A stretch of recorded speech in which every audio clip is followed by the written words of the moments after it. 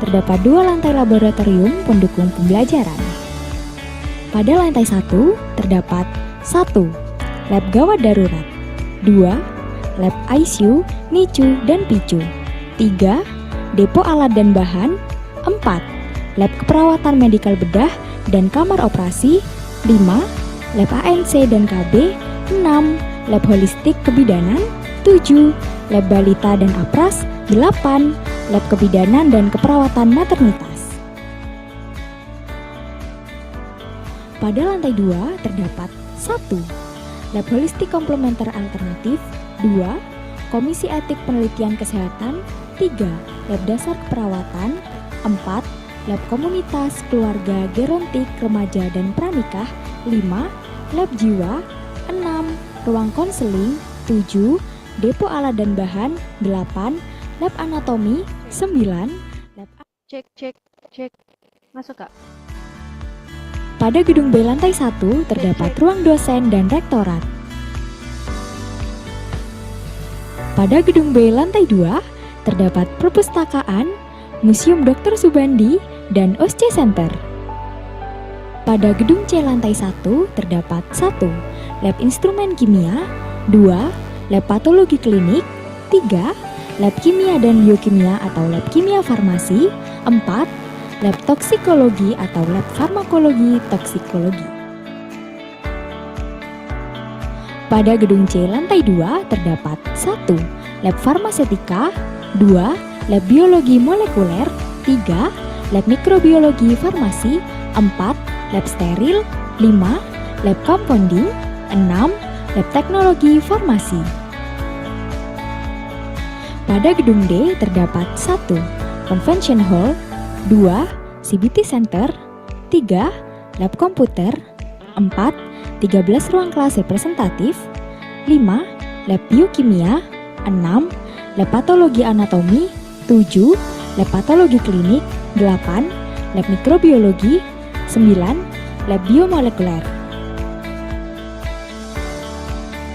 Universitas Dr. Subandi Jember memiliki beberapa fasilitas penunjang. 1. Masjid.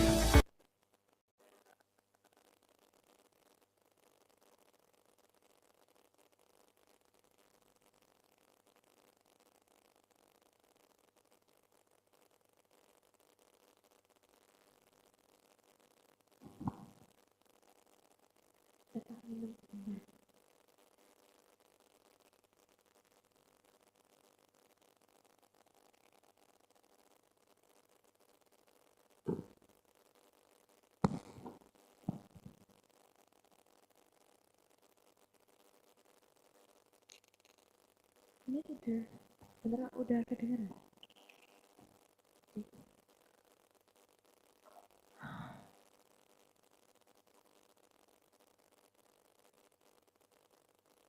Ladies and gentlemen, we are going to start our program. Could everybody who has joined us on Zoom, please stand by on your device. Before we start our program, please enjoy this video.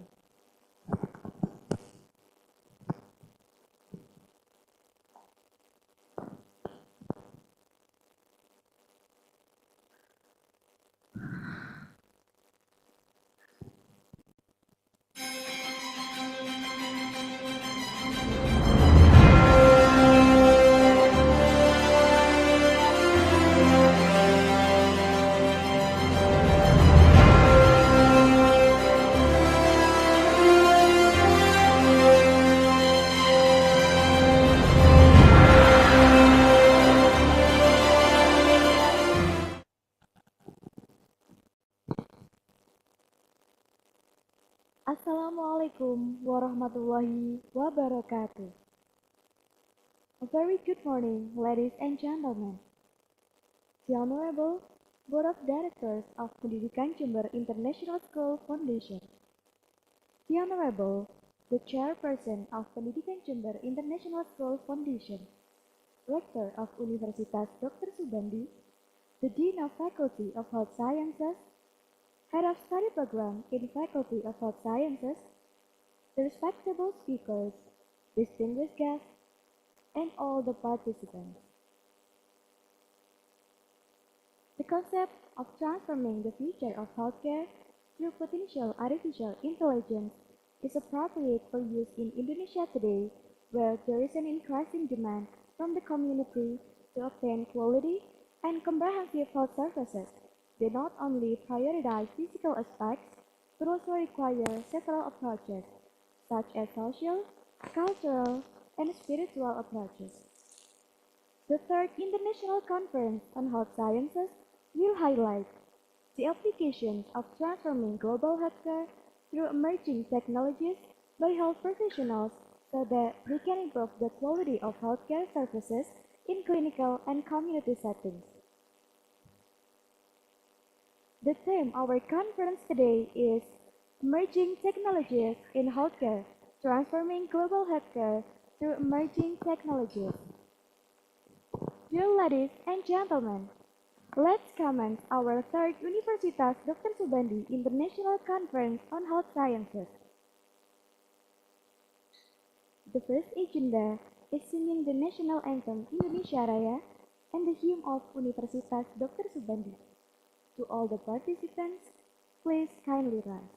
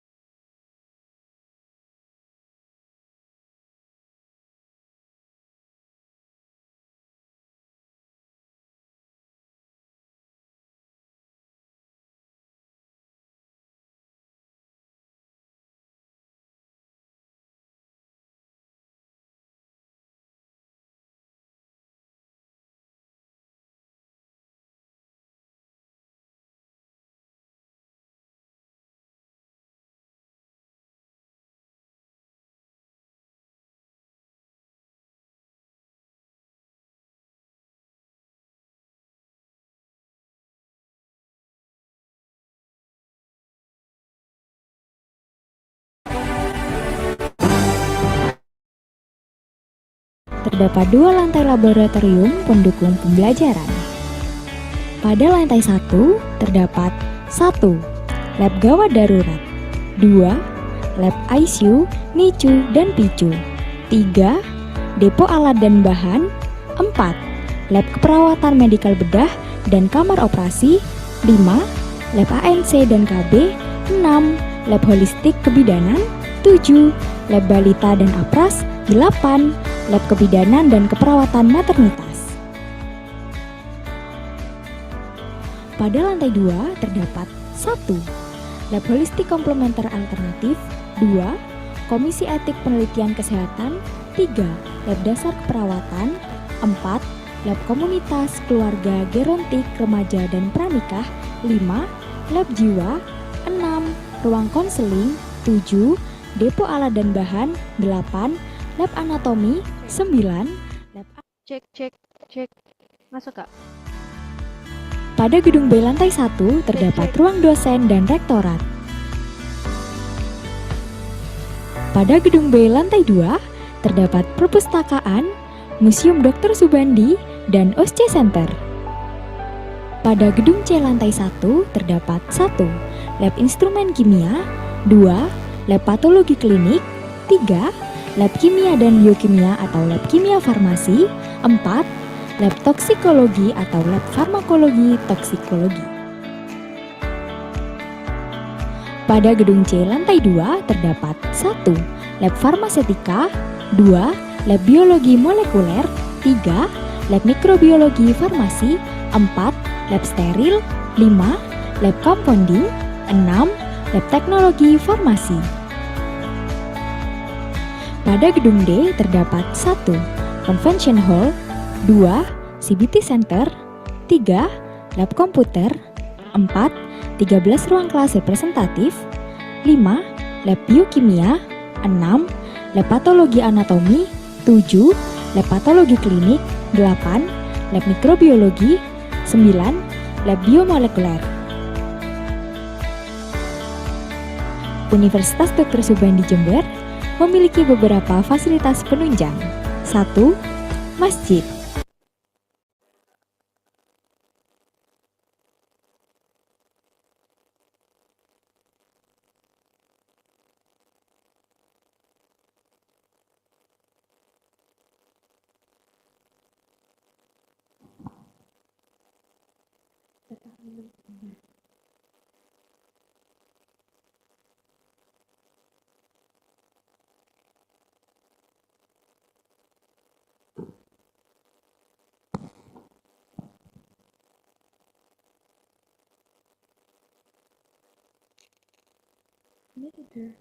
Ini udah kedengeran.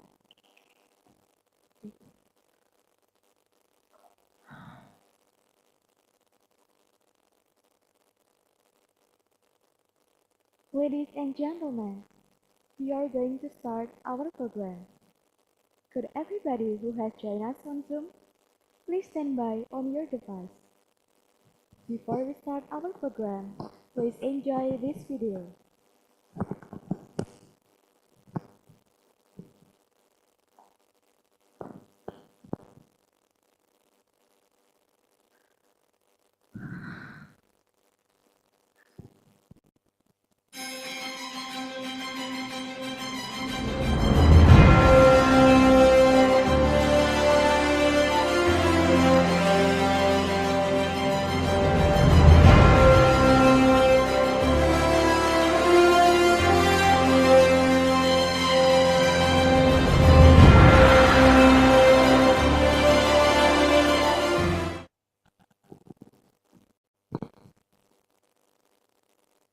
Assalamualaikum warahmatullahi wabarakatuh. A very good morning, ladies and gentlemen. The Honorable Board of Directors of Pendidikan Jember International School Foundation. The Honorable, the Chairperson of Pendidikan Jember International School Foundation. Rector of Universitas Dr. Subandi, the Dean of Faculty of Health Sciences, Head of Study Program in Faculty of Health Sciences, the respectable speakers, distinguished guests, and all the participants.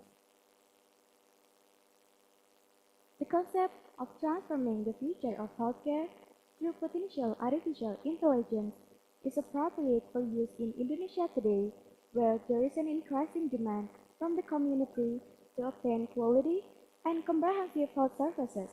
They not only prioritize physical aspects, but also require several approaches, such as social, cultural, and spiritual approaches.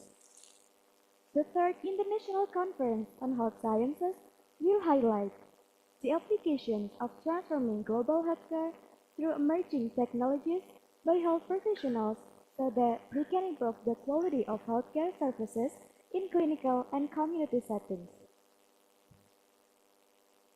The theme of our conference today is Emerging Technologies in Healthcare, Transforming Global Healthcare Through Emerging Technologies. Dear ladies and gentlemen, let's commence our third Universitas Dr. Subandi International Conference on Health Sciences. The first agenda is singing the national anthem Indonesia Raya and the hymn of Universitas Dr. Subandi. To all the participants, please kindly rise.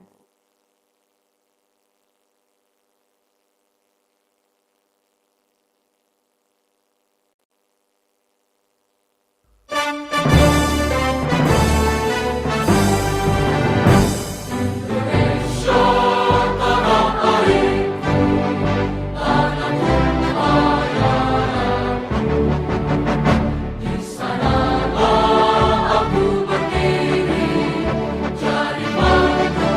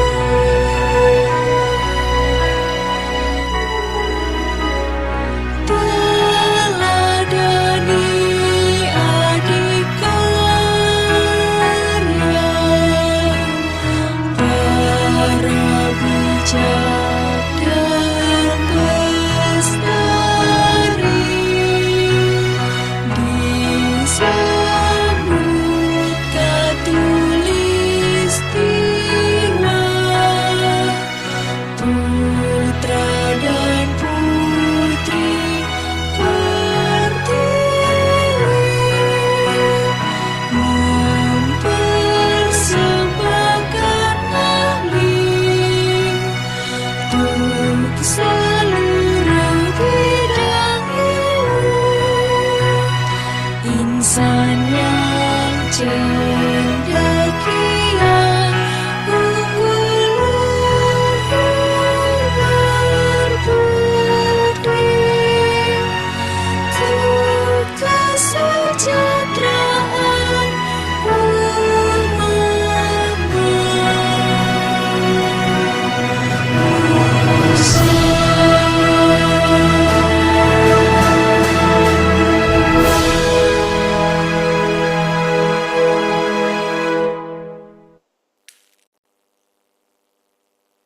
Thank you, and please be seated.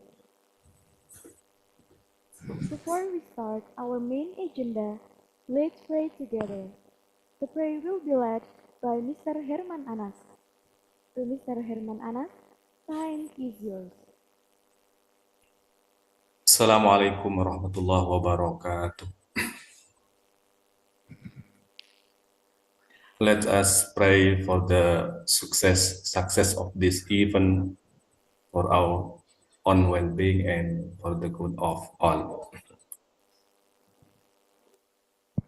Amin. Alhamdulillahi Rabbil Alamin wa sallallahu ala Sayyidina Muhammad wa ala alihi wa sahbihi wa sallam. حمدا يوافي نعمه ويكافئ مزيده يا ربنا لك الحمد كما ينبغي لجلال وعظيم سلطانك اللهم اجعلنا من التوابين واجعلنا من المتطهرين واجعلنا من عبادك الصالحين واجعلنا من عبادك الشاكرين واجعلنا من عبادك المخلصين واجعلنا من عبادك المحسنين اللهم لا تجعل الدنيا أكبر همنا اجعل الدنيا في أيدينا ولا تجعلها في قلوبنا اللهم اجعل جمعنا جمعا مرحوما وتفرقنا من بعده تفرقا مأسوما ولا تجعل اللهم فينا ولا معنا ولا من يتبعنا شقيا ولا مطرودا ولا محروما اللهم إنا نسألك علما نافعا ورزقا واسعا حلالا طيبا اللهم اجعل برنامجنا هذا the International Conference on Health Science برنامجا مباركا نافعا لنا وللأمة اللهم اجعل جامعتنا جامعة طبيب سبندي جامعة مباركة نافعة لنا ولشعبنا ولبلدنا إندونيسيا واجعل خريجها عالما في فنه ذا خلق حسن اللهم نور قلوبنا بنور هدايتك بمعرفة العلم كما نورت الأرض بنور شمسك أبدا ربنا آتنا في الدنيا حسنة وفي الآخرة حسنة وقنا عذاب النار سبحان ربك رب العزة عما يصفون وسلام على المرسلين والحمد لله رب العالمين. Wassalamualaikum warahmatullahi wabarakatuh. Thank you very much. The next agenda is the welcome address from the Rector of Universitas Dr. Subandi, who will also symbolically officiate today's event. Let's extend our warmest welcome to the Rector. To Mr. Andi Eka Pranata, Master of Science, time is yours.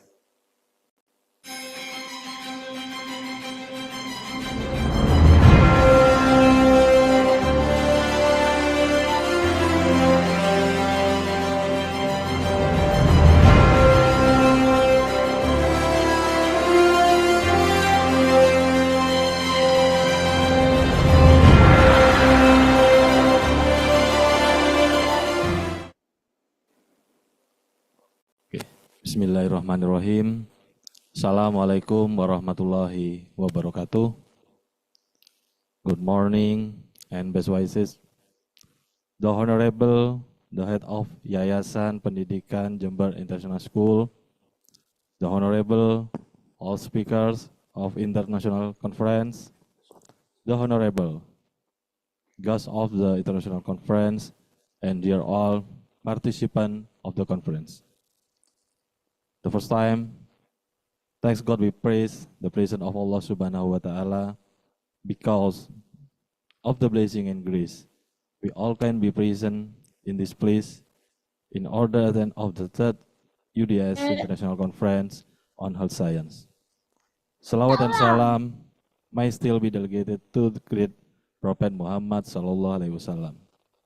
Ladies and gentlemen, I would like to say welcome to the International Conference on Health Science with the term emerging technologies in healthcare, transforming global healthcare through emerging technologies.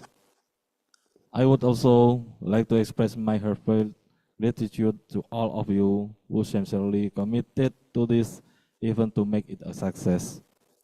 This event would have been impossible without the support of each and everyone present here. Ladies and gentlemen, this international conference is a very important and relevant momentum, especially in the era of digital disruption that continues to grow rapidly. New technologies such as artificial intelligence, big data, Internet of Medical Things, or IoT, telemedicine, and biotechnology have revolutionized the face of global health service. All this time, the world of education and research is required to continue to be adaptive, innovative, and collaborative.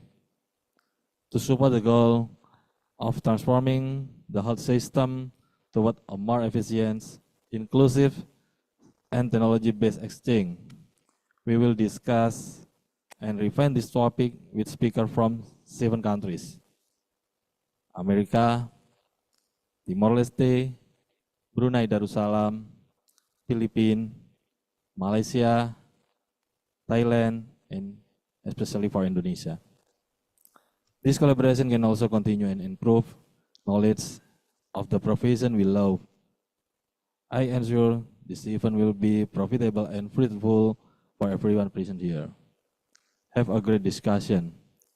And the end session, I want us thank you very much for our commit, all speaker, all participants, especially in today, they are participant for summer course in UDS, and enjoy with your time.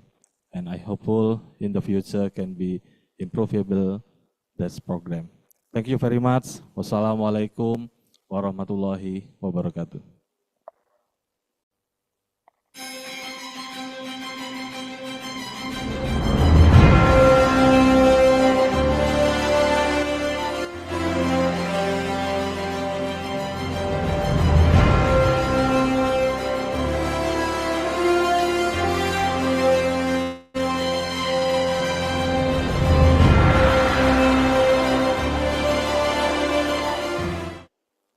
Thank you very much. Ladies and gentlemen, entering the main agenda, our next agenda is plenary session. In the first plenary session, we have 2 speakers. First speaker, we have keynote speaker, Mrs. Ainur Zana, Bachelor of Applied Science, Master of Midwifery from the Faculty of Health Sciences of Universitas Dr. Subandi. The second speaker, we have Professor Dr. Zahra Saad from Mahsa University, and we will listen about sustainable healthcare innovation, balancing technology, ethics, and accessibility. Ladies and gentlemen, let's start our first plenary session. This session will be guided by Mrs. Zidni Nuris Yubaba, Master of Nursing, as moderator. To moderator, please kindly come to the stage.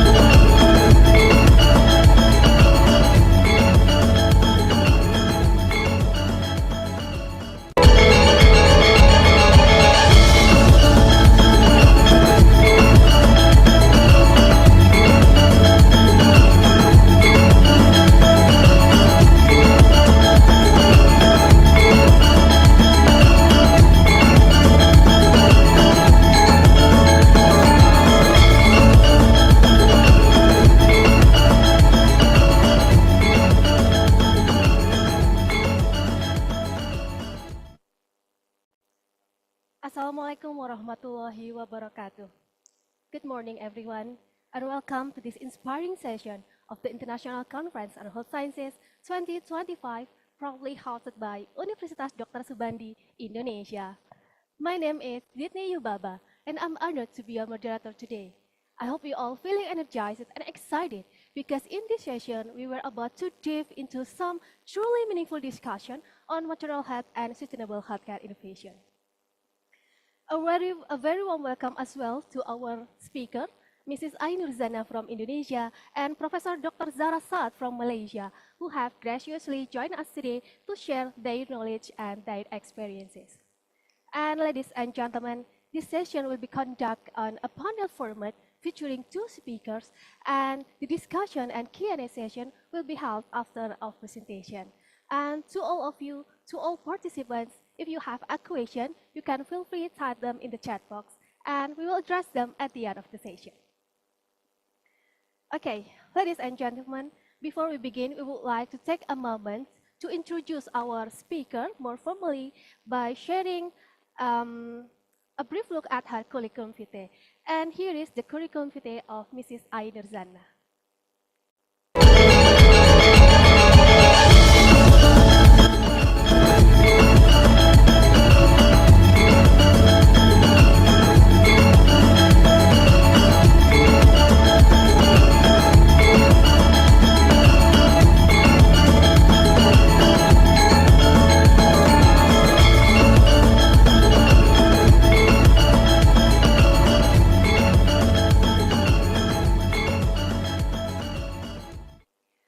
We are truly honored to begin this session with someone who plays a central role in advancing health education here at Universitas Dr. Subandi. Please welcome Mrs. Ainur Zana, Sarjana Sains Terapan, Magister Kebidanan, the Dean of Faculty of Health Sciences of Universitas Dr. Subandi. Assalamualaikum. Please have a seat, Miss Ai. You. How are you today, Miss Ai? Alhamdulillah, very kind. Thank you. And you? I'm doing great. Thank you for asking. Okay. And it's such a pleasure to have you today, Miss Ai. And Mrs. Ai will be delivering a presentation on a topic that combines compassion, technology, and maternal health in holistic approach in prenatal care using emerging technologies to improve maternal health and wellness. And a gentle reminder to all of you, if you have a question, you can type them in the chat box. And Mrs. Ai, you have 30 minutes and the floor is yours. Okay, thank you, Miss Zidni. Can I stand up? Okay, please. Thank you. Bismillahirrahmanirrahim. Assalamualaikum warahmatullahi wabarakatuh. Good morning, everyone. Alhamdulillahirabbil alamin. Wa binastain ala umuri dunya waddin. Wassalatu wassalam ala Rasulillah wa ala alihi wasahbihi wa mawalah amma ba'du.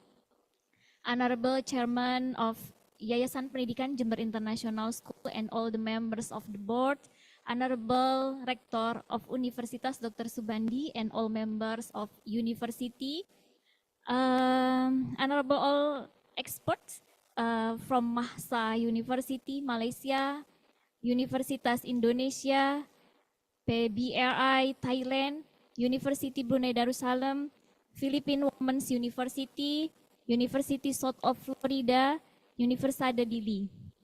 I am proud of acknowledge all the committee of International Conference on Health Science in Faculty of Health Science in Universitas Dr. Subandi. Ladies and gentlemen, the participants of International Conference from Indonesia, Thailand, Brunei Darussalam, Nigeria, Pakistan, and Gambia. I'm delighted to welcome you all in International Conference. I'm honored to be here today to present on a topic that is very close to my heart, holistic approaches in prenatal care and how integrating with emerging technologies can enhance maternal health and wellness. As we all know, maternal health is a basis of healthy society, and we are seeing exciting innovations and technologies that can revolutionize how we care for mothers during pregnancy. I look forward to sharing my research and hopefully sparking some interesting discussions from my research. This is a holistic approaches in prenatal care. Now let's dive deeper into the core of today's discussions. My presentation is divided into three main subtopics, each addressing a crucial aspect of how we can integrate holistic approaches into prenatal care. First, we will explore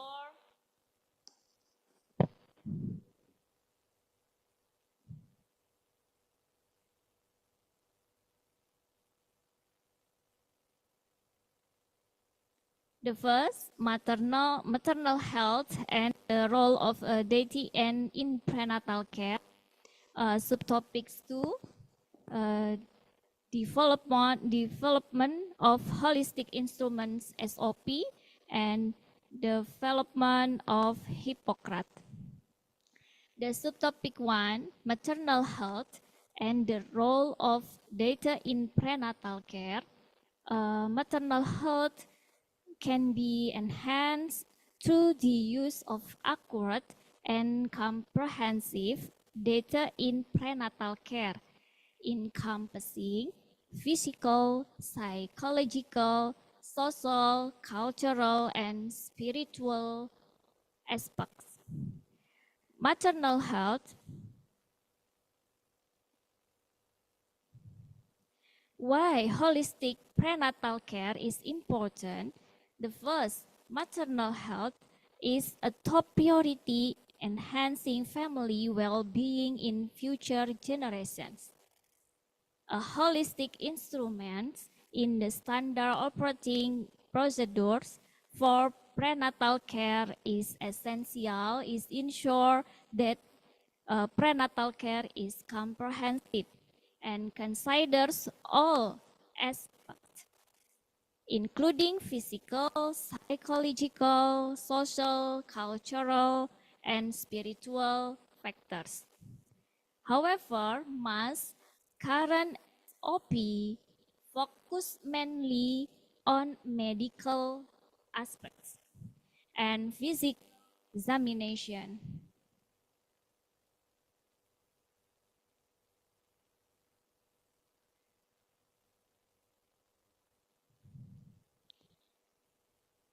But we now know that maternal health is much more complex. It involves not only the physical body, but also emotional, social, cultural, and spiritual dimensions. These aspects are all interconnected, and neglecting any one of them can lead to complications during pregnancy. Research has shown that factors like stress, cultural beliefs, and social support play a significant role in maternal health outcomes.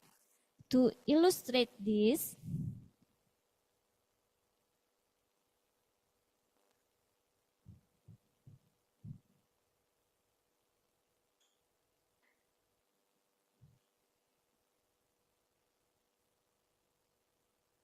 this is data on psychosocial, cultural, spiritual factors that can impact maternal well-being. The first, anxiety, stress, depression. Around 16 until 20% of pregnant women experience anxiety during pregnancy. Cultural belief disturbance, specific data during pregnancy is limited. Research suggests that cultural norms influence the nutritional intake and physical activity of pregnant women. Lack of social support, around 30.4% of pregnant women rate the responsiveness of the healthcare system as poor in meeting their mental health needs. And spiritual disturbances in pregnant women is limited using tools like the spiritual wellness inventory can help identify spiritual needs in pregnant women and offer appropriate interventions.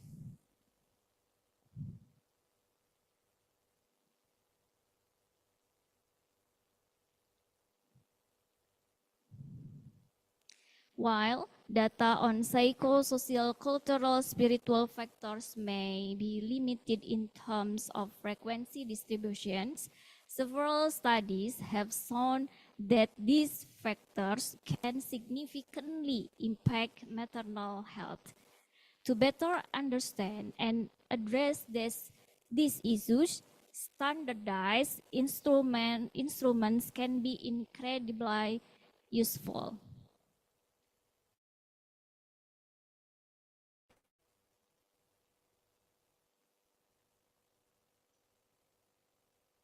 The role of data in prenatal care. Effective prenatal care requires the collection of comprehensive, including both subjective and objective data covering physical, psychological, social, cultural, and spiritual aspects. Using standardized instruments can help delve deeper into each aspect related to the health of the pregnant woman and the fetus.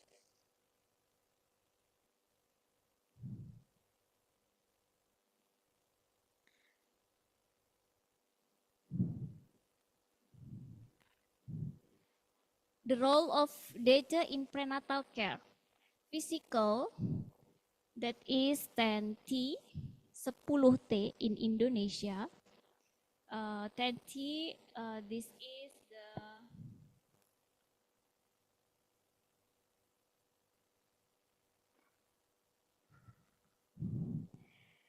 is the one weighing the body and measuring height. Okay. And two, measuring blood pressure. T3, assessing nutritional status using upper arm circumference. And T4, measuring the height of the uterine fundus. T5, determining fetal presentation and fetal heart rate. T6, screening for tetanus toxoid vaccination status and providing the vaccine if needed. T7, giving a minimum of 90 iron tablets. And T8, performing laboratory tests like pregnancy tests, hemoglobin, blood graph, urine protein, and urine reduction if indicated. T9, managing. T10, conducting a counseling session. For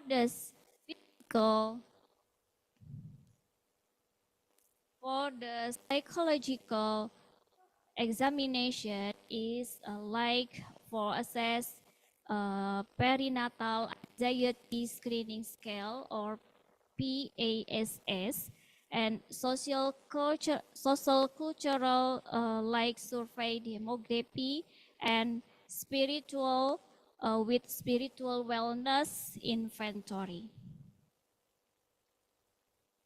Challenges in implementing holistic care. Our research highlights the main challenges in implementing holistic SOPs. Okay, barriers. faced by midwives include one time. We limited time. We have limited time about for the whole aspects about 60 minutes or more for each client. Number two is insufficient training, integrated holistic care practice into their daily routine. And challenges number three is instruments. A lack of standardized instruments for assessing psychological, social, cultural, and spiritual. To address this, the newly developed SOP must accommodate the multidimensional needs of pregnant women. So, my research, uh, development of holistic instrument SOP for the pregnant woman, the development of holistic instruments in standard operating procedures aims to ensure comprehensive considering physical, psychological, social, and spiritual aspects in every step service delivery. Accessible technology for SOP updates as a further step, the development of Hippocrates, that is holistic interprofessional prenatal operational kit, reinforcing accessibility technology. Application which includes a practical printed card and an interactive PDF accessible via QR code is important for regular SOP updates. This technology will allow midwives and healthcare providers to have the most current relevant SOP available for their practice. So this is technology interactive PDF with update feature and code-based data management system, mobile applications for interactive SOP, and web-based notification and alert system. Next, Hippocrates. Okay, this is a development holistic instrument in SOP. Next, Hippocrates Holistic Interprofessional Prenatal Operational Kit, reinforcing accessible technology. Okay. Hippocrates aims to introduce a simple tool that combines various fields of knowledge in prenatal care through a practical format that can be regularly updated using digital technology, making a significant impact on improving the quality of maternal health care services.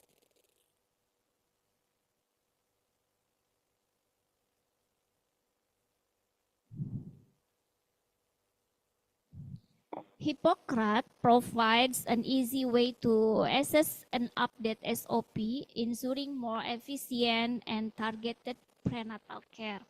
This system also facilitates faster and more structured interactions between midwives and pregnant women. This material links the concept of holistic prenatal care SOP with your research findings, which emphasizes the importance of a comprehensive approach that covers various aspects of maternal health by introducing technology like Hippocrates. The SOP can be continuously updated and assessed, practically improving evidence-based prenatal care and ensuring that all aspects of maternal health are properly addressed. That is my material. Thank you for all your attention and participation today. It has been an honor to share my research with such a distinguished group of professionals from around the world. I hope the insight shared today will spark further discussions and inspire future collaborations. Let us continue to work together in enhancing maternal health and well-being a better future. Ladies and gentlemen, to all who listen and share today, let's work together and find our way. With hearts united and hand in hand, we will make a difference across the land. Maybe thank you for me. Thank you for all. Thank you for all the committee. At the end, Subhanakallahumma wa bihamdika asyhadu alla ilaha illa anta astaghfiruka wa atubu ilaik. Wassalamualaikum warahmatullahi wabarakatuh. Waalaikumsalam warahmatullahi wabarakatuh. Yeah. Thank you very much, Mrs. Ai, for that inspiring presentation. And we truly appreciate the insight you have shared with us today. And yeah, ladies and gentlemen, we will now take a short break before we continue with the next presentation in this session. Please stay with us, and I'll be back for a few moments.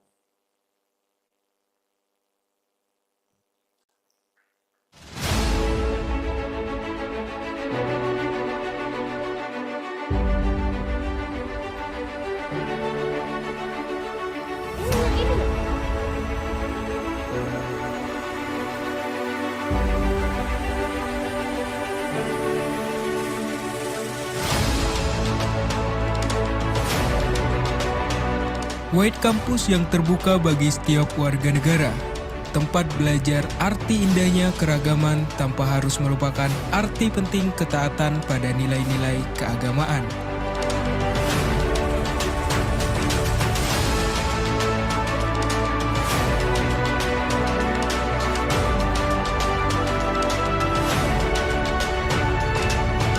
White Campus Dr. Subandi adalah kampus impian yang memberikan pengalaman global dengan rekognisi pembelajaran internasional yang berhalakul karimah. Di program studi dengan akreditasi dan fasilitas yang unggul, tempatmu mengembangkan ilmu pengetahuan di berbagai bidang ilmu.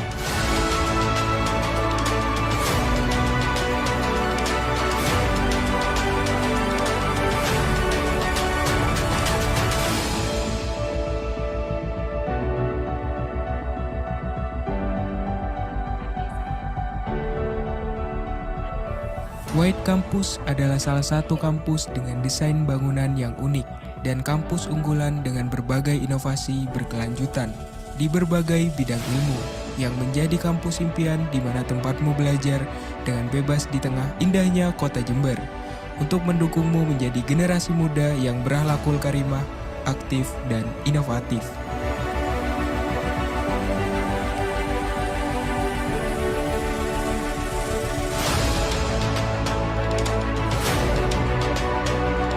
Kemitraan aktif dan kolaboratif yang kuat telah menjadi bagian yang tidak terpisahkan dari universitas.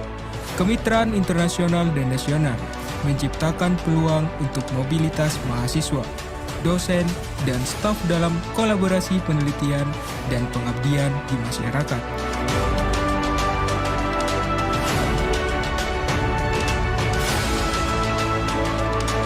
White Campus berkomitmen menjadi pelopor kampus swasta yang mencetak generasi muda intelektual yang berakhlakul karimah dan cerdas secara spiritual, dengan akar yang kuat dalam tradisi kebebasan akademik untuk mendukung kebebasan berekspresi untuk berkontribusi akan solusi dari masalah yang dihadapi.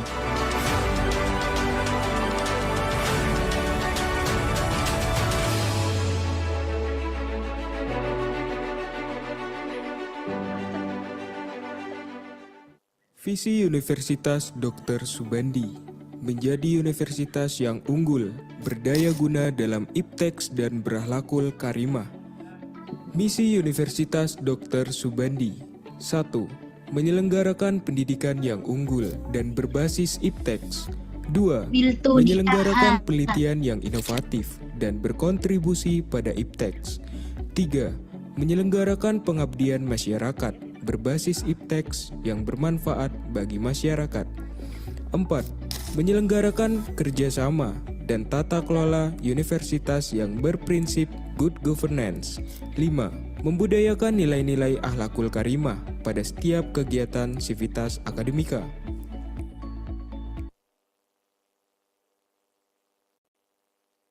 Welcome back, everyone. Thank you for participating the short break. We will continue with the next presentation in this session. And here is the curriculum vitae of Professor Dr. Zara Saad.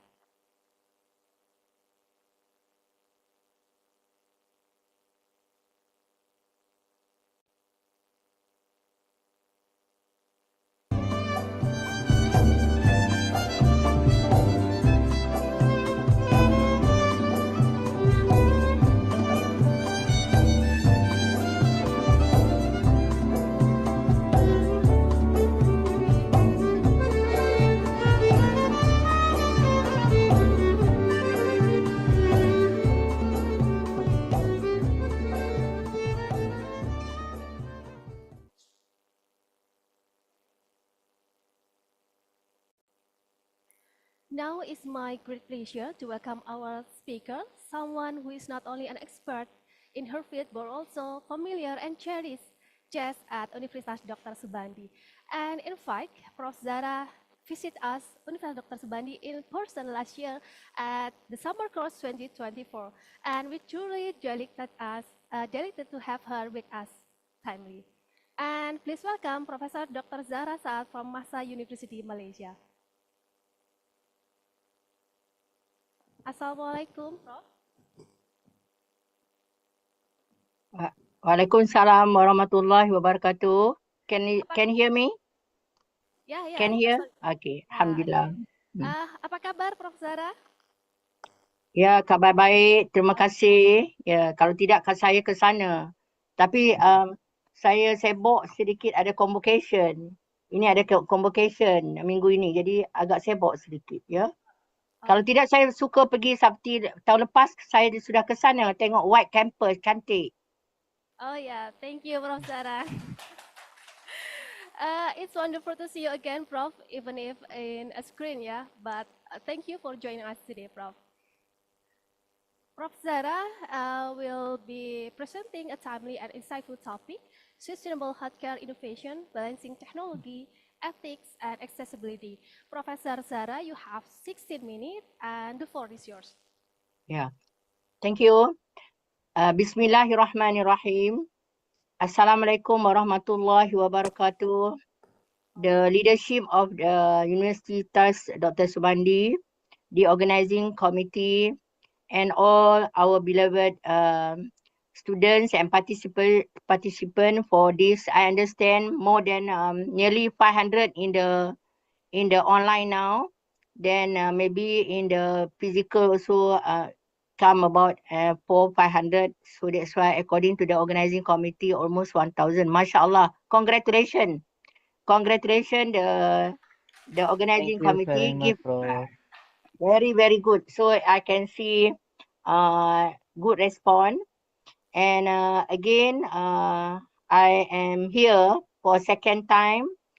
First time during your second international, I had a physical.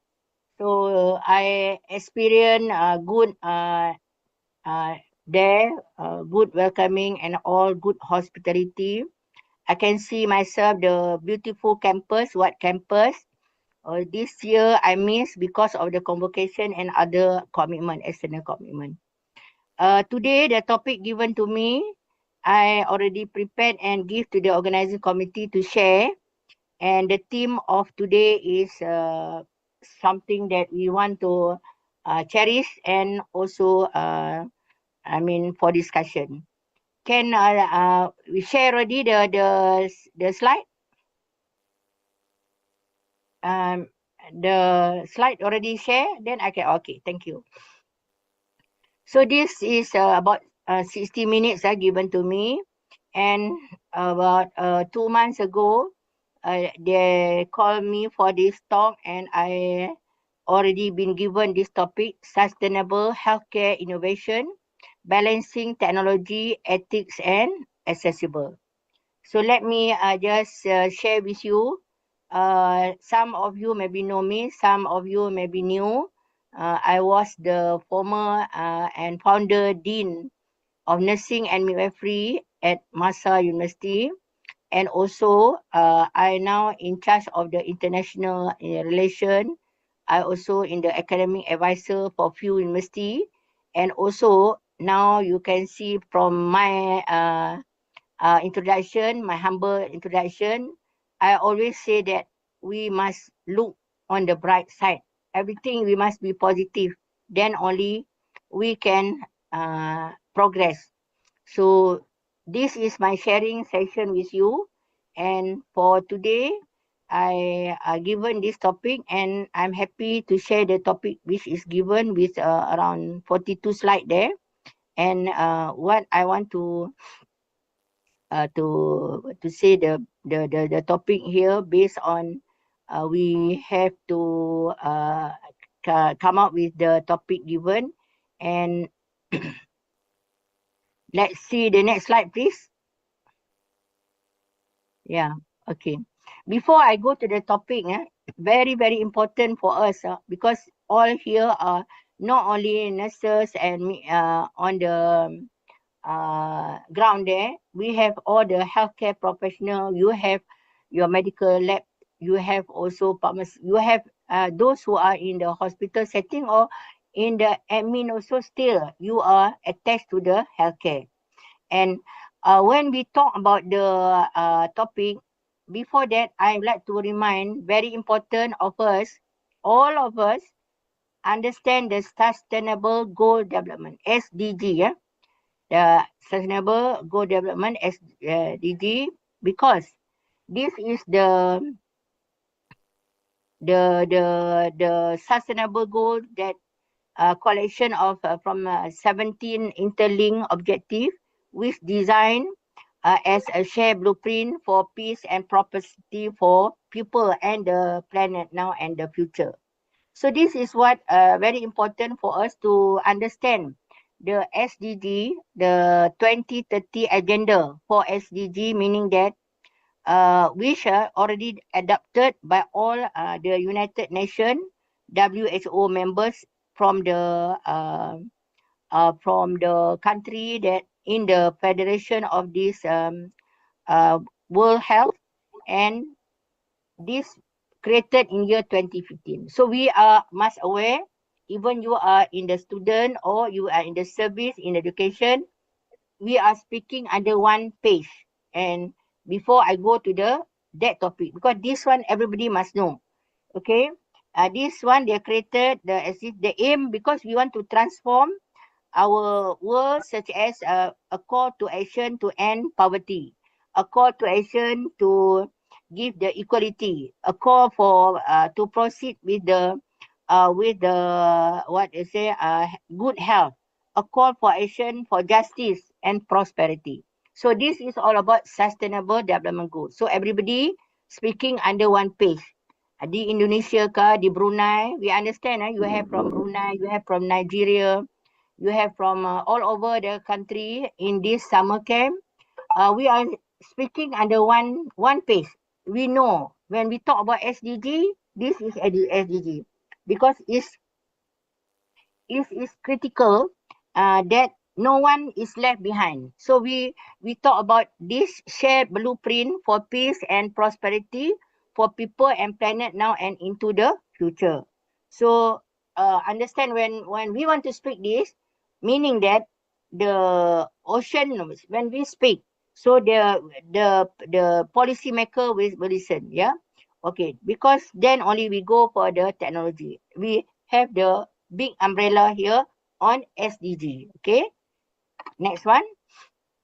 Okay, this is the SDG, the one I mentioned with 17 goals. Yeah, 17 goals. And what we are going to focus for the healthcare providers, for those in the healthcare professional, you should understand the SDG number 3, SDG 3. Because when come to the poverty, different ministry will take over.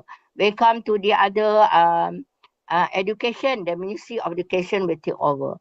Okay, the climate change, then someone from the policy makers from that various ministry, they have their role to take action. So the one in the healthy and healthy living, all about the wellness. We are here, number 3. Okay, we are number 3. Thank you. We go to the next slide. Okay, so these are the 17 SDG that I mentioned. And number 3, try to focus.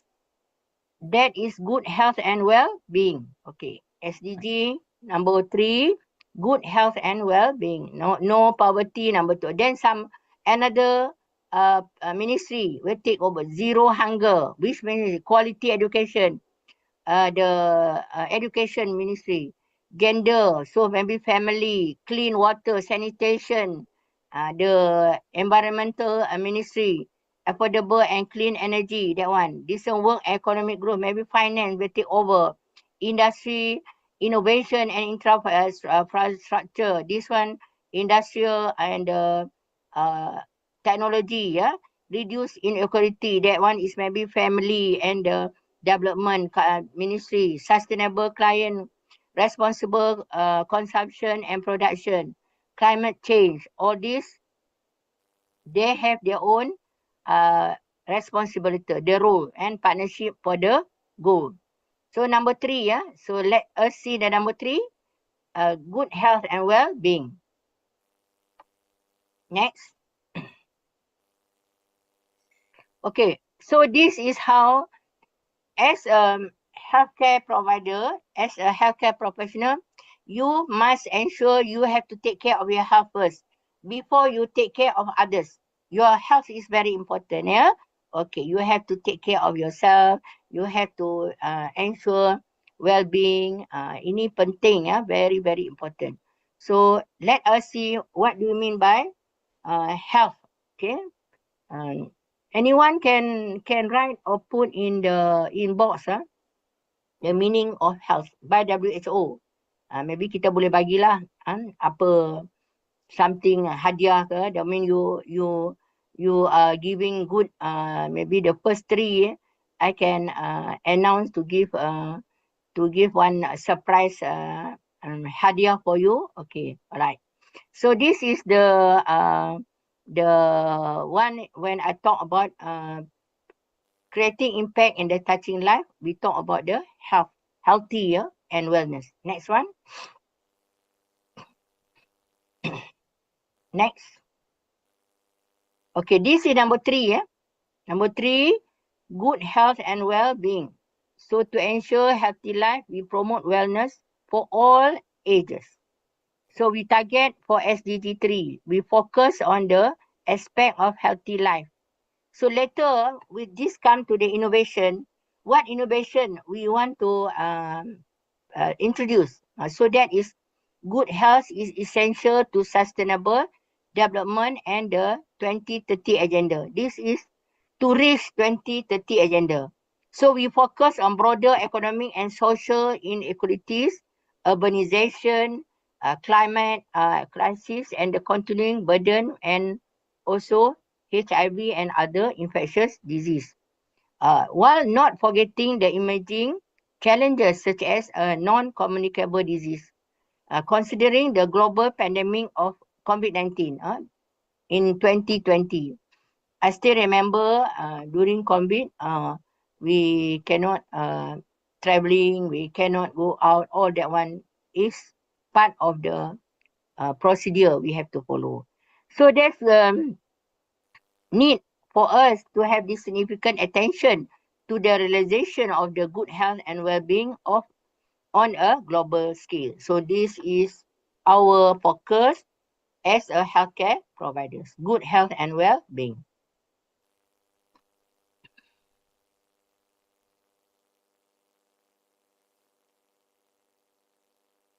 Okay, I like this quote. Because when I went to Lompong and we visited Malang, there's one quotation at this Universitas Panjajaran. If there's a student there or the participant there, I like this one. They display there. Manjada wajada. Okay, missing meaning there. Barang siapa bersungguh-sungguh pasti berjaya. Whoever mean it surely succeed. So if we want to reach the SDG 3 with kind of innovation, with kind of the hard work, yeah, inshallah, we can. So all this, we have to be committed and everybody must speak under one page. We are working towards quality. Because when we talk about quality, I know young one of you like, say some of you like to eat Kentucky Fried Chicken. Okay, so when you like to eat Kentucky Fried Chicken, when you take this at Jakarta, you take this at Yogyakarta, Bandung, the taste will be the same because they maintain the quality. Even when you go to other country, in Kuala Lumpur City, Bangkok, Philippines, Brunei, so everybody may say, oh, the same taste because they maintain the quality. So that is quality is something that we want to say standardized. So when we talk about this SDG, we understand it well how to make it achievable by some innovation. So which we are going to talk on this. Okay. So this is about what everybody must have same page. We speak the same page. Okay. So this just sharing from what I gather. I like to use or the show this every time when I give a talk. So I take this manjada wajada. If we really work hard, we can achieve. Inshallah. Whoever mean it surely succeed. Next one. So now we go to the real topic of today. Exploring innovation that are sustainable, ethical, and accessible. Why? Why it matters? Why? Because now you can see the your surroundings sudah ada ramai now aging population. Me also in the aging group. Okay. So according to WHO, there are 3 types of aging population. One is young old, 65 to 75. And then middle old, 75 to 85. Then old. Old will be 85 and above. Like our former Tun Dr. Mahathir, his age is almost reaching 100. And he is in the category old. Me maybe can consider I in the young old. Okay, the middle old, maybe your nene, your grandpa, your grandma maybe still around. So who at life expectancy also now is increasing. So with that aging population, we have to come up with some exploring in the innovation that are sustainable, ethical, and accessible. We don't have the facility for the aging population to stay in the center. Maybe they want to be together in their peer group. So why not? The community can have this group focus for their own need and have something innovation for them. So which I am sure you all have. Many countries have. I take the opportunity when I visited meaning country which I have a good facility for the elderly care. I do not want to miss. I went there and visited. And I can see a lot of innovation. So that is about innovation. So maybe when we come back to our country, we can adopt and adapt. So that one about think global but act local. So can we call this term as glocal. You think global but you act local. So glocal. So this is about aging population. Yeah, rising cost. Now is inflation. Everything is increased. The 20 years ago, our currency, Malaysian ringgit and Singapore, almost the same.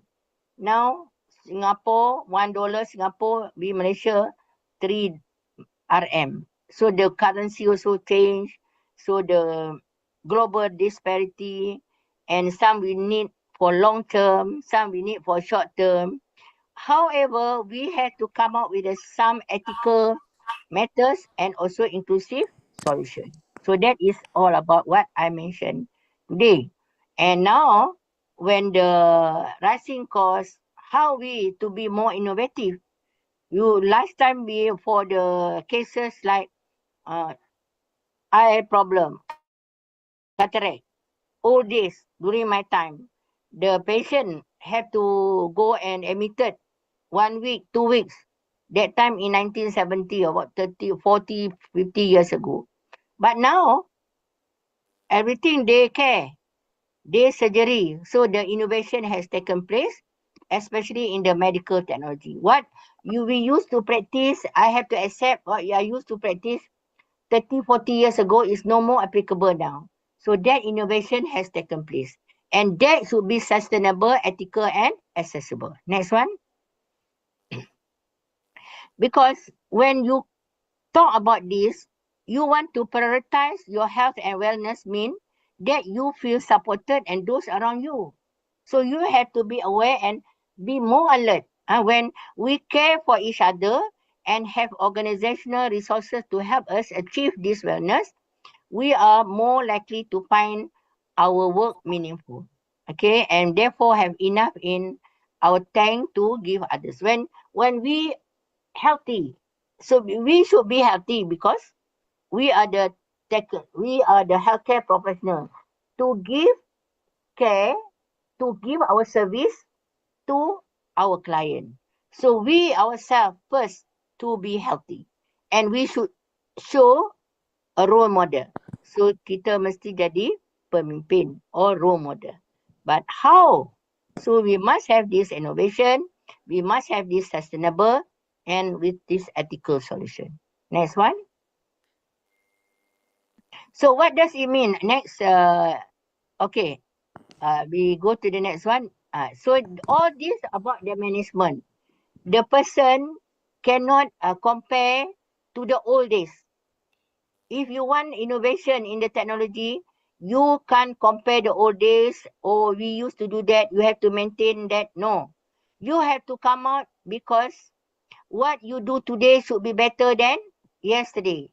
What you are going to do tomorrow should be better than today. That is something innovation.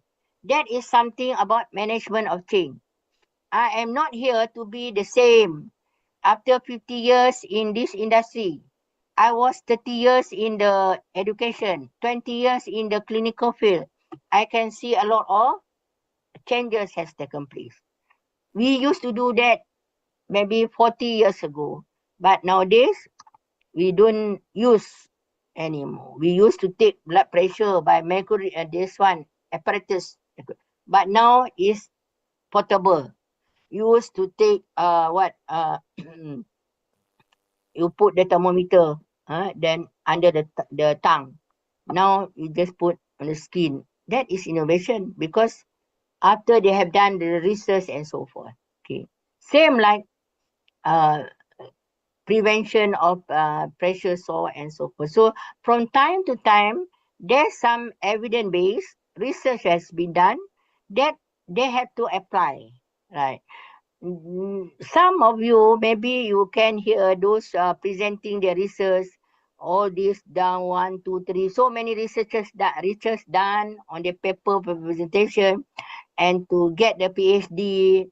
No, That is very important because you have to ensure that the evidence based. That means you have to take action. Okay. So what lies behind us and what lies before us are tiny matter compared to what lies us here. Meaning that some wise men said, what lies yesterday was history. What lies tomorrow mystery. But what lies now is reality. So we have to be alert with the current significant technology and so forth. We must be in the reality situation. Next one. Okay, next. Okay, put your health first. Yeah, this is what I mentioned to you, keep on mentioning to you, is very important. You have to prioritize your health. You could delegate tasks because you have to take care of yourself. And this is some innovation. If you used to do that, some of the task that you do is non-medical, is not related to your core business. So you some of the tasks you can give to others to do, but you have to set the boundaries or saying no to an unnecessary commitment.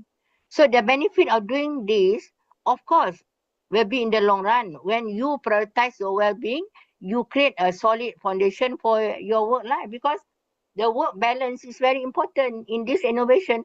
I am referring to yourself first. I also reminding to me which one I should do first, which one I can do later, because that the innovation in order to go further. All right. This means you can tackle your work with a clear mind, increase focus, and better decision making ability. So also mean that you can handle stress better and prevent burnout, which is a common problem in today's work culture. A lot of people burn out, stressful. So this is what we want to overcome. We want to reduce stress in the workplace. Okay, mental health is the number one now. Okay, next one.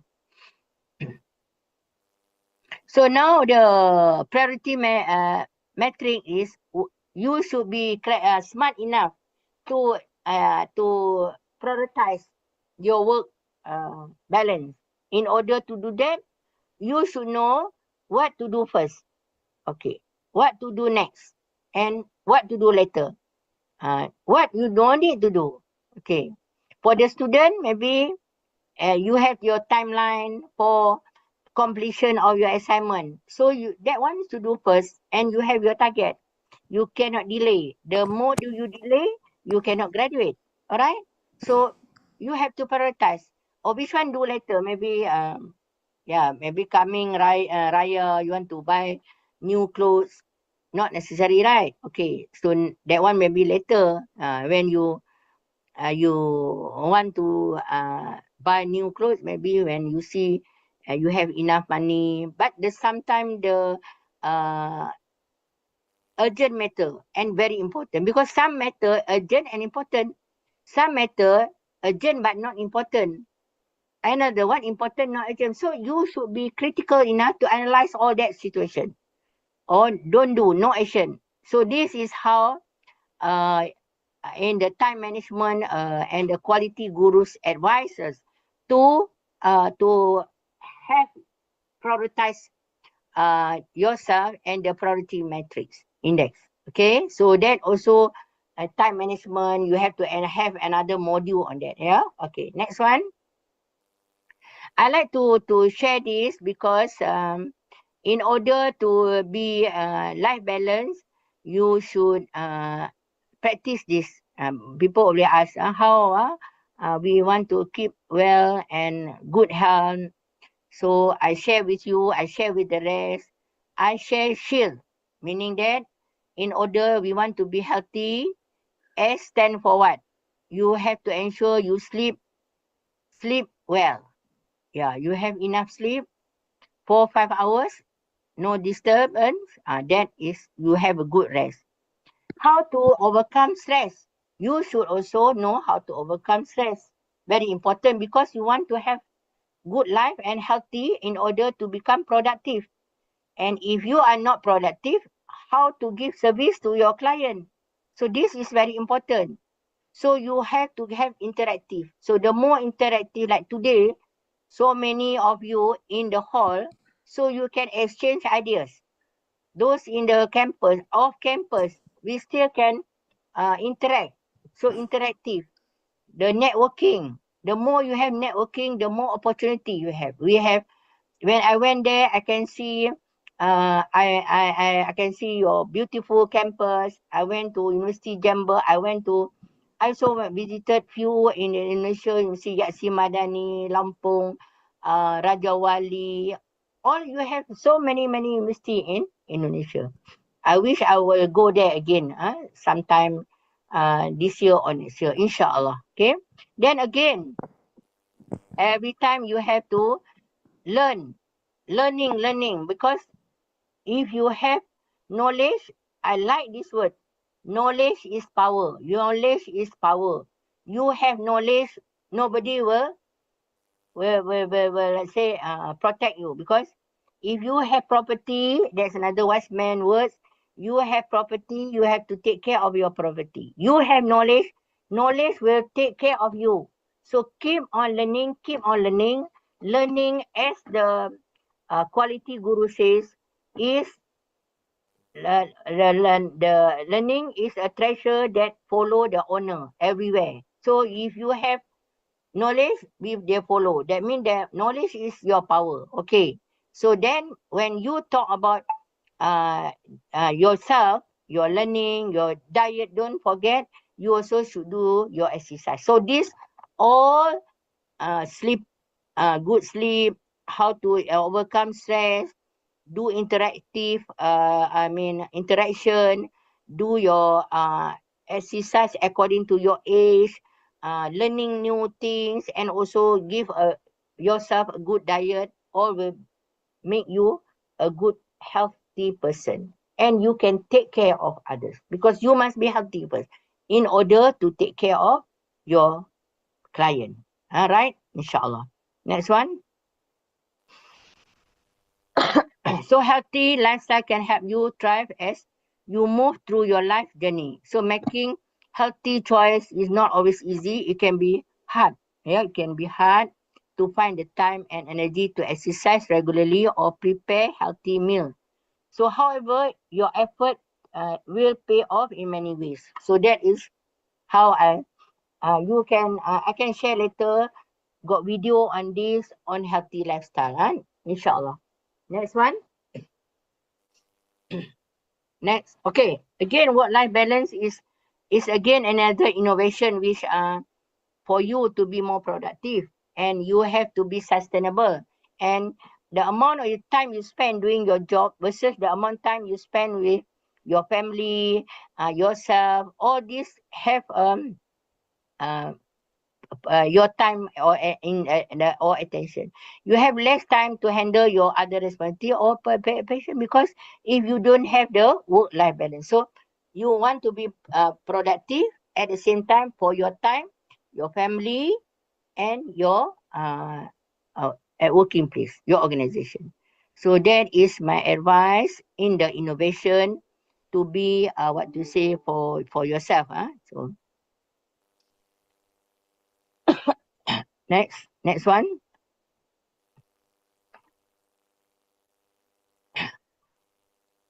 So the technology in healthcare innovation, when you talk about the technology in the healthcare innovation,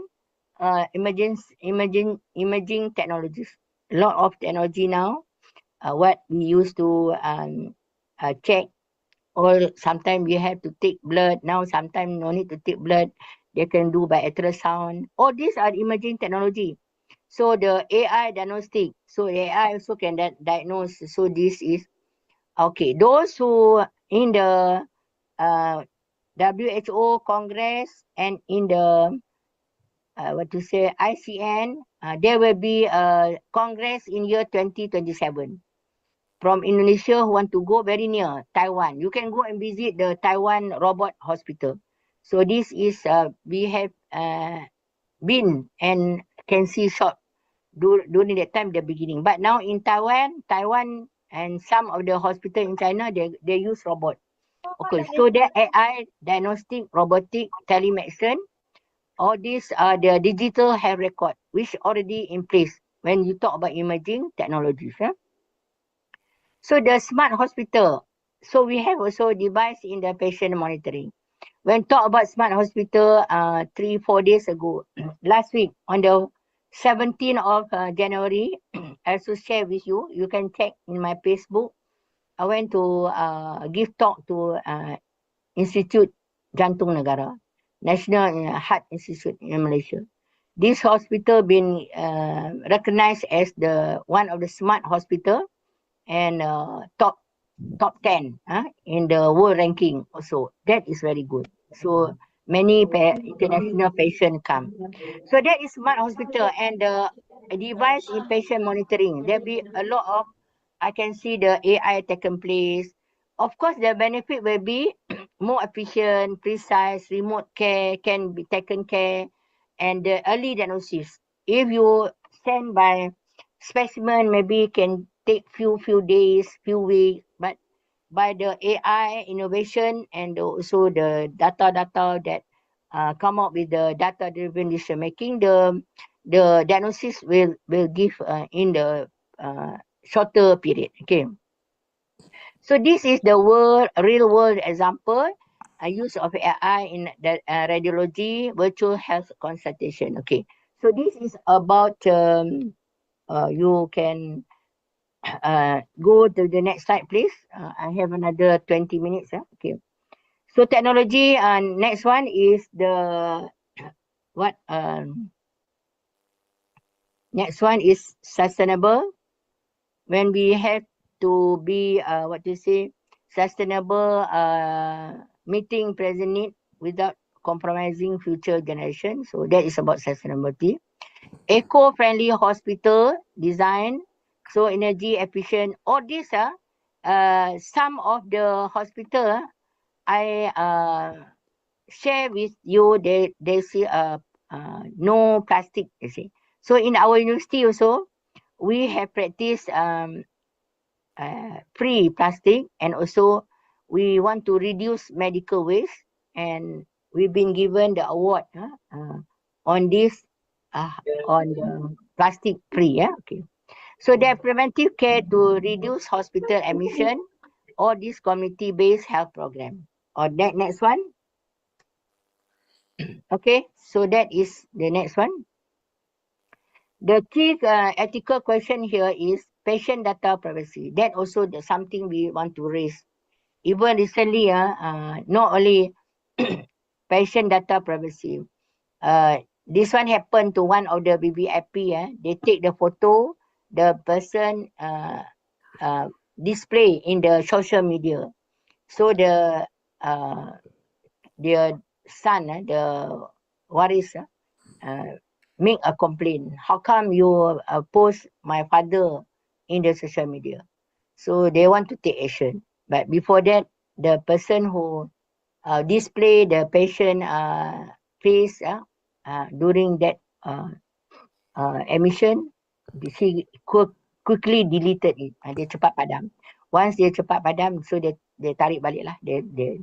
So that is very important what you want to do, because patient data privacy is to be looked into. Address this, very important. So you also cannot be biased in algorithm and inform consent in telemedicine and remote. This is very important. Anything we want to do, we must have the consent. So another issue now, or another something to insight here, human touch versus technology. Importance of empathy and human connection in care, but danger of over-reliance on machine. We cannot be high touch and low touch, high technology and no touch. So we must high technology and high touch. So we care per patient. So there also a lot of case study done on this ethical dilemma in become the patient. Okay, next one. So for this, we have to be barrier. Okay, and burden, affordable. Okay, bridging the gap, mobile clinic. We have mobile clinic, and many countries also. Well, that is the innovation. So instead of what Muhammad go to mountain, mountain come to Muhammad, something like that. Okay. So now I seldom use the like mobile clinic in my place. Yesterday, instead of want to go to the further clinic that I used to go, I try to go to the nearest around 2 3 minutes only my place. So I went to get some medication. Everything is free, so I can say that that is something innovation which is already been implemented and not many people make use. Same like me. I only make use yesterday. I want to take medication. I having cough. I said, doctor, can you give me the medication? So then quickly they give. So we have so many facilities in the mobile clinic and in the community health workers also everything. So this is something that I want to share. Yeah. Okay. Next one. Technological advancement. Explore how emerging technology. Okay, this is what I told you. Then the role of innovation and technology. How advancement in healthcare technology and innovative nursing practice can derive economic efficiency and improve patient outcome. Yeah, this is all about the technology. We maybe can say grateful also when come to the pandemic, everything by virtual. So even now, we still can share our knowledge by virtual. So that is technology, very good. Berapa ribu kilometer, beratus kilometer, beribu kilometer. So we still can share our knowledge.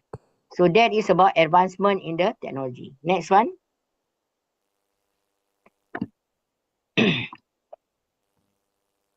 Okay, next. Future direction and call to action. Okay, future direction and call to action. Why? Okay, where are we heading? Of course, we are heading towards this technology, the innovation. We are going to have the personalized care. We want to have the integration of AI. We have to understand this is call to action. We have to come up with the innovation, involve all stakeholders, patient, professional, policy makers. So this is what is all about. So when everybody speak the same language, the policymaker will understand. So that is very important when it come to involve all stakeholder, patient, professional. So in this today's conference, third USD International Conference on Health Science, with almost 1,000 participants and plus the docent, I am sure you have involved all stakeholders. You have your professional around. You have your peserta, your nurses. You have your medical lab. You have your physiotherapy. You have your midwife. Those from various categories and also policy makers will be there. Then they will understand.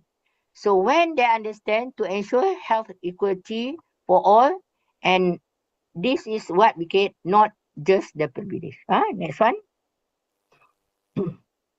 Okay, education and training opportunity. We discussed the evolving educational requirement for all, including the importance of continuous CPD, meaning that continuous professional learning to keep up with advancement in healthcare. Highlight the financial burden of nursing education and ongoing professional development. Good. This is what I also like to say this one. A person who graduate today and stop learning tomorrow is uneducated.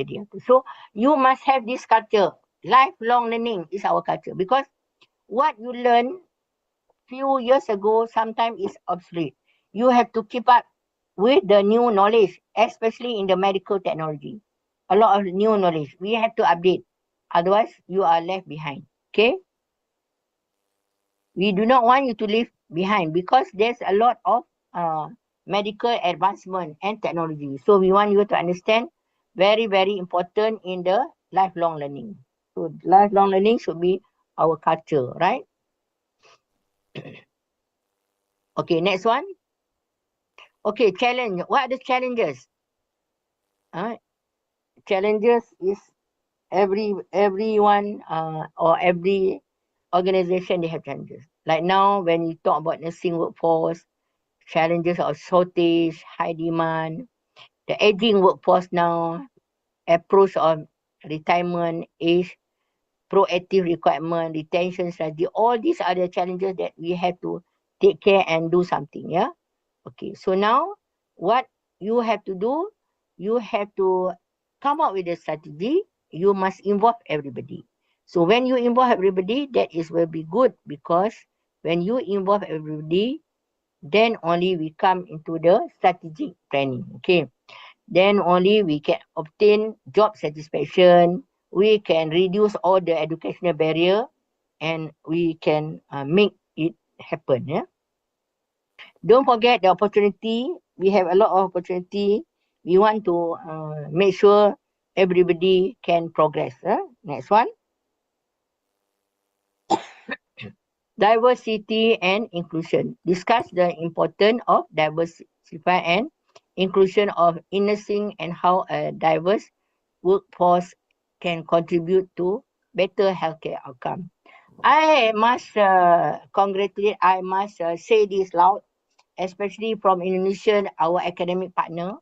They take very best opportunity, because when they come and visit the academic partner, the industrial partner, I notice the team from Indonesia, they come, they from Indonesia, they come to Singapore first. When they come to Singapore, visit the Singapore hospital or institution, they will visit 1 day to this, then they take another transport to visit Malaysia. Okay, another 2-3 days. Again, after 2-3 nights in Malaysia, they will go to Thailand. Masya Allah. That is diversity and what's it? They killed, I can say that, kill 3 birds with 1 stone. You come with 1 flight, you go to Singapore, you come to Malaysia, and also you go to Thailand. Then you go back with 3 birds. You kill with 1 stone. That is, I used to say that. This is happening from my observation. So you are doing very well, and we salute you. Kudos to all those academic partners. That is how you learn. So I also understand there are few students are coming for your summer camp next August. We welcome. I am looking forward to meet all of you. Okay, inshallah. We have prepared a lot of activity for you also. Okay, inshallah. Next one. So the policy and advocacy, when you talk about the innovation, we cannot be alone. You cannot work in island, because when you involve policy advocacy, this one is explore the role of all the healthcare professional. You have to advocate who are the person involved. Okay, that is all about policy and advocacy. Next one. Okay, collaboration is very important. Interdisciplinary collaboration. That's why when you talk about, we have the one of the university from dental faculty.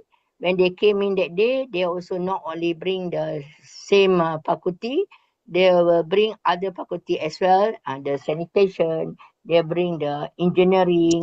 So we can work together to come up with the interdisciplinary collaboration.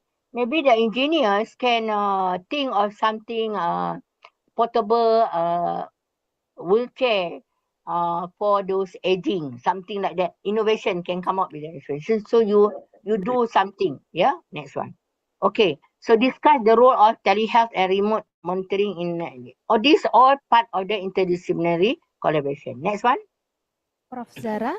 Yeah. Another 2 minutes. Just yeah.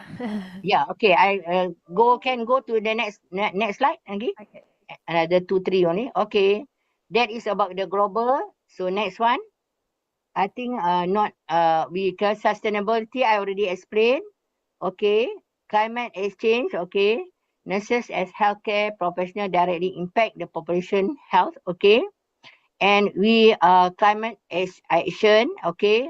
Acting now, stop, okay? I would like to share this one because masa under innovation, Green Warriors, we are the first private university in Malaysia, single-use plastic. So you welcome, we will show you what we have been awarded for, okay? And next one. Okay, the best practice in healthcare, we have the high tech and high touch. This is what I taught just now. These are healthcare challenges. Next one. Okay, when you talk about sustainable healthcare innovation, you must balancing technology, ethics, and accessible.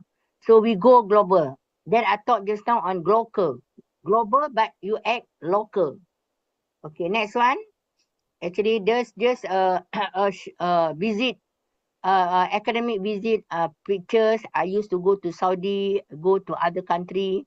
So from there is what I can share to you lah. Okay, because picture tells you 1,000 words. Huh? Next one. I share this because why? I want to share with you. I had a fall. When I had a fall, it doesn't mean that I cannot continue my teaching. I still can continue my teaching. I only cannot walk during that time. That was during COVID. But I still continue my teaching. I share the success story, the nurses, how they carry me. This is the picture telling you. So we have to continue and be committed in what you do to share your knowledge. Next one. I have the book to write and I keep on writing the books. Maybe we can share with our Indonesian. Next one. Okay, we are finishing already. Attitude, the most important.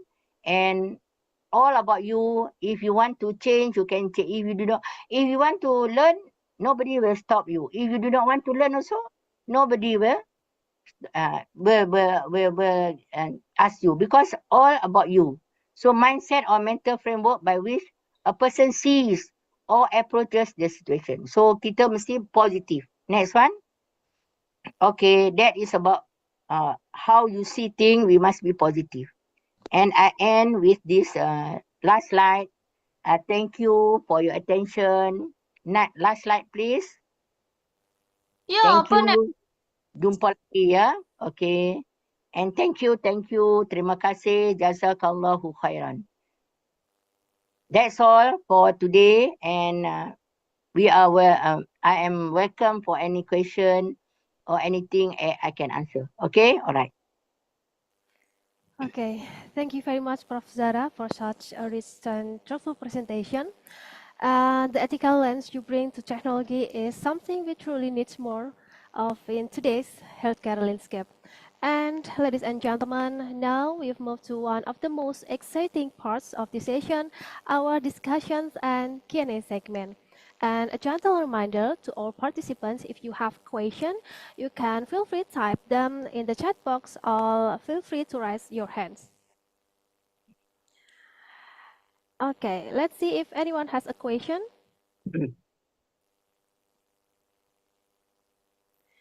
Yes, please go ahead. Those who have raised their hand. Please could you kindly introduce yourself, your name, and where you from? And go ahead with your question.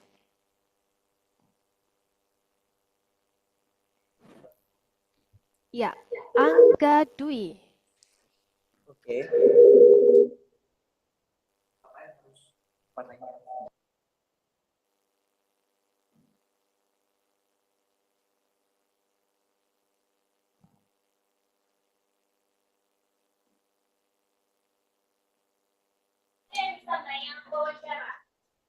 Okay, first of all, thank you for the opportunity that has been given to me. Let me introduce myself. My name is Angga Dwi Kurniawan. I am from Dr. Subandi University. And for my questions, what is the relationship between nursing management and leadership in embracing technological and advancements in healthcare? Thank you. Okay, Prof. Thank you for your question. Professor, is the floor It's yours to respond. Can you, I can't hear clearly. Can you repeat, please? I can't hear clearly. Okay, Yeah. Mas Angga, please. Uh,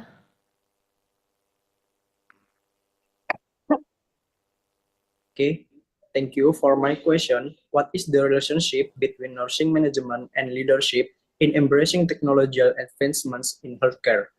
Thank you. Okay. Thank you. Can hear me? Thank you, Dewi Kurniawan. Yeah. Which program are you? Which year are you, Dewi? You are final year. Yes, Miss. Okay, during the final year, normally you also will learn on nursing management. Okay, nursing management is how the managers will get things done accordingly, right? Okay, that is very, what to say, the difference between the managers and the, when we talk about the managers and the leader. Okay, when you talk about nursing management, meaning that you are uh, managed. The person is like managed from the follow the protocol. But when come to the leadership, they have to ensure they have the people to be the followers and to meet the objective. Okay, if you want to introduce this what to say this when let's say like you want to introduce something that nursing management, you want to introduce AI. Okay, the managers will follow the protocol. They will receive the circular, everything. But the leader, they must walk the talk. If they don't get the followers or they don't get the support from their staff, so the leadership fail. You understand? So that is the difference. So leader play is very, very important in any innovation or introduction to reach the goal. All right. Management meaning that they do the things right, but leader will make sure they meet the goal by ensuring the followers or their staff understand the goal. Okay, that is the relationship. Okay, thank you. Okay, Dwi Kurniawan. okay, Yes, thank you very Miss. much, Yes, Prof. Prof. Zara, for the answer. And now we will move on to the question in the chat box. Here's the question from Midwifery Safira. Hello. What is your advice in dealing with AI and digitalization that surround us, which sometimes make us less sensitive as humans?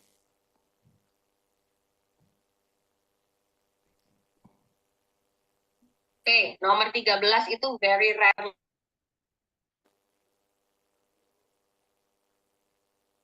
Okay.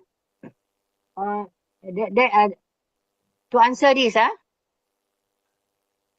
yeah. What only one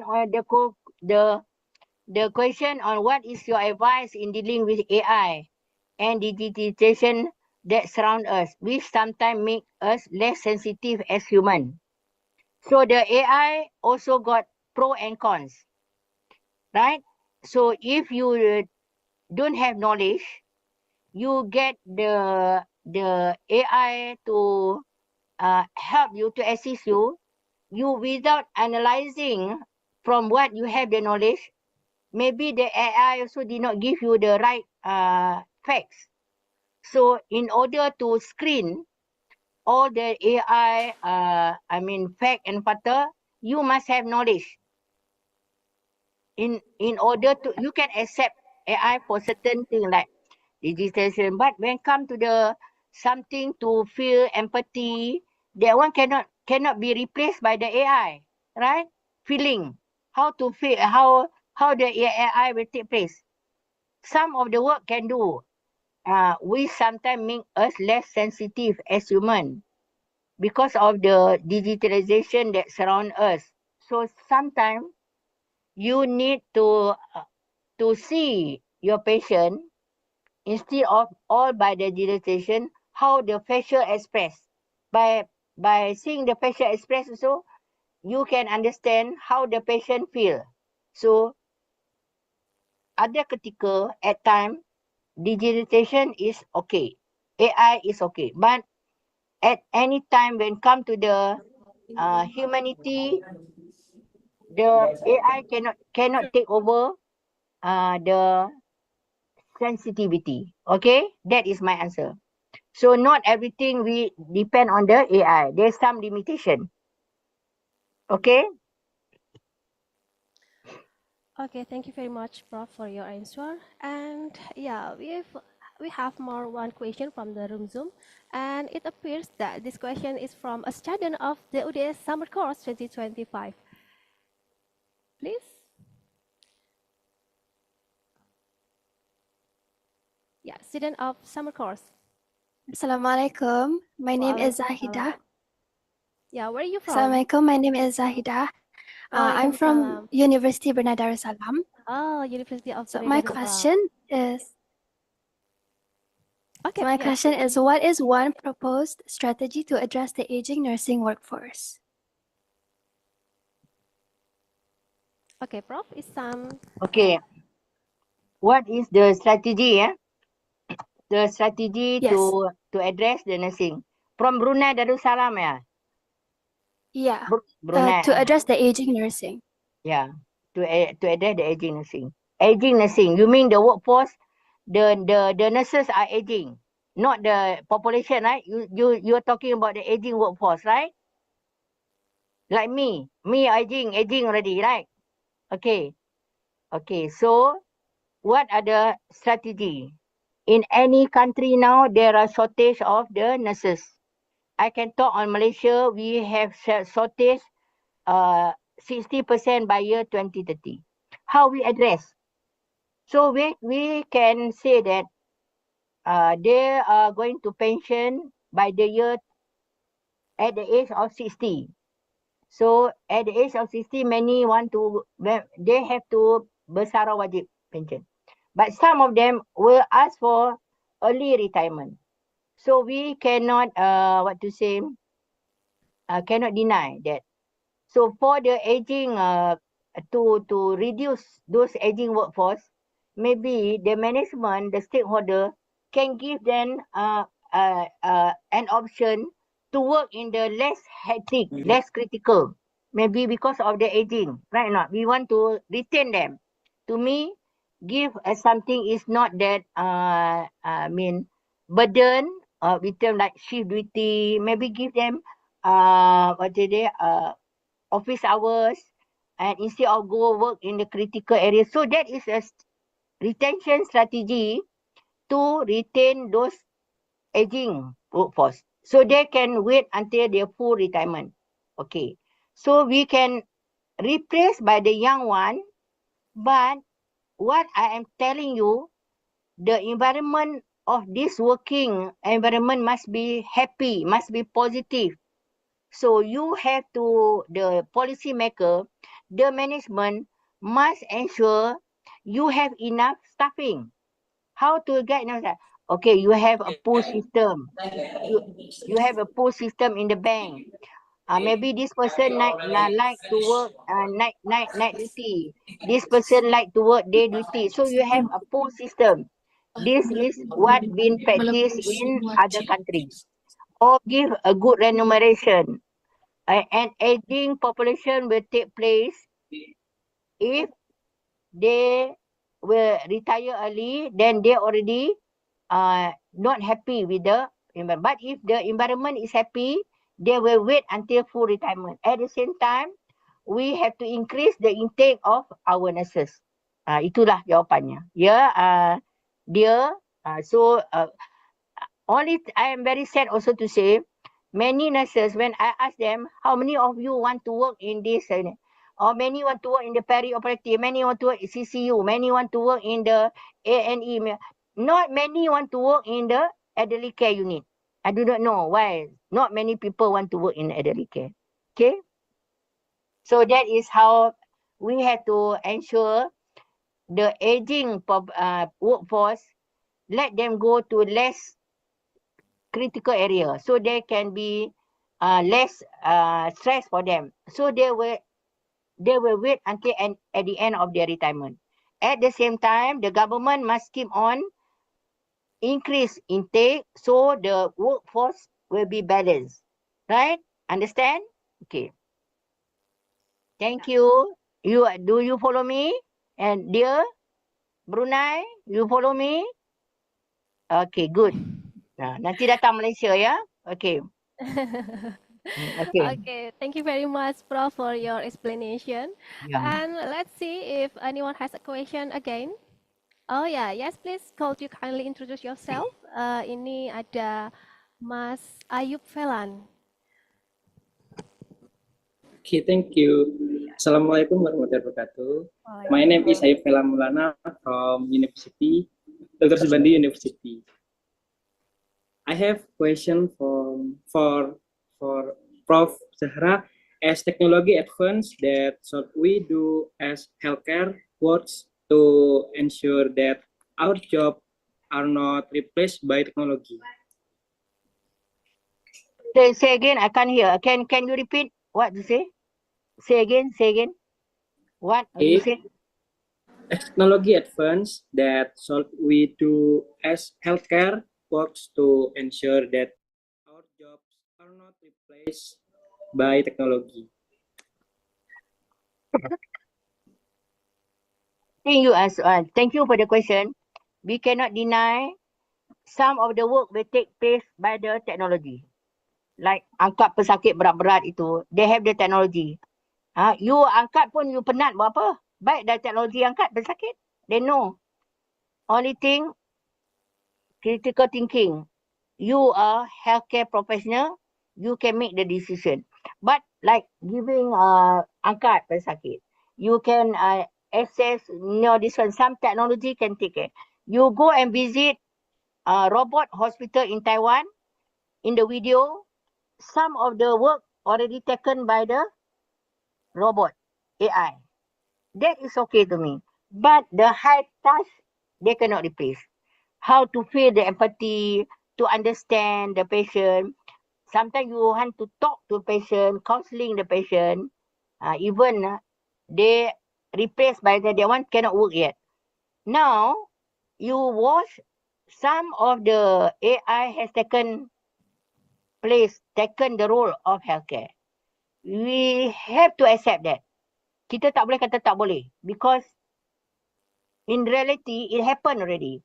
So we have to take care of what we have in the critical mind.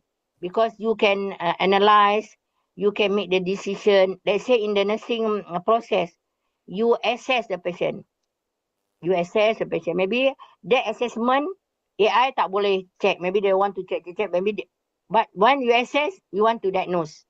Maybe AI, by the data, they can take and make the conclusion. But you have to plan. Maybe AI can, but it's not the same like you are dealing with the patient rightfully. Okay. So when come to the evaluation, you want to see and face to face. Only thing, like what I said, the AI will take place certain work task, like bringing food to patient. Okay, bawa patient, carry patient. Okay, ubah baringan, change moving patient, I can see. Or alert, AI alert. Okay, they call for the attention. So some of the place you cannot deny, AI will take over. We have to accept that. Okay, are you Fallon? Thank you. Okay, thank you very much. Thank you, Prof. Sarah, for your explanation. And this brings our discussion today to a close. We are nearing the end of our session, and I will now read the conclusion of today's discussions. Professor Zara highlighted the importance of balancing technology ethics, and accessibility in healthcare. The presentation explored emerging technologies, ethical concerns like data privacy, and solutions to improve equality, such as mobile clinics and affordable telehealth to achieve sustainable health goals. And now we invite Professor Zara to deliver her closing statements. Professor Zara, the floor is yours for your closing statement, Prof. Okay, for the closing statement, let me share with you all my dear beloved student and my dear lecturer. Some of you are my ex-student, the alumni before I met you, some of you. So the most important, we have to be alert and sensitive with the current situation. As what I said, today should be better than yesterday. Tomorrow will be better than today. So we have to continuous learning. So learning is a lifelong learning. And as what I said as a take-home message, what lies yesterday as history, what lies tomorrow is mystery. But the most important today is reality. So we have to update our knowledge. We have to be sensitive. And if you say AI has taken place some of your work, be reality, and you have to protect, and you have to add value on your professional skill. So a person who graduate today, stop learning tomorrow, is uneducated the day after. So learning is a treasure that will follow the owner everywhere. So again, I want to say that please continue your learning as a practice, as a lifelong learning. Sekian, wabillahi taufiq wal hidayah. Wassalamualaikum warahmatullahi wabarakatuh. Waalaikumsalam warahmatullahi wabarakatuh. Once again, thank you, Professor Zara, for sharing your valuable knowledge and experience with us today. And before we close, I'm honored to present a certificate of appreciation to Mrs. Ainur Zana and Professor Dr. Zara Saad.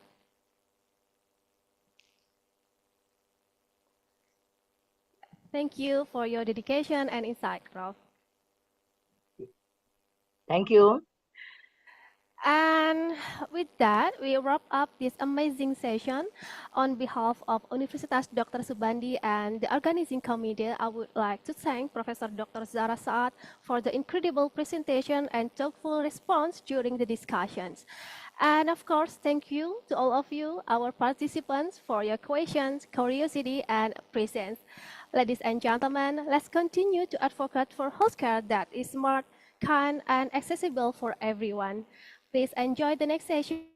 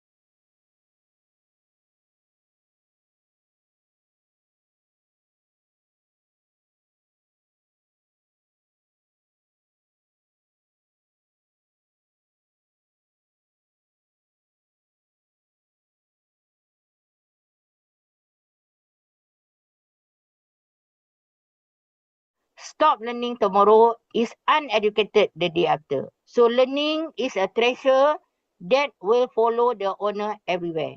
So again, I want to say that please, please continue your learning as a practice, as a lifelong learning. Sekian, wabillahi taufiq wal hidayah. Wassalamualaikum warahmatullahi wabarakatuh. Waalaikumsalam warahmatullahi wabarakatuh.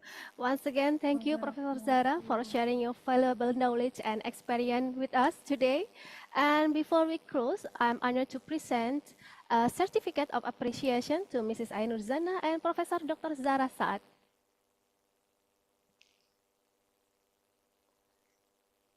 Thank you for your dedication and insight, Prof. Thank you.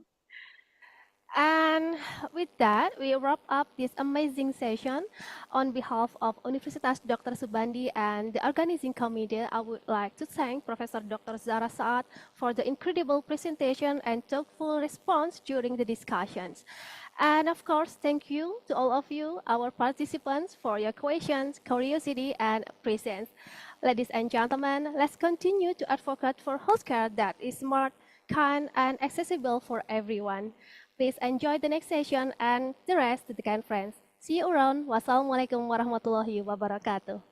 Waalaikumsalam warahmatullahi wabarakatuh. Waalaikumsalam warahmatullahi wabarakatuh.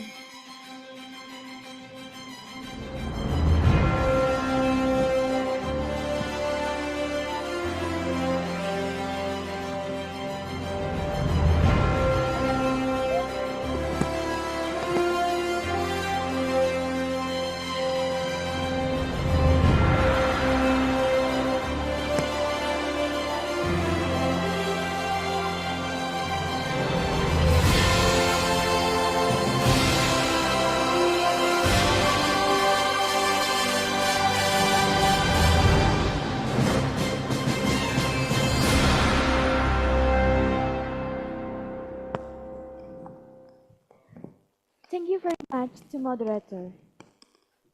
Our first plenary session of the third Universitas Dr. Subandi International Conference on Health Sciences has now completed.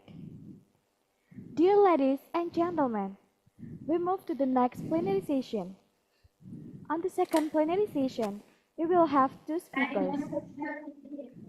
The first speaker for this session, we have the Honorable Professor Dr. Apotheker Mahdi Jufri, Master of Science from Universitas Indonesia, who will talk about the nanoparticles in drug delivery, challenges and opportunities. The second speaker, we have the Honorable Associate Professor Dr. Tani Glomje from Praboro Marachanok Institute, TBRI, Thailand, and we will listen about sustainable healthcare innovation, balancing technology, ethics, and accessibility. This session will be guided by Mrs. Ayu Angger, Master of Pharmacy, as a moderator. To Mrs. Ayu Angger, we invite you on the stage.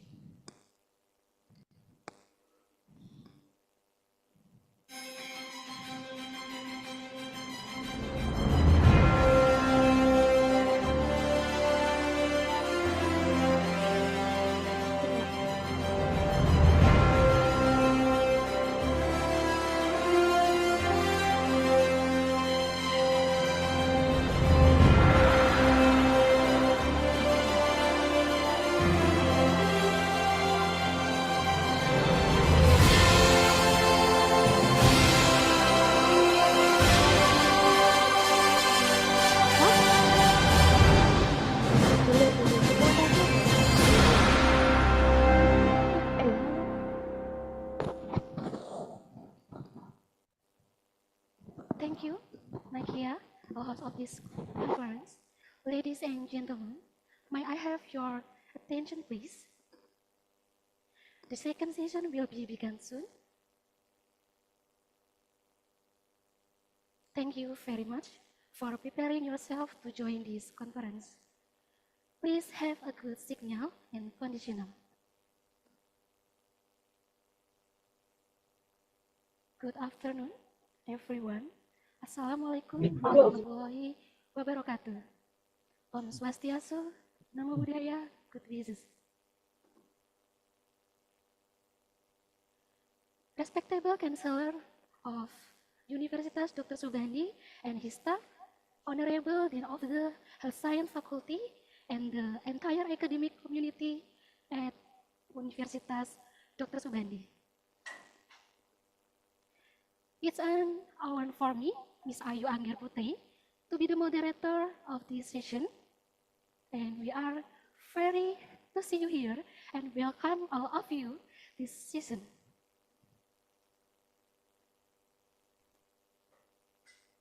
We hope this conference will give many benefits for us. Ladies and gentlemen, this is the session of this conference and the consistent of the topic. The first topic is nanoparticle in drug delivery, challenge and opportunities. The material will be delivered by our honorable speaker from Indonesian University, Professor Dr.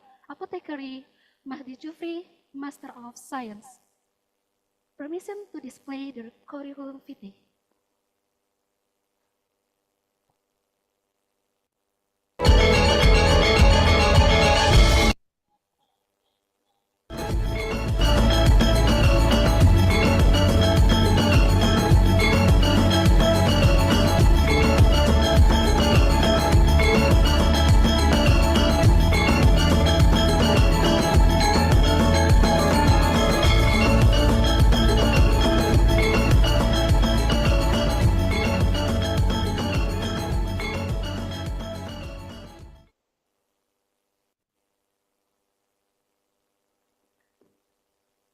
I would like to greet our honorable speaker today. Good afternoon, Professor Dr. Apothecary Mahdi Jufri, Master of Science. How are you today, Professor? Alhamdulillah, I'm fine. Thank you. Good morning. Welcome at 3 International Conference on Health Science. Thank you very much for joining with us today. Now allow me to welcome our first speaker, Professor Dr. Apothecary Mahdi Jufri, Master of Science, to deliver their presentation about nanoparticle in drug delivery, challenge and opportunity. Professor Dr. Apothecary Mahdi Jufri, Master of Science, the time is yours. Thank you, moderator. I will share the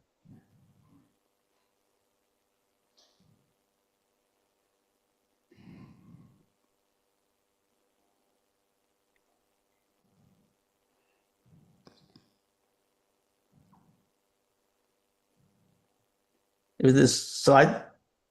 Yes. Is it? Okay, the slide.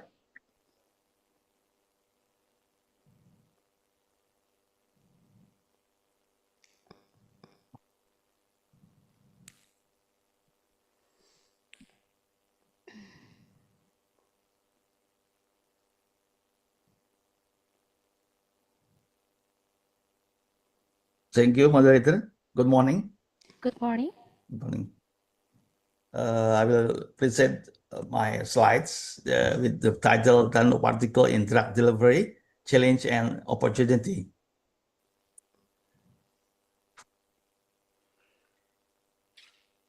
We know the nanoparticle is generally defined as understanding the control of matter between the size of 1 and 100 nanometers, or between 10 minus 9 and 10 minus 7 meters.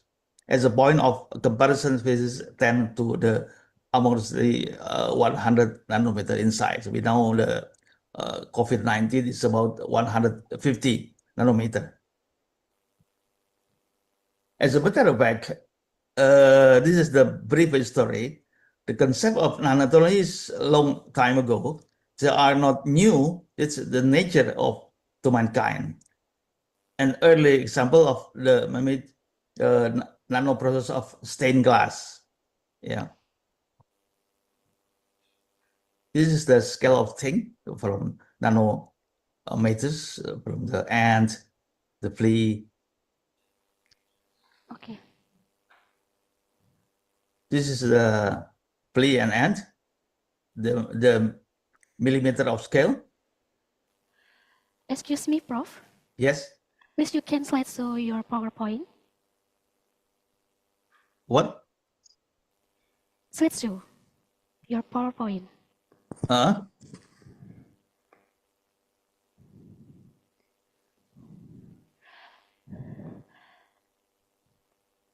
You can slideshow your PowerPoint, the Professor. slideshow? Yeah. Yeah, okay.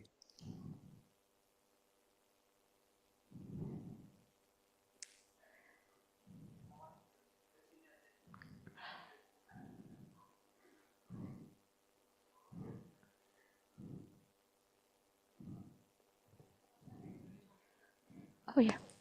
Or we can help you, Prof. Yep. Prof, please your send PowerPoint.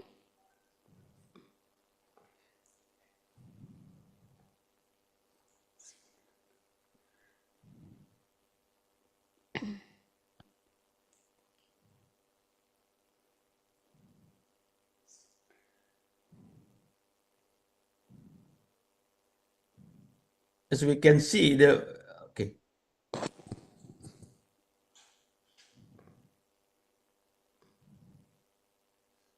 Yes. Thank you, Prof. Yep.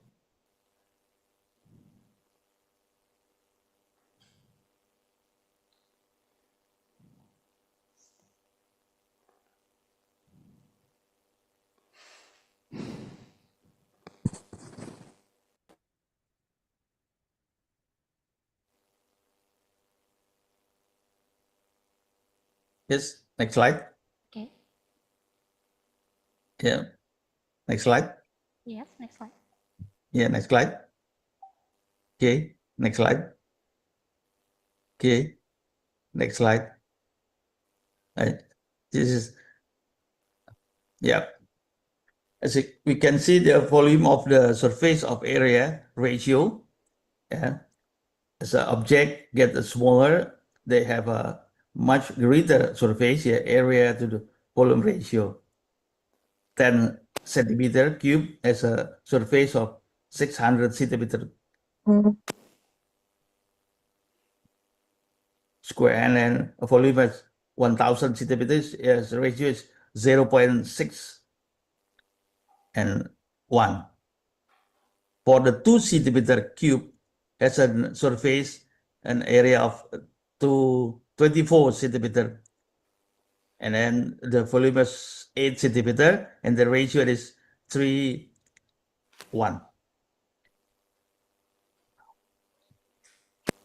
Let's begin in our country. Our country is very obedient for the have a biodiversity of the herbal. Yeah, it's a potential for the therapeutic. Yeah, herbal medicine are well accepted in the modern world for their application to cure variety of disease due to the minimum toxic effect of its efficacy. In advanced drug delivery technology, control of the herbal active distribution is achieved by incorporating the active inquiry system or active structure modification at molecular level. Advanced drug delivery system is an advantage in delivering herbal active, predetermined rate, and specifically able to deliver active at the site of action, which minimize the toxic effect with the increase the bioavailability of the active ingredient. The advance of drug delivery system for herbal active ideology should fulfill 3 criteria. It should be able to deliver herbal active at a rate directed by the needs of the body of the period of treatment. It should be specifically deliver the herbal active entity the site of action, and it should be formulated using biodegradable materials for assay or easy metabolism in the body. Next slide. The problem, most of the herbal origin drugs possess insoluble character leading to the lower bioavailability and the increased systemic clearance requiring repeated administration or higher dose, which make the drug as a poor candidate for the therapeutic use. With the bioavailability, using liposome, niosome, phytosome, and nanoemulsion, microemulsion, and nanoparticle can enhance the rate of release as well as the capacity access to the field of the availability. This is the liposome with a B layer using a cholesterol and phosphocholine using the lecithin. Can use using the from soya or from the egg, the lecithin. This is the development of liposome.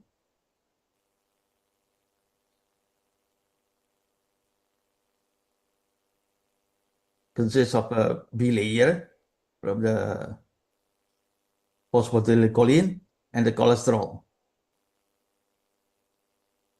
Yeah. This is unilamellar of the cholesterol. The cholesterol and the phospholipid.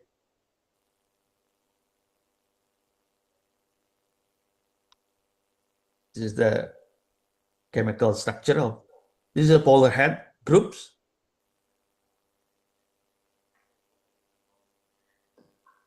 The 3 carbon of glycerol.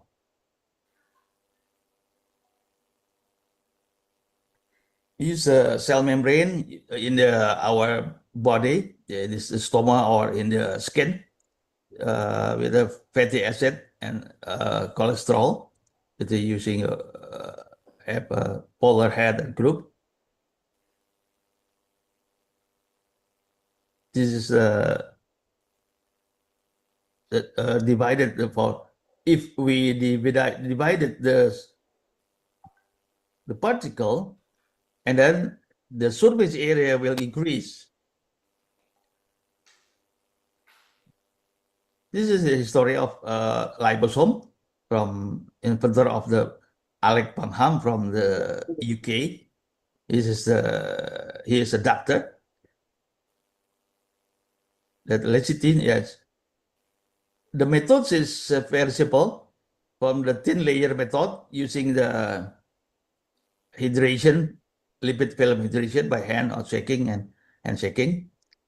The lecithin can dissolve in the chloromethane, and then the ingredient can involve in the mixture, and then evaporated using the evaporator until the dry. And after the dry, we mix with buffer or water, pH 7.4, and we call the lecithin. From the powder, we call the pro-liposome. And then if we mix with water, we call the liposome. Particle size reduction of drugs has a potential to increase the surface area, enhance solubility, increase rate dissolution, increase oral bioavailability, more rapid onset therapeutic action, decrease the dose needed, decrease fit versus variability, decrease patient-to-patient variability, delivery of drug directly or target of action, and decrease adverse effect to patient. Why we have to formulate herbal active as nanotech dosage form? This is a poor stability of in gastrointestinal environment, poorly water-soluble drug according to the BGS classification. Class 2, high permeability and low solubility. Class 4, low permeability and low solubility. Poor penetration of drug through skin epidermis, like vitamin E, carotene, quinone, etc., and economical value, market demand, like a trend. Requirement for the formulation of nanotechnology for dosage form, potent active, stable, active, chemical, pure compound, easy soluble in lipid, free from foreign contaminant, equipment, high-tech machine. We need the high-tech machine and tools, design experiment, also knowledge and colloidal system. The crucial requirement of herbal extract to be formulated in nano-dosage form, pure extract free from any non-soluble contaminant. This must be pure. Extract should be soluble either in aqueous or lipid as vehicle or carrier for nano formulation, like liposome, solid lipid nanoparticle, and nanoemulsion. Selection of appropriate oil, lipid that can deliver extract active in nanolipid delivery system. This is some approved from the FDE, some the solid dosage form for the liposome, microemulsion, phytosome, and etc.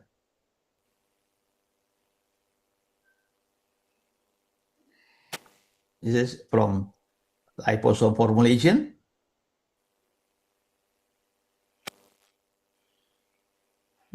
For phytosomal formulation.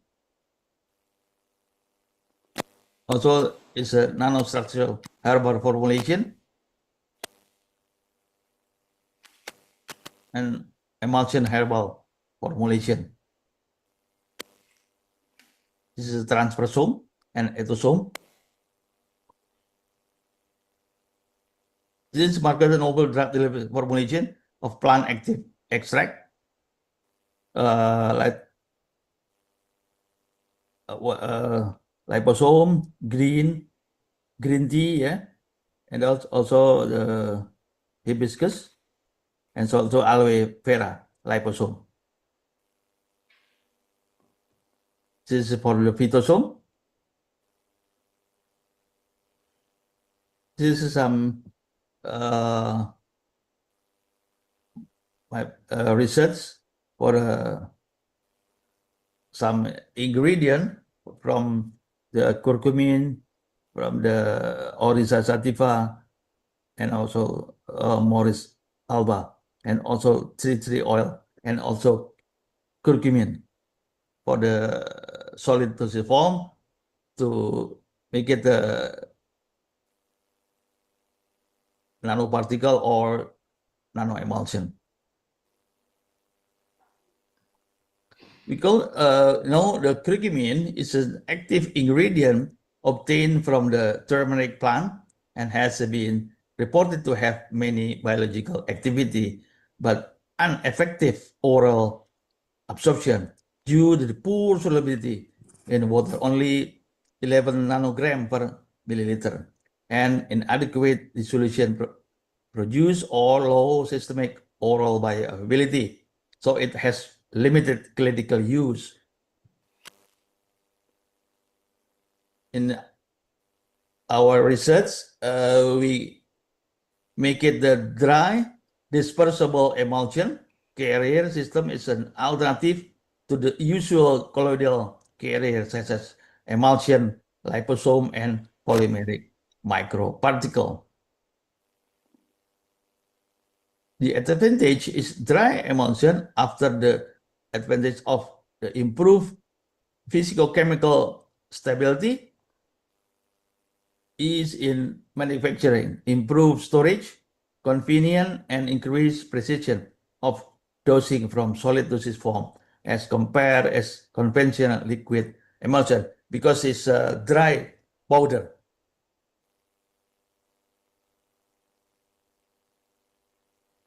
the method of preparation of the nanoparticle, we can use ultrasonication, homogenization, high pressure homogenization, filtration, and nano melt. This is a method for the pressure of the nano emulsion. We can use the high pressure homogenization, ultrasound method, high spread device. For the low energy, you can use spontan emulsification, solvent displacement, and emulsion infection and phase infection point method. This is the tools for the making the nanoparticle or nanoemulsion or liposome using a high-speed homogenizer with usually until 20 or 24,000 RPM.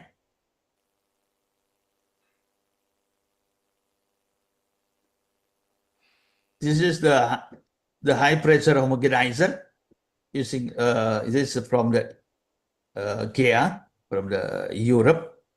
This is the using the bar, the pressure with the cycles, usually 6 or 8 cycles until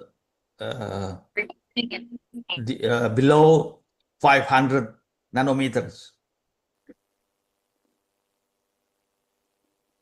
This is the diagram for the reducing the particle using the press of the machine. This is micro fluidizer, same with the homogenizer pressure.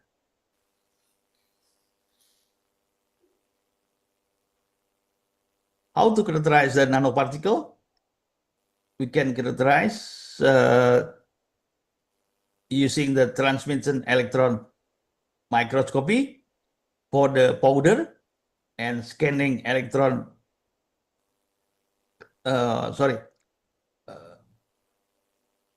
transmission electron microscopy for the liquid and the scanning electron microscopy for the powder and dynamic light scattering for the particle size. And also it's very important for measuring the zeta potential for the stability of the emulsion and entrapment efficiency, using the centrifugation method and penetrating test using Franz division cell for the permeation.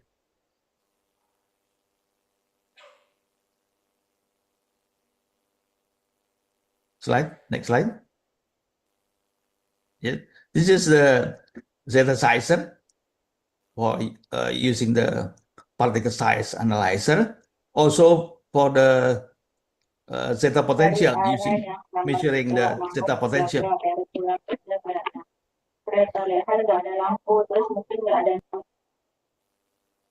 Next slide. This is the machine. Connect to the computer, the particle size analyzer.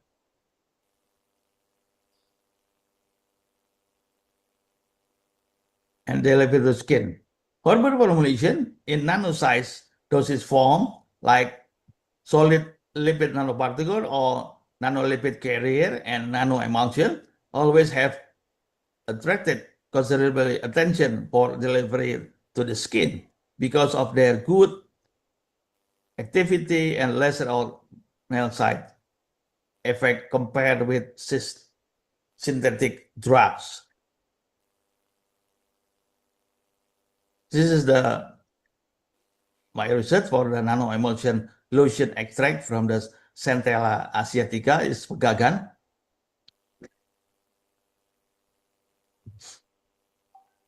This is a stretch mark usually occur in for the obesity or the pregnant woman, the stretch mark. This is the stretch mark of the skin. Yeah, using the centella asiatica or pegagan.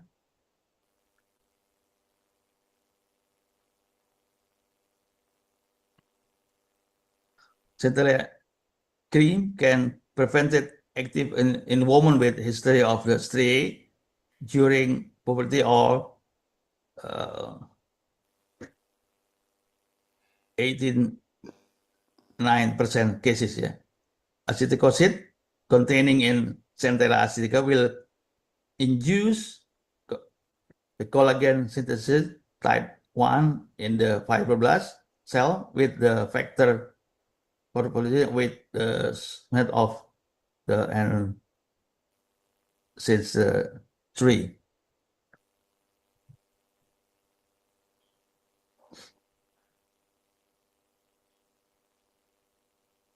In the acetic acid will be penetrate the 7-1 concentration. It's a system increasing the and making the nanoparticle. Okay, and the end of the is a lotion. This is the making the 3 dimension of the 3D 3D for the centella acetica.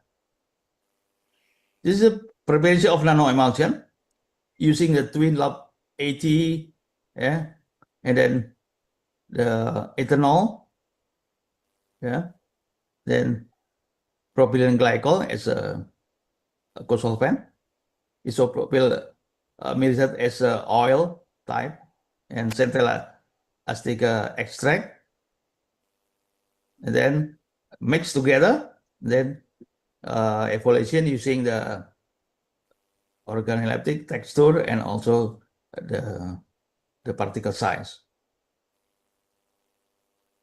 Next slide. We also observe the viscosity and then also the rheology of the lotion. This is the particle size of the lotion. Yeah, it's very low. This is morphology using temp because this is a liquid. Yeah, and physical stability test during 3 months in the 4 degrees and 40 degrees.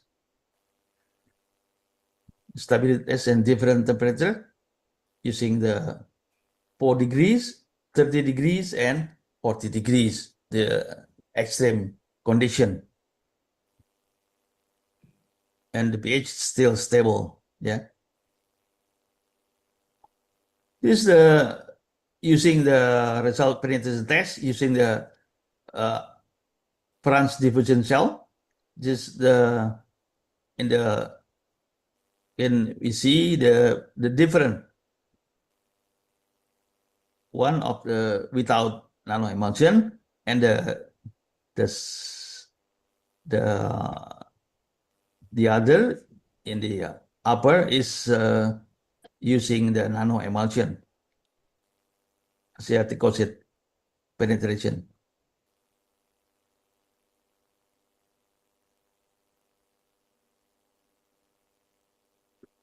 The nanoemulsion lotion is about 65.27 and non-emulsion only 53. This is a different result, very significant result. Next slide.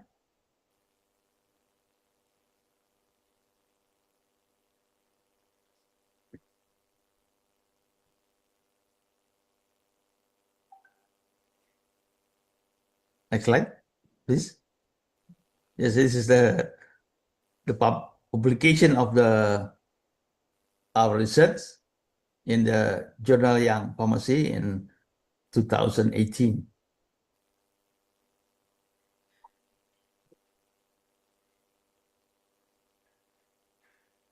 Next slide. Now, so for the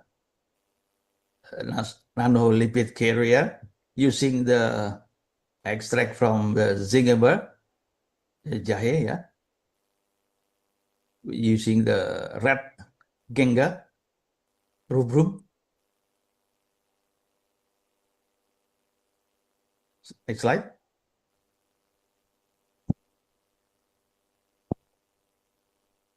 Yeah. Yes, please. This particle technology is a particle less than 1,000 nanometer, and then application in pharmacy, increase bioavailability, active ingredient, increase effectivity in a drug. Yeah. Next slide. We can use nano structure lipid carrier or NLC, new technology from the nano emulsion. Particle size more stable. Yeah.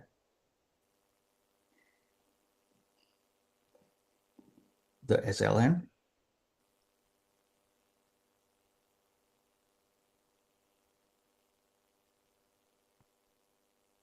This is from the water phase and lipid phase, yeah, using the solid lipid and liquid lipid, yeah. Liquid lipid is oil, yeah. Using the mixing micronized scale using ultraturux and using the high pressure homogenizer, and then need optimize the process and good characteristic for the nano liquid carrier. This is the Genger, the red Genger, have the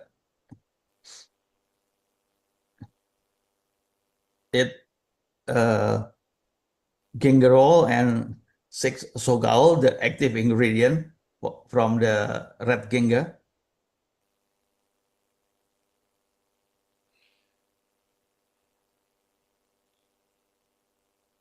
Yeah, we extract from using the ethanol, 96%.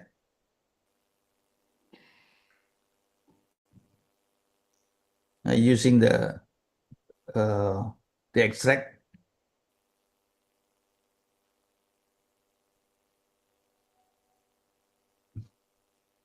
The problem is Toxoplasma gondii is from wind. Yeah, sometimes some people be use doctors for the therapy using the antibiotic or sulfur. Yeah, this is very toxic for the human. And we try to using the red ginger extract for therapy of Toxoplasma gondii.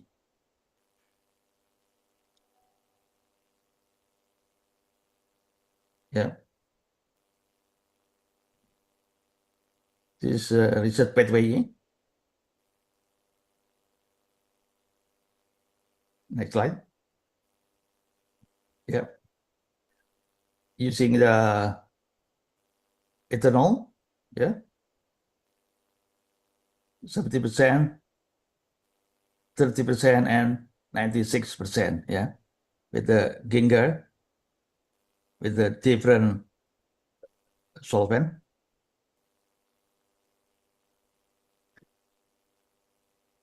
Yes.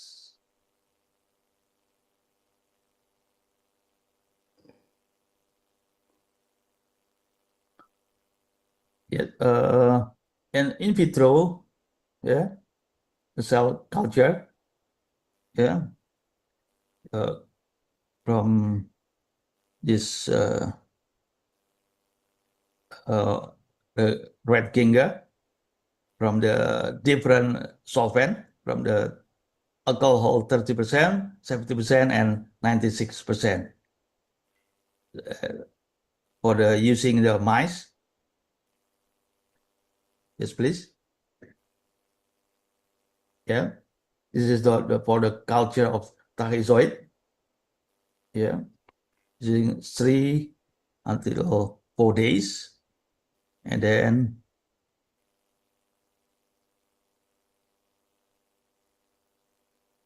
the tachyzoid suspension extract, and then positive control, and the varicella 80% confident, and then yeah, the optimization of formula nanoliquid carrier using the extract from the red ginger.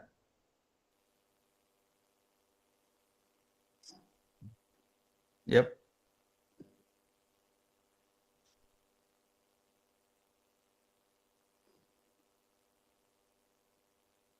One formula is more stable than the formula through for the in vivo and in vitro experiment. And before this is analyzed the morphology, entrapment, efficiency, and also stability of the nano liquid carrier.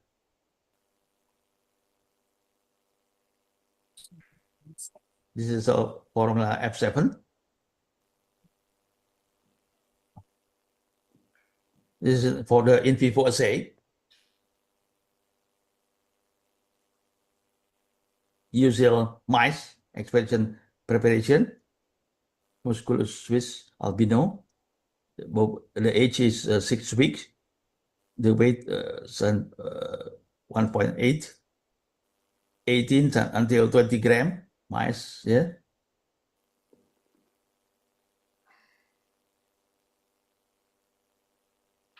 The effective test of anti-toxoplasma rhizoid in buffer, and then after 24 hours, and then the 7 days and 28 days, the mice is sacrificed to look the organ. Please, slide. This is characteristic of the red ginger. Yes.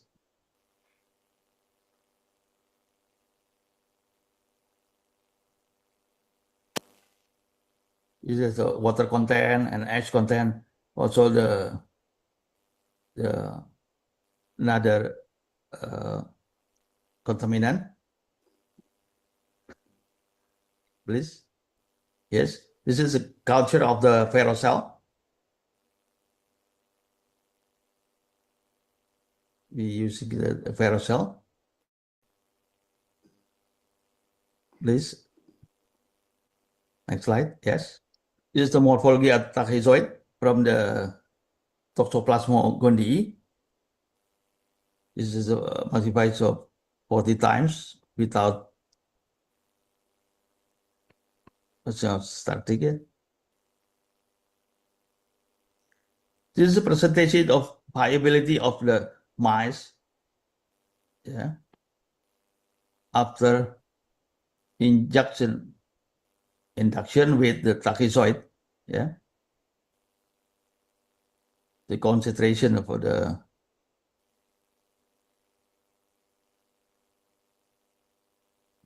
yeah. This is using the extract of the ginger, yeah, the red ginger.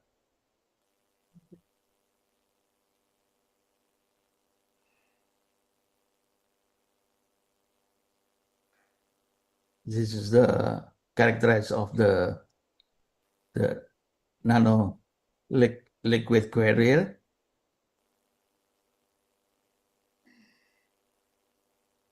This is a potential zeta of the solid dosage form from the nano liquid carrier.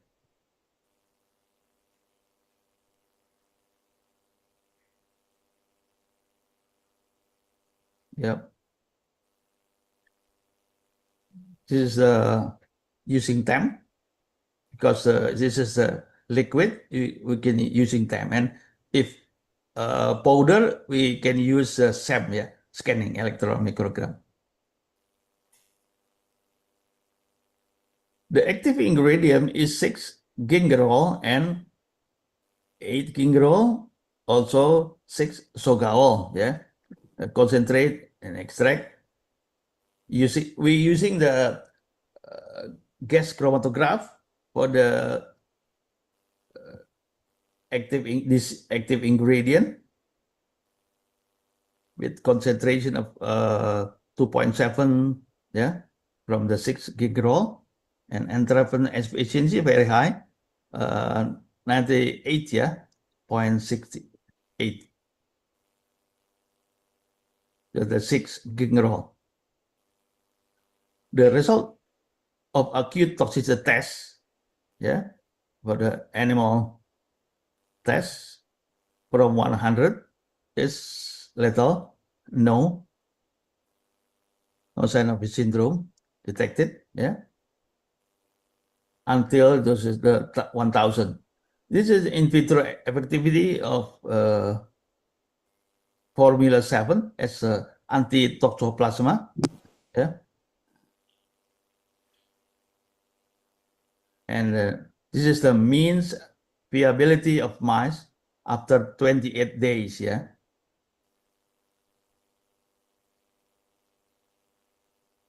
This is a trapezoid on the liver histopathology after the mice is sacrificed.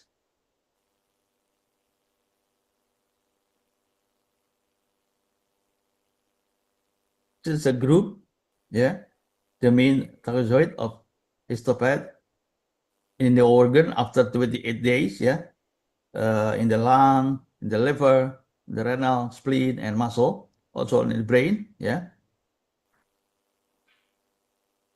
This is the publication of our research. This is the challenge, yeah, of the nanoparticle, yeah. Another obstacle of the nano target is the formulation in the particular in the homogeneous and homogeneous nature is tumor, yeah. A different gain, expression profile, molecular pattern, and degree of drug resistance between different tumor may vehicle of penetration and decrease the efficiency of tumors targeted nanoparticle. This challenge could be lead the unsuccessful clinical.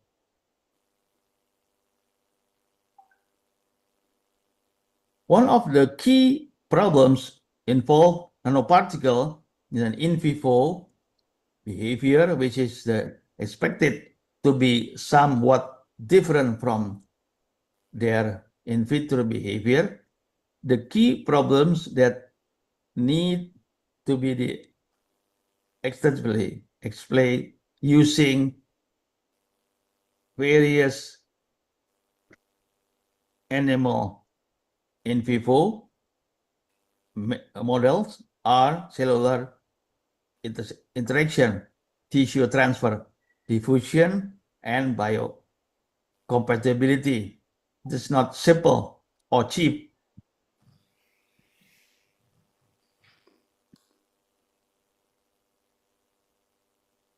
Yep. To perform such tests and provide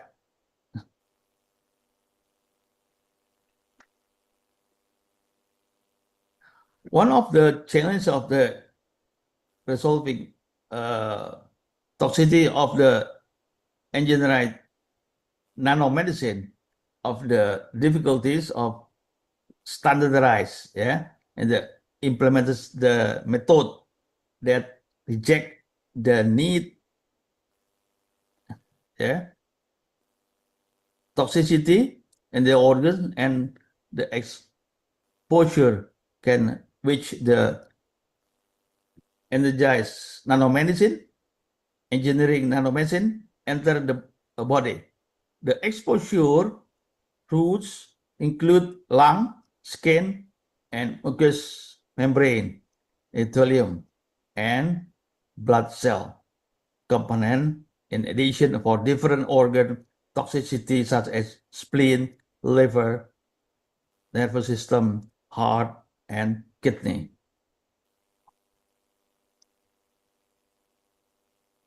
Is opportunity from the nanoparticle. Nanoparticle have been reported to show promising potential in way, in industrial, especially nanomedicine, pharmacology, and cosmetic.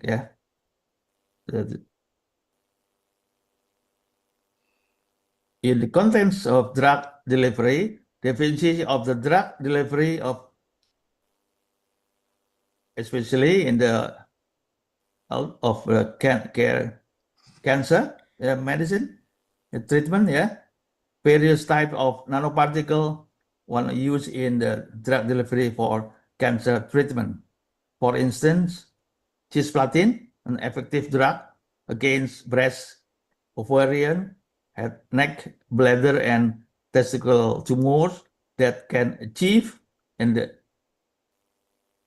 gland drug load measured as 100% with long blood circulating time up to 15.53 hours. This is the FDA approved nanomedicine, from the time until 2015. Some from nanocrystal, liposome, and polymeric shell, metallic, and also protein.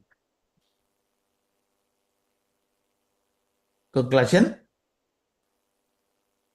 drug delivery system or herbal active have a potential for enhancing the active concentration in the blood circulation or tissue, bioavailability, and overcoming problems associated with plant medicine. Thank you.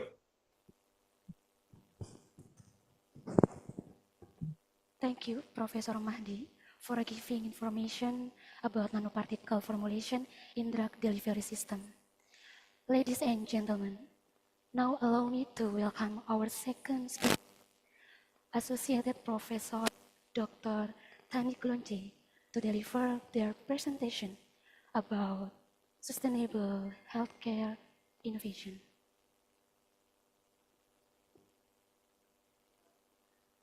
Permission to display curriculum vitae.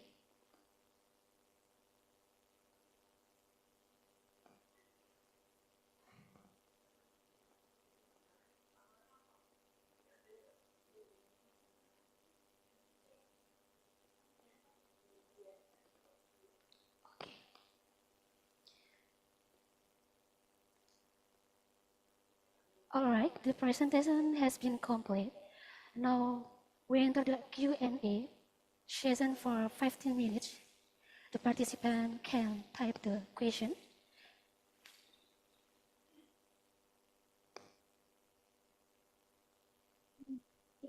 Okay.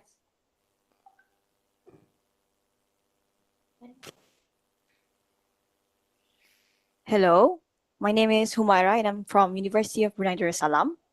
So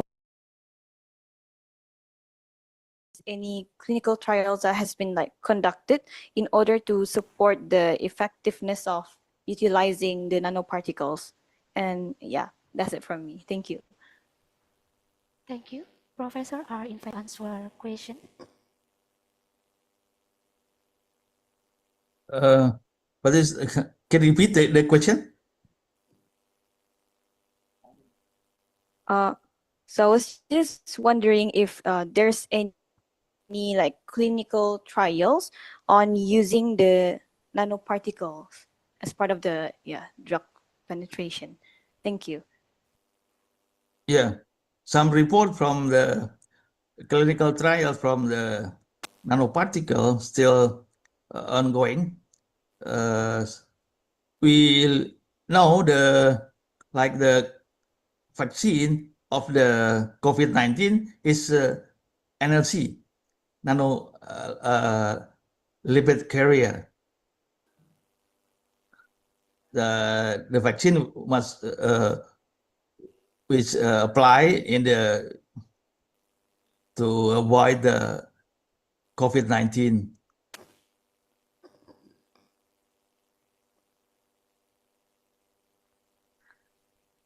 All right. Thank you so much Yeah. for the information. Yeah. The next question, please.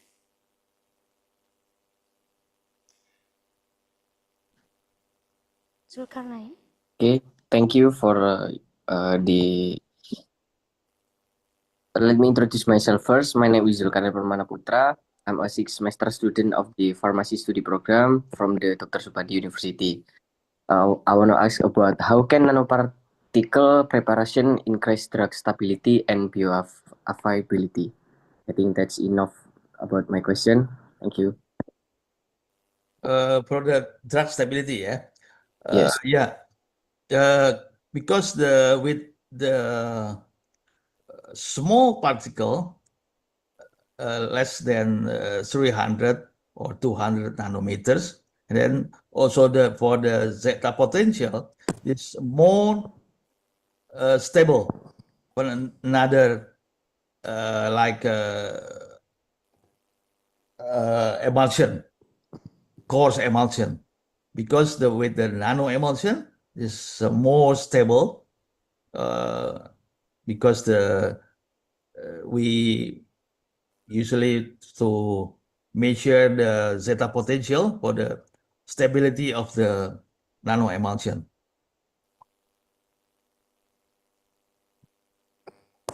Thank you. Yeah. Next question, Vizi Aziza. Hello, my name is Vici Aza Khairunisa. I'm from Universitas Dr. Subandi.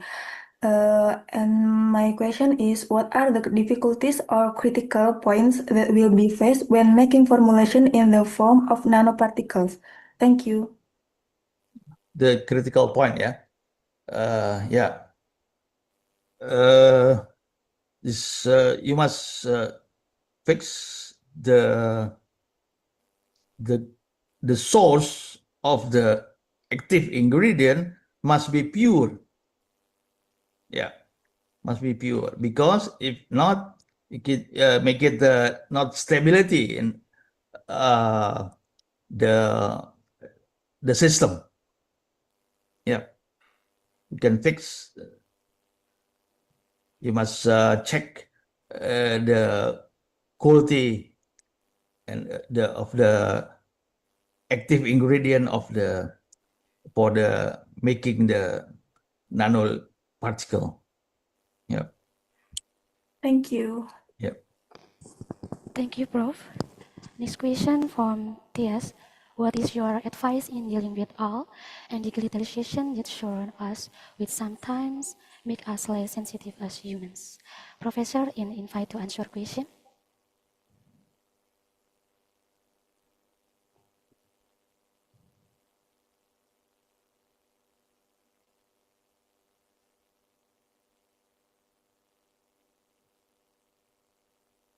Yep. With the advance, yeah, from the traditional medicine and the nanoparticle. Nanoparticle is for the making the safe, less toxic compared to the usually drugs. Then make it more permeation for our stomach or our skin. Yeah, because the particles less than 300 or less than 200 nanometer. Thank you, Professor. The next question from student Universitas Dr. Subandi. What are the advantages of using nanoparticle compared to traditional drug delivery methods? Can can you repeat because the voice is very low? From student Universitas Dr. Subandi, what are the advantages of using nanoparticle compared to traditional drug delivery methods? Yeah. The advantage of the nanoparticle is, they can penetrate the skin barrier and also the stomach because the low, the small, the particle size, and then also less toxic, and then safe to the patient also. Thank you, Prof. Yeah. Any question, please?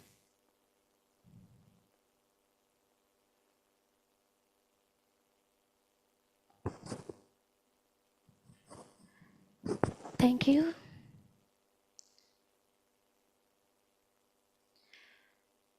All right, the presentation has been complete. Now we would like appreciation to our speaker this afternoon. We are present a virtual certificate for our honorable speaker.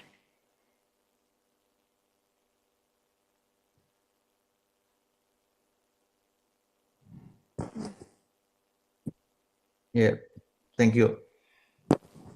Thank you, Prof.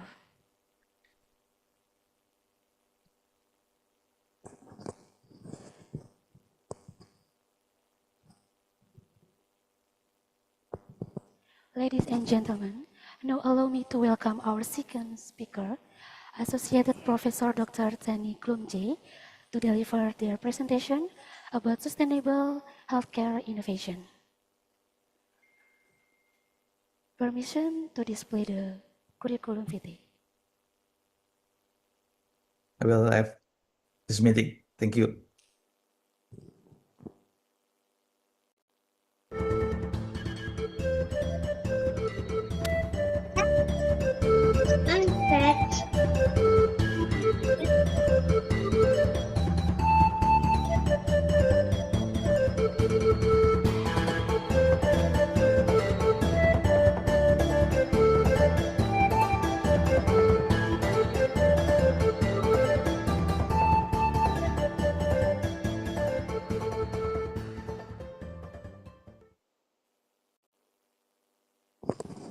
Good afternoon, Prof. How are you today?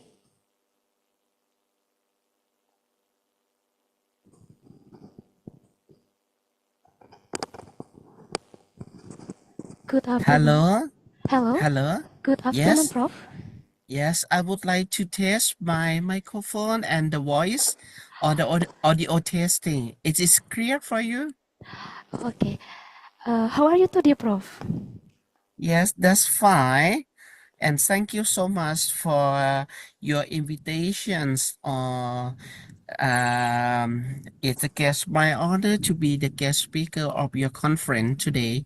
And thank you so much and congratulations for the third international conference of the University Dr. Subandi today. Nice to meet you and nice to meet all of the audience today. Nice to meet you too, Prof. Tani Klumji. Welcome at the International Conference on Health Science. Thank you very much for joining with us today. Yeah. All right, Prof. Tani Klumji, time is yours. Okay. Could you please show my slide for Yes, our of for my course. yes for my presentations. And today I would like to talk about the sustainable healthcare innovations for the primary care and the theme of the balancing technology, ethics, and accessibility. Yes, the overview of my talk. I will talk about the concept of the primary care. Next slide, please. And yes, the overview of my talk, I will talk about the concept of the primary care and the introductions and the objective of my talk and the situation of the global and Indonesian, a little bit of the Indonesian context and with the healthcare policy or insurance, and I will focus on the innovations on healthcare, technology, ethical considerations, and accessibility. And the last one is I will talk about the sustainable for the future. Next slide, please.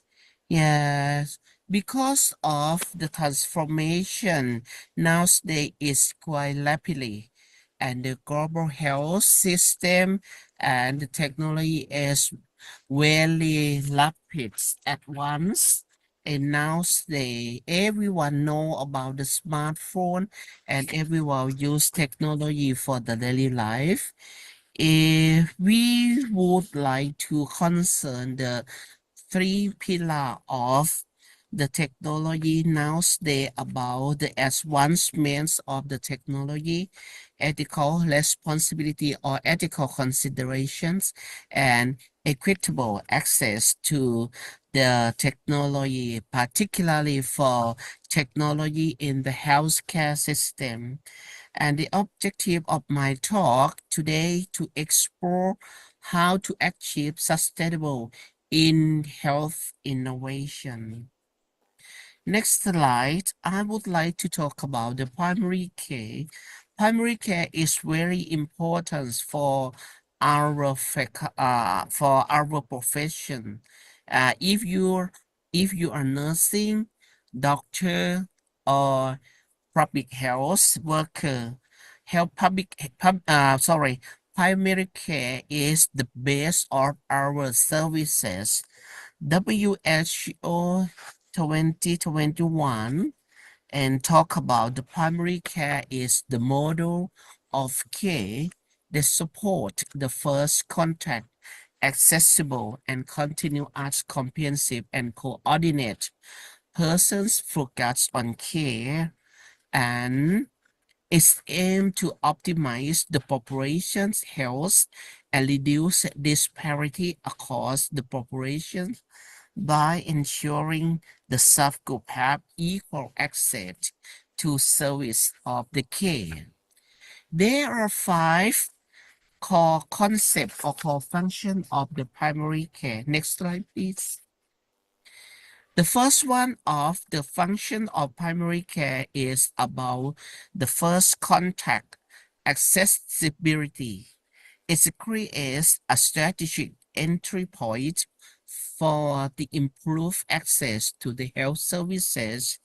And the second one is continuity promote the development of long-term personal relationship between a person and a health professional or a team of healthcare provider.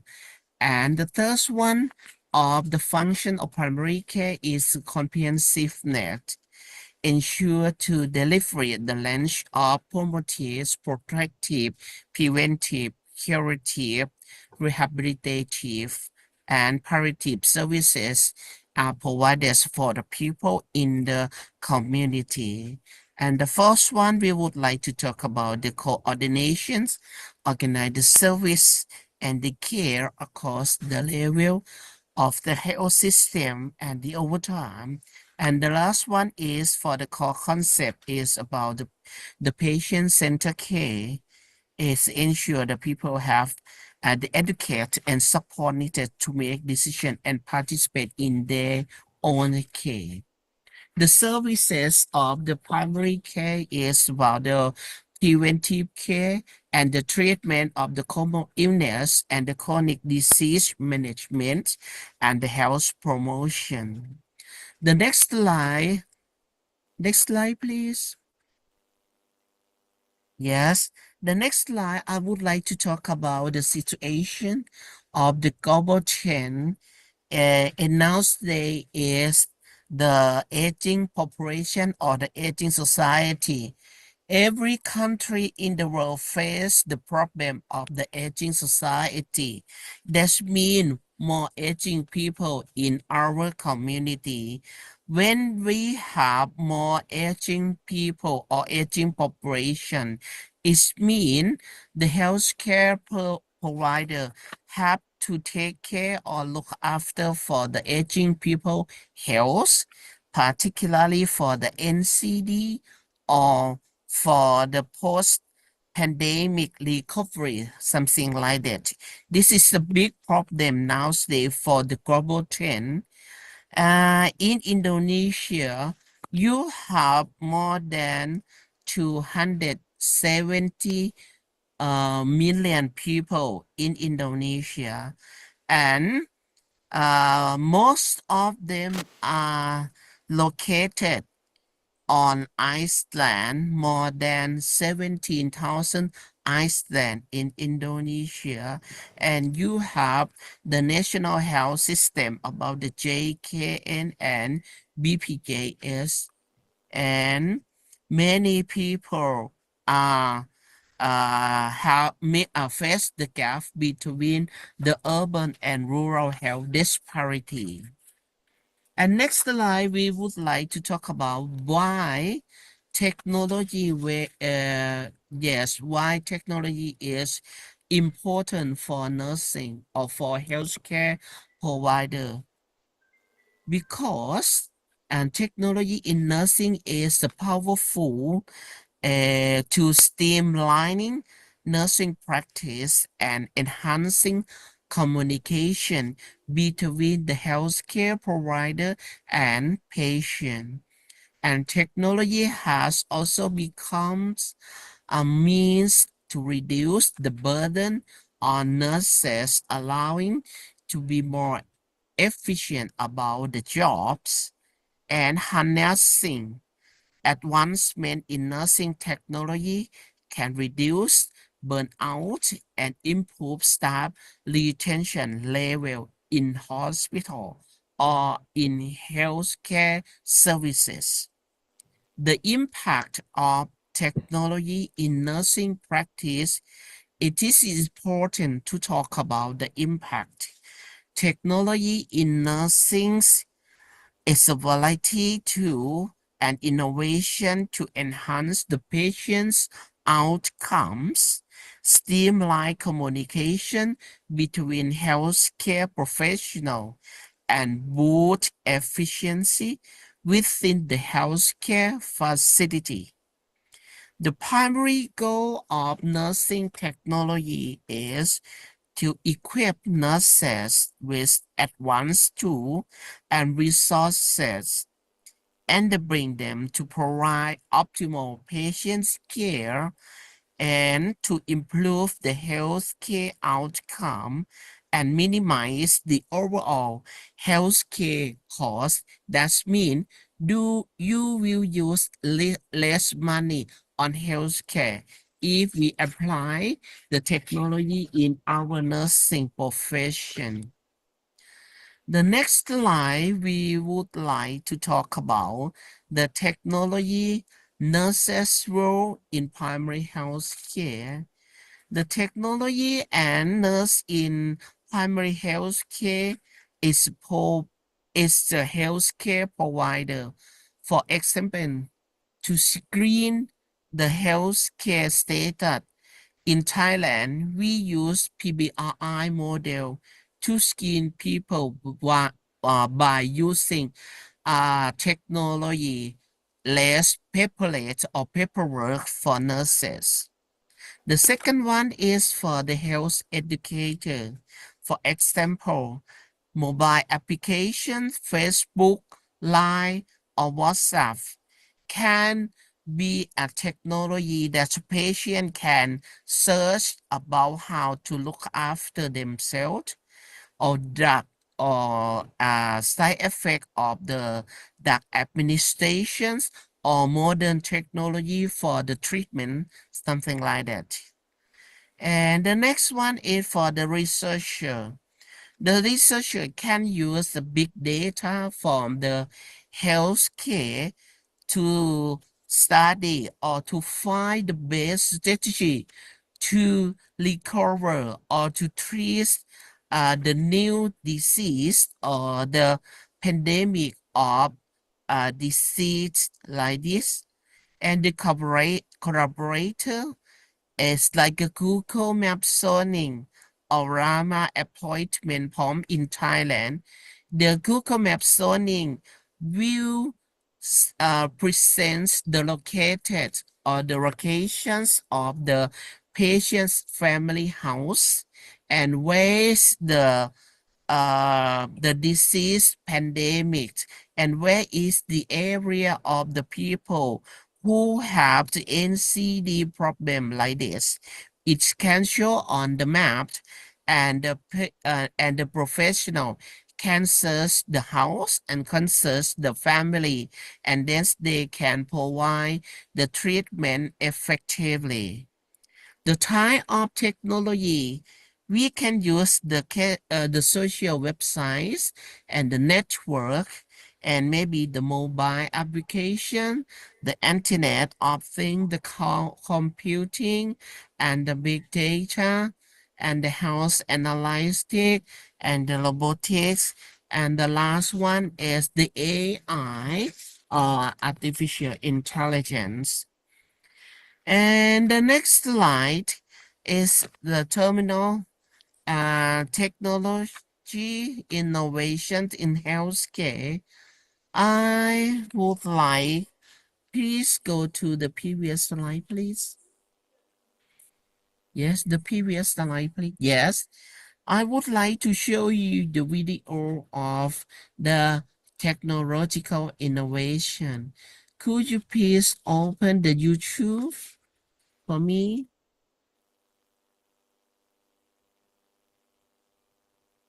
Hello. Excuse me.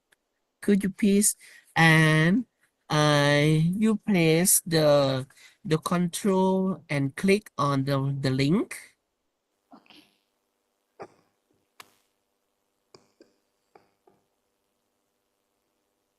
Can you? Yes, Prof. Dinyalakan. If not, can I share my slide?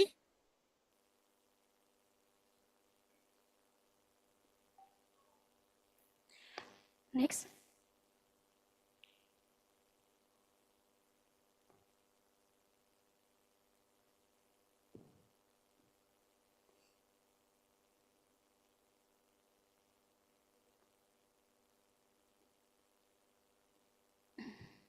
Oh, excuse me, can I share my PowerPoint by myself? Yes, yes, I do. Okay, okay. Could you please stop share, and then I will share my PowerPoint. Yes, Prof. All right.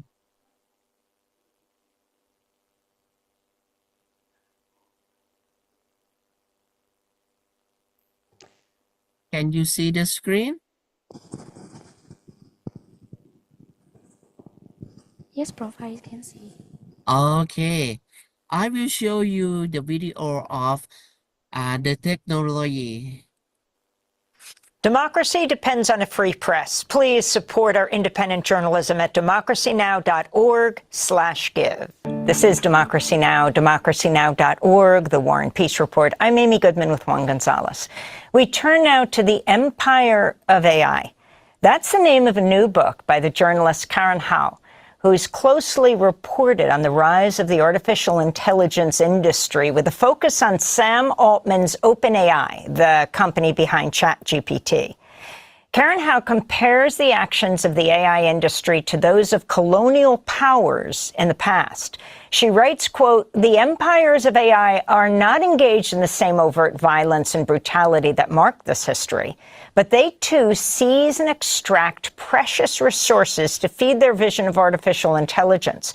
The work of artists and writers, the data of countless individuals posting about their experiences and observations online, the land, energy, and water required to house and run massive data centers and supercomputers," she writes.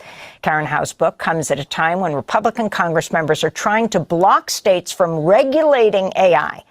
The House recently passed Trump's so-called Big Beautiful Budget Bill that contains a provision that would prohibit any state-level regulations of AI for the next decade, in a major gift to the AI industry. Republican Congresswoman Marjorie Taylor Greene has criticized the provision, even though she voted for the bill. She wrote online, quote, "Full transparency, I did not know about this section. I'm adamantly opposed to this, and it's a violation of..." Okay. This is an example why we use technology innovation in healthcare now.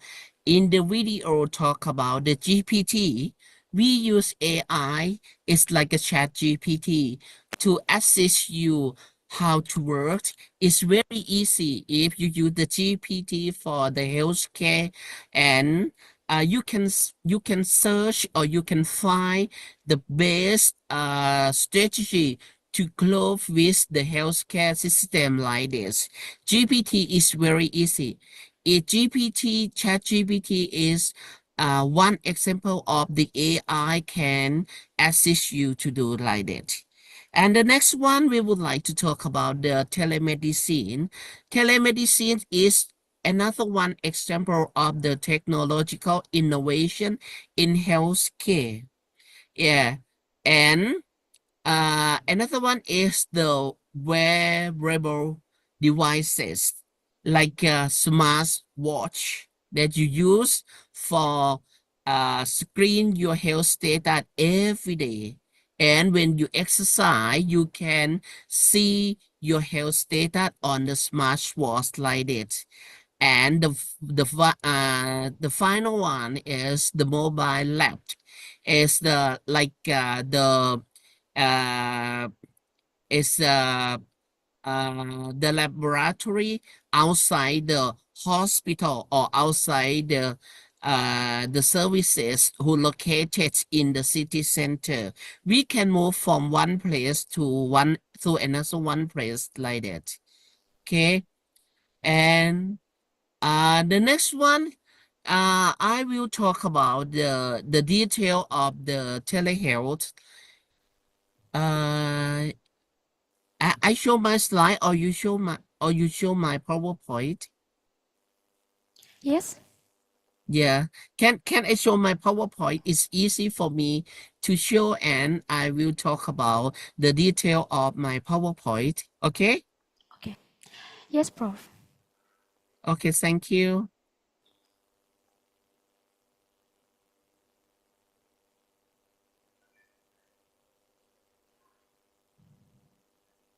Okay, thank you so much.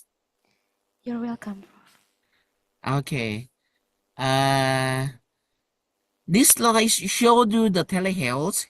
As the telehealth is referred to you the digital communication technology to manage the healthcare services in remote area, including the video conference, the mobile applications, and the remote patient monitoring system. And the use of the technology like a telehealth platform and the mobile health applications is to ensure the nurses to monitor the patient in remote area. It's to provide educations to engage the virtual consultation, and this approach can increase access to the care, particularly for the patient in underserved area or far away or in the remote area like this. It's very easy for everyone to access to the telehealth. The next slide show you the example in Thailand. We use the telemedicines for the patient in rural area. It's kind of far away from the city center, and some of them live in the mountain or in the borderline between Thailand or Myanmar or Thailand and Laos, like this. It's far away, and we use technology to healthcare provider to access the healthcare system of the patient. This is the process of the telemedicine in my country. We have to appointment, and next, if the patient have the communication devices like a smartphone, they can check the vital sign one day before make appointment with the healthcare provider, or they can go to the village health volunteer house for helping them to check the vital sign or the medications or the information to present with the doctor or the nurses like that. If they have not a communication devices, they can go to the village health volunteer for the checking the health status, the vital sign, the BP, the temperature like this, and then the village health volunteer will help them to appointment with the doctor or the nurses, and then the patient can meet the doctor at the scheduled time. This is the easy process for the telemedicine in my country. And some of them have disadvantages from using telemedicine. It's like the technology limitations, particularly for the elderly patients or people who cannot find the devices of the technology like a smartphone, computer, or high-speed internet. They cannot access to the telemedicines, and some of them have the limited accessibility for this advantageous group. It's like people who cannot read, people who cannot understand the terminology, technical term, or the screen of the devices, something like that. It's really difficult for them to use. And some of them have the problem about the limitation in the physical examination. They cannot check their health status. They don't know how to check the lungs pressure and how to check the palpitations, something like that. And some of them have the problem for the discontinuing of care. Patients are not familiar with the system of the using technology or the treatment by get the consultations from the doctor online. They really sometimes it's difficult for them to understand like this. And next slide, we have the video to show you what do you need to use the telehealth. It's very important for everyone now today to know about the telehealth and what do you need to use it.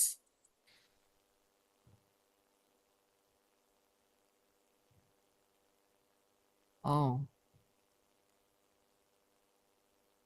Why can I? I can help you, Prof.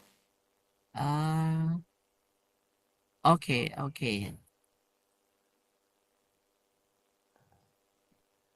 Okay, please watch the video and you will know how to use. Here are some tips to successfully use telehealth. You can use a computer, smartphone, or tablet to connect with your healthcare provider for telehealth appointments.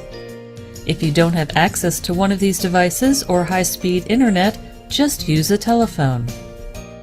Audio-only visits may limit the kind of medical services you can receive, but you can still have a discussion with your healthcare provider.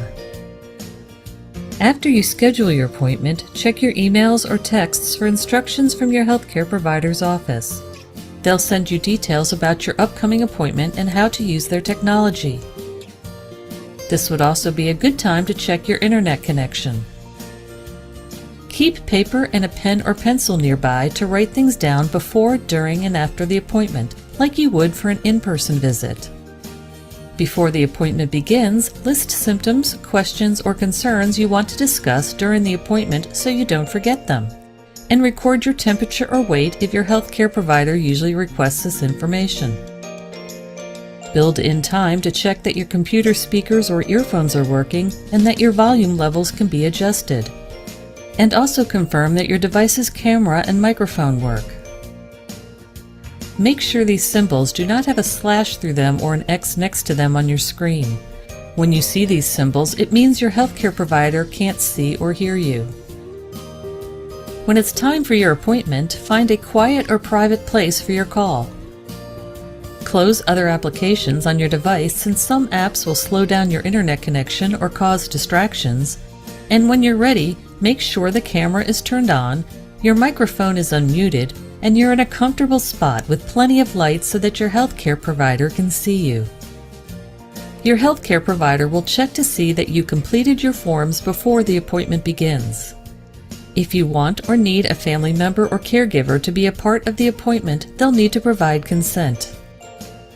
If the appointment is for your child, you'll need to provide consent on their behalf. Now you're ready to receive care through telehealth. For more information, visit telehealth.hhs.gov. Find telehealth options and prepare for your visit.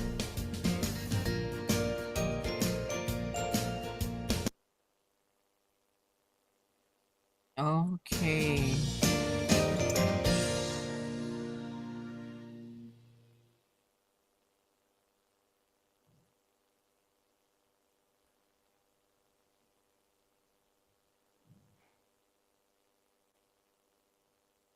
Oh,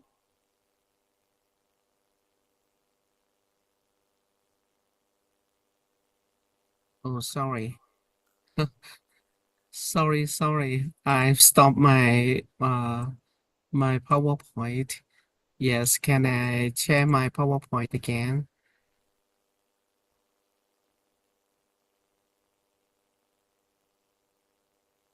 This concludes the demo. All right. Okay. Yes. Okay, next slide. Sorry. Yes, maybe sometime I have a problem with the technology. Also, Thank you sorry. for joining us for Yeah. the Crushing Med School Debt Federal Programs for Financing Your Future in Medicine. I'd like to highlight a couple. Okay, sorry.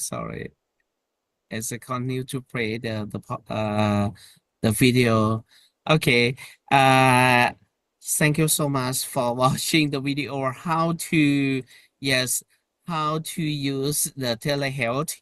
And this is the tip for everyone what to do when you use the telehealth. It's very step for you to prepare yourself when you use the telehealth, and when you would like to suggest patients to make appointment with the doctor or with the nurse on the telehealth like this. It's very easy, but it has some disadvantages. Like I said before, is about if we have not cannot access to the smartphone or to the devices, we cannot use the telehealth. And in the final of my presentation, I will talk about how to solve with the problem with the technology and how to accessibility to the telehealth like this. The next slide, I will talk to the future technology and the questions. In the future, is maybe we can face to the prescription medicine or genomic nursing, genomic care, right? This is quite popular in nowadays for the genomic care. And the smart drug delivery is like a nanotech or the delivery like automatic machine, you can go to the box or to the machines as located anywhere in the city center, and then you can talk about your health status or your problem with the machine, and then the drug will drop from the machine in the box, and then you can access to the drug. You can get the prescription like this, and then you go to the pharmacy to get the drug from the pharmacist like this. The machines like this, nowadays you can search in China or in Europe country, yes. And it says some problem about the machine too, because it's no real doctor in the machine. You would only talk to the AI, and AI will diagnose your health status or your health problem, and the AI will decide to give you the drug medication. It's quite important to concern about this. And next one is for the blockchains of the record, or the final one, how to think about the ethical considerations, because technology is not people, it's the machine, and maybe some data of art may be recorded by the machine, and some people can access to your data. It's very important. And this is one example in Thailand. We use electronic health record, or we call EHR in primary health care, to correct the data of the patient who stay far away or in the rural area. And the EHR can secure the sharing the patient data between the healthcare family or healthcare provider like this. This is one technology in my country, and this is how the nurse using EHR in my country, and the benefits for the nurses to integrate the EHR or the technology in my country for the primary care. It's like reduce workload, improve the decision making, because it's the real-time access to the comprehensive patient data, and nurse or doctor can make the decisions on the health and on the treatments for the patient, and to enhance the communications between the healthcare provider and the patient. The next slide, we will show you about the new era of healthcare with the AI. In the near future, maybe the AI can work instead of you. You will not work more, or maybe some work is cannot be the nurse's duty is for the AI. I will show you.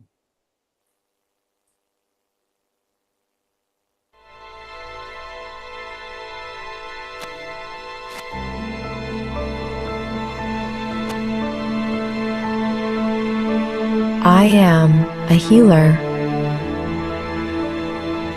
helping our loved ones recover safely in the hospital and at home. I had to mention to the doctor that I am allergic to penicillin. Is it still okay to take the medications?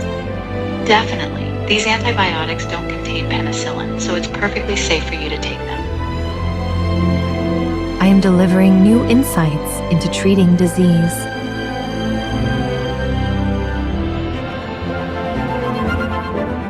Enabling better diagnoses faster.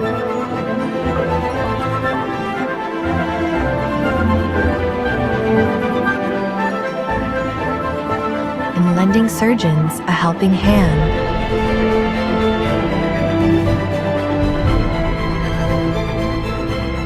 I am opening new worlds of discovery.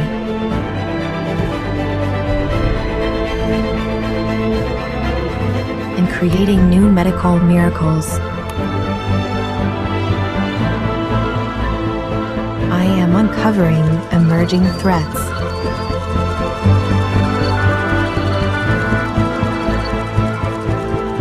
Exploring a universe of possibilities to find the ideal protein.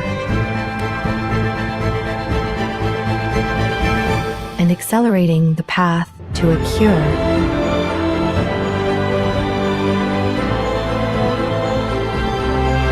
I am AI, brought to life by NVIDIA and brilliant healers everywhere.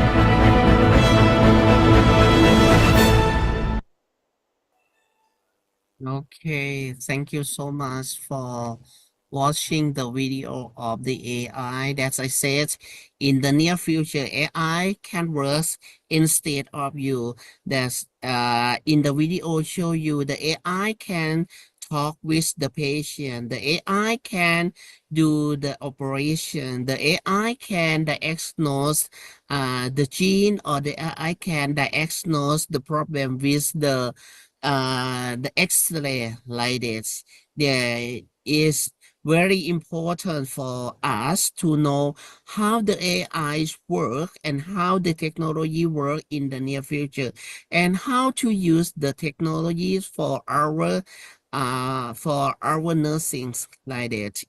It's very important if we talk about the technology in the near future and in nowadays for working with the technology or with the AI. One thing that I would like to consider is the ethical challenge, or the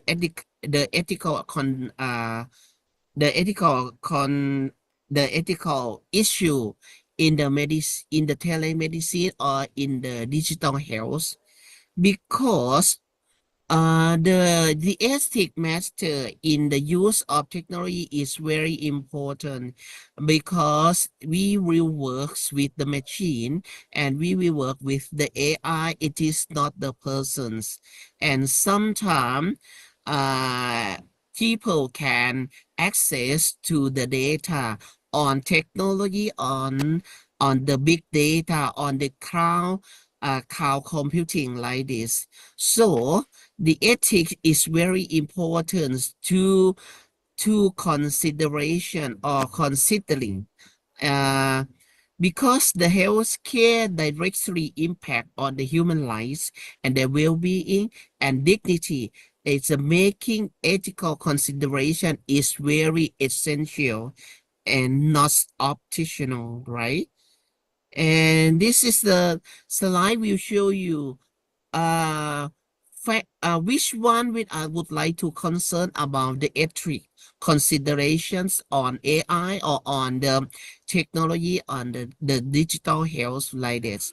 The first one we would like to concern about the protections of the patient autonomy and the human lives, because the patient must be informed and empowered to make the decisions about their health, including data. The patient data is correct by the AI or correct by the technology, and who will use the data of the patient, who can access to the data of the patient. This is very important. The next one, we will concern about the ensuring privacy and confidentiality. The medical data is deeply personal. It's by own patient personal. It's not our information.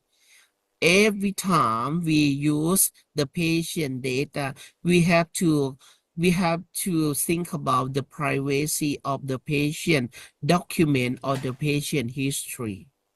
The breach of the confidential can lead to stigma. You will know something of the patient. It cannot talk about the problem of the patient. If you list the data from one patient to another patient, or to your family, or to the another people who will not the healthcare provider, it can be the stigma for the patient, right? And sometimes it's discrimination or emotional harm of the patient. And next one, we would like to talk about the preventing bias and promoting fairness. The ethical relevant, the AI or the algorithm may unintentionally favor certain the populations while disadvantaging others. Have to think about this. We will not be biased for enough the patient or the care of the patient that we will provide for them. And we have to think about for the fairness or equity for the patient, every individual, right? Okay. And then we will concern about the accountability in decision making. When the machine makes decisions like the diagnosis, the conditions on the prioritized patient, we must know who is accountable if something goes wrong. Yes, we have to think about it. Who will be take the responsibility if there are something wrong with the patient or with the treatment?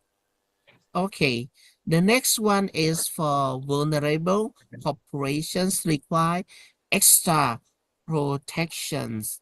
For example, for children, for the elderly group, for the low literacy populations, and those with disability. Is have to think about the extra protection of their information. Maybe sometimes it can be get a list of harm or exclusions for them, right? Next one is breeding trust in healthcare innovations. The public trust is the foundations for effective healthcare. This is the common rule if you use the innovation or the technology for people. The trust is the basic rule. And next one is the final pillar for the balancing between technology, ethics, and accessibility challenge. Because of everyone cannot access to the technology or cannot serve with the innovation by providing from the professional, and how to manage for the accessibility for everyone. Some factor why we cannot serve for everyone with the same standard or the same method because of the geographic isolation, because of the digital divide, because of the economic inequality, because of cultural and language diversity. This is the cause of how to access to the treatment or to the service for everyone that we call accessibility. Why accessibility is important? Because of accessibility refer to the ability for all individuals to effectively use the benefits from the healthcare technology. While the digital tool aims to improve access, they can also create new barriers if not designed or implemented inclusively. This is the cause of accessibility. Why cannot access for everyone? The first one is digital divide. It's like a technology gap. Many individuals lack access to the internet, smartphones, or the computers, especially in the rural areas or low-income community.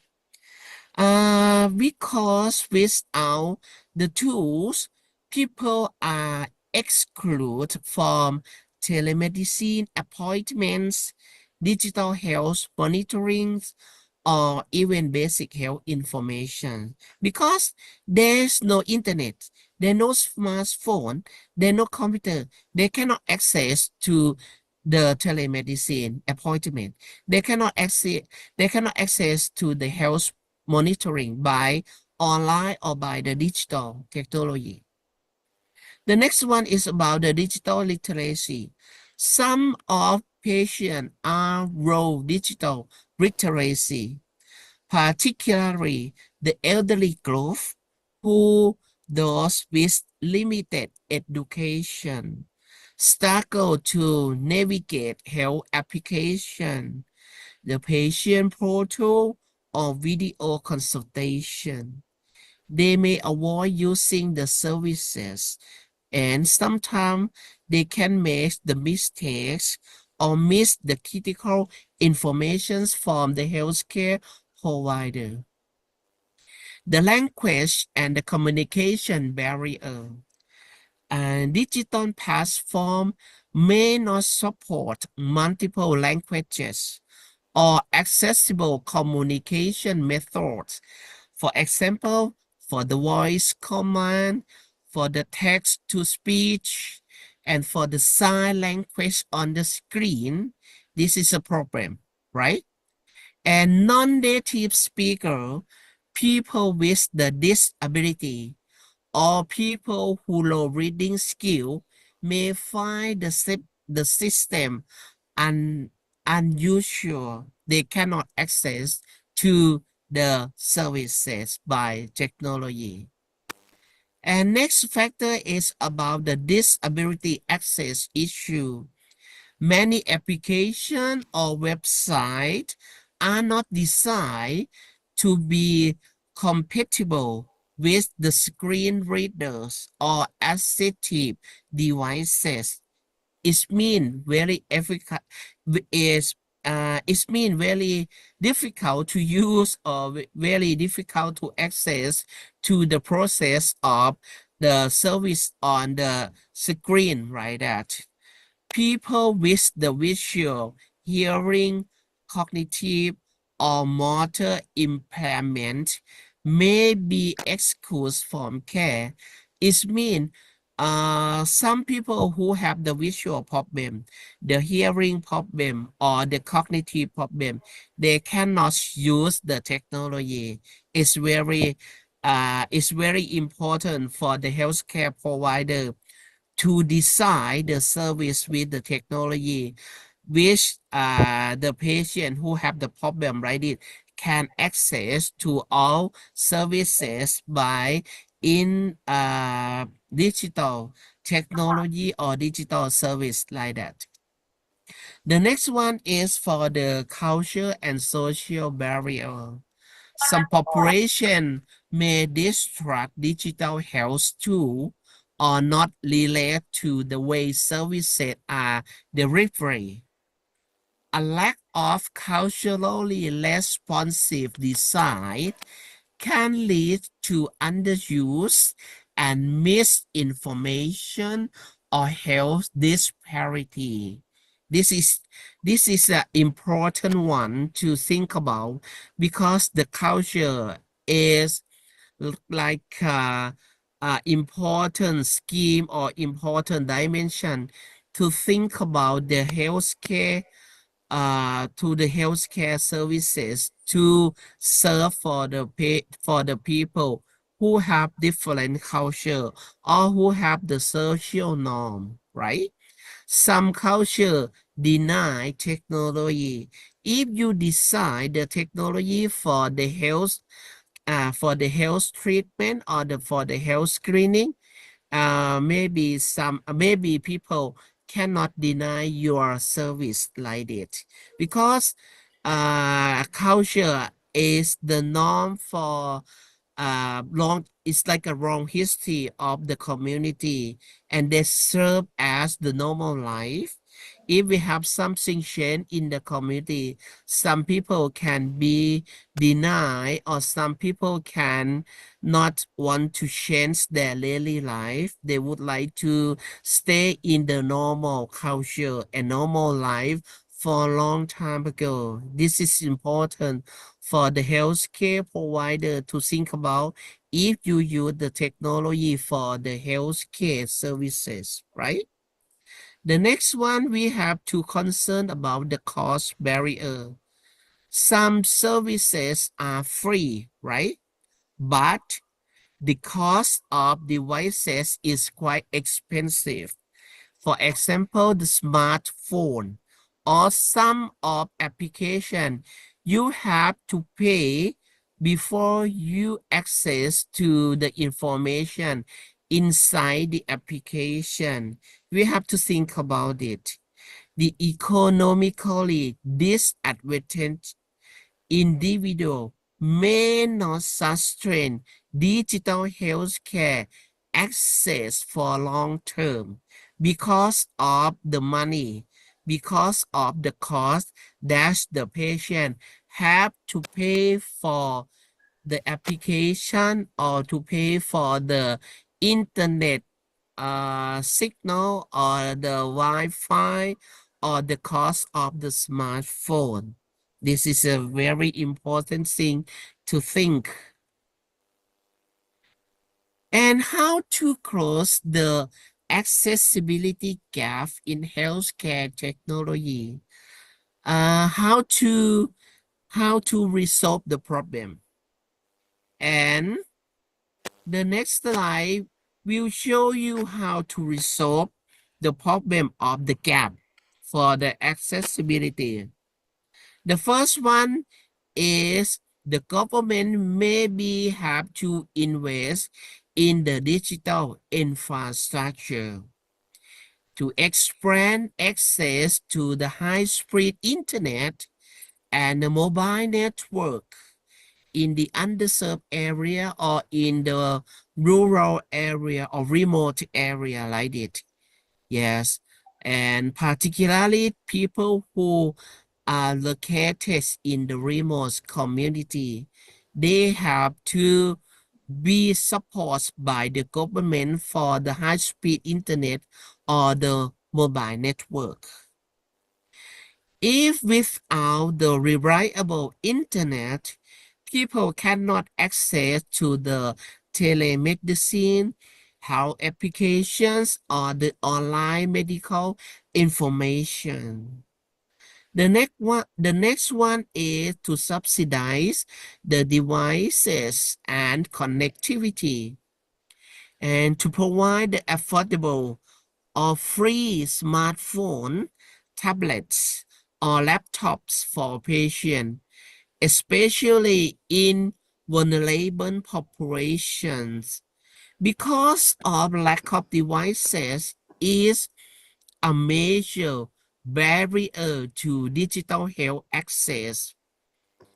And for example of this solution, the health system giving the low-income patient the devices preloaded with the telehealth application.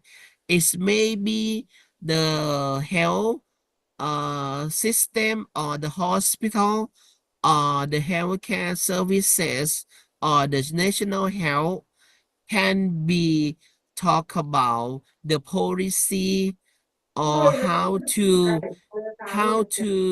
manage the budgets to the healthcare system by supports for the low-income patient with the devices or with the telehealth application to access for free. Okay. The next one is to enhance the digital literacy and training. What to do for this solution? As to offer community-based training on how to use the digital health tools in simple language, particularly in simple language, and through task local educator. I mean, we have the trust people for the educator to teach them or to train the patient to use the digital health tool with the simple language. Okay? I show you the example for this solution by the community health worker teaching older adults how to book online appointment or use teleconsultation application. This is for example. We can do this in our community by the healthcare provider or the nurse or the public health worker can teach the elder people in community how to book or how to make the appointment online and how to use the applications for the screening health data on how to access for the suggestions for the treatments from the application and how to check themselves from the application like this. Okay. The next one is to decide for the inclusivity and accessibility. I don't know, someone likes something on the screen with the green line. Oh, sorry, I don't know. Oh. Okay, and what to do for this solution? To ensure the health technology comply with the universal design principle. I mean, should be included with the screen reader as the voice command and the large text and the simplified interface to use for the patient. I mean, we can design the health technology with the simple process and the simple simple figure, the simple infographic to understand, or maybe sometimes we have to use a large text for the instruction or for the process to use one step to next step to the next step like this. And sometimes we can use the voice record, the voice command, instead of the patient who cannot read or who cannot write. They can use the voice command to access with the services. The next one is to use the multi-languages and the cultural appropriate services. We have to translate interface and the material into multiple languages and respect the cultural differences in communication styles and health belief that I talked before. Some community, they have own culture and they would like to stay with the old culture for the wrong history or for the normal life. We have to respect the culture differences of the patient. And then we try to do the multiple languages, and we have to concern about the culture differences for the services with the technology. And then we can give the educations or the informations for the patient in the community one by one, day by day, step by step. And we have to talk about the advantages of using technology for the health system. We sometimes the patient in the community will be changed their thought, will accept your services from day by day, step by step, and they can a little bit change for the cultural differences if they get the effective health data. Okay, this is important for people who live far away or who live in the remote area and have own cultural, like a wrong history of their community. The next one, we have to integrate human support with technology. We cannot use only technology We have to support patient or the population or the people with human support before they use technology infantry. They have to support by people. We have to blend the digital services with human health. For example, like a digital navigator, call in support or call center for help, or community health assistant. If you have village health volunteer, you have to educate village health volunteer with the digital literacy or the technology health services before you use for the I'm totally, sorry? I'm sorry, Prof. It's now 11:50 o'clock. Okay. Yes, thank you. Okay. Maybe three slide left. Okay. And I will finish my talk. Okay. Okay, Yes. thank you. Firstly, we have to blend the services with people and technology. And it's very important for the national policy to provide the policy to mandate the digital equity and fund program to support the accessible healthcare technology for everyone in the country. The final one, we have to evaluate and monitor accessibility, the gap. We have to correct the data on who is using the technology and who is not using the technology and why. Because if we have without data, it is impossible to identify and resolve the gap of accessibility. Okay, how towards sustainability in the future? The technology we have to design for the human-centered design. Ethics is very important to approach, and we have long-term policy to support. And the partnership, we have more than one sector. We have to cross-sector partnership to do with the technology, digital services, right?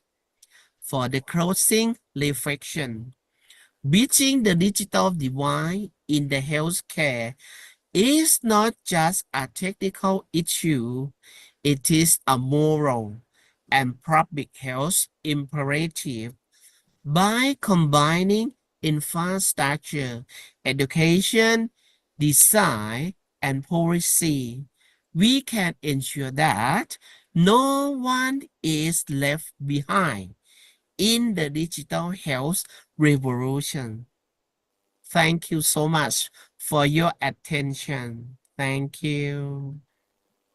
Thank you very much, Professor Zanik Glumjay, for giving information about sustainable healthcare innovation. All right, ladies and gentlemen, the presentation has been complete. Now we enter the Q&A session. The participant can type the question. Okay, and you can type your question in the chat box. I will list and I will answer your question. Excuse me, may I ask a question? Sorry. What strategy can healthcare system implement to maintain continuity and comprehensive in primary care? Very important. Thank you very much for this question.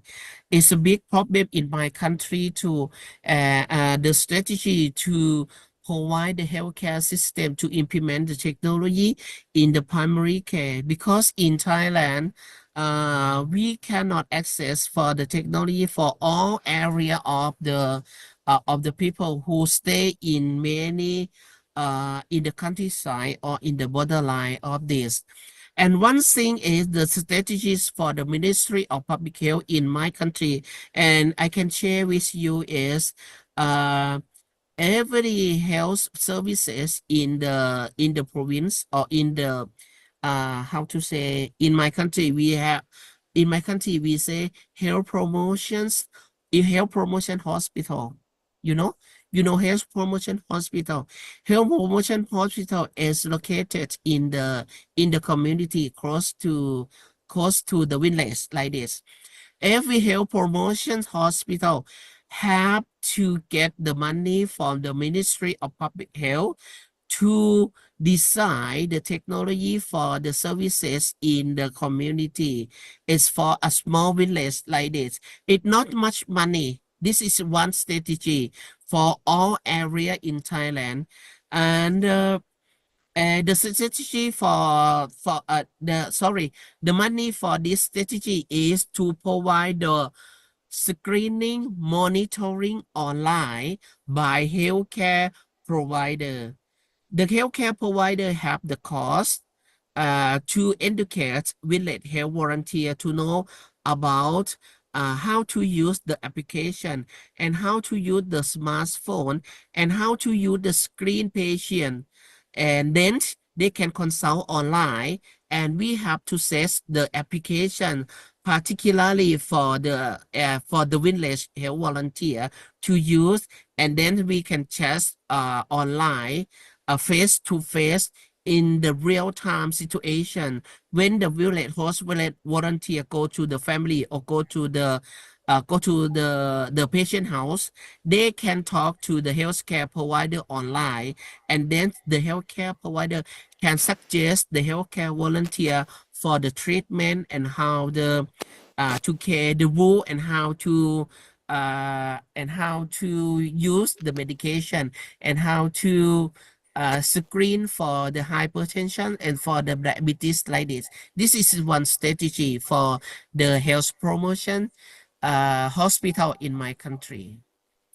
The next one is explain how telehealth can help improve access to the health services in the remote area and poor signal. Oh, yes.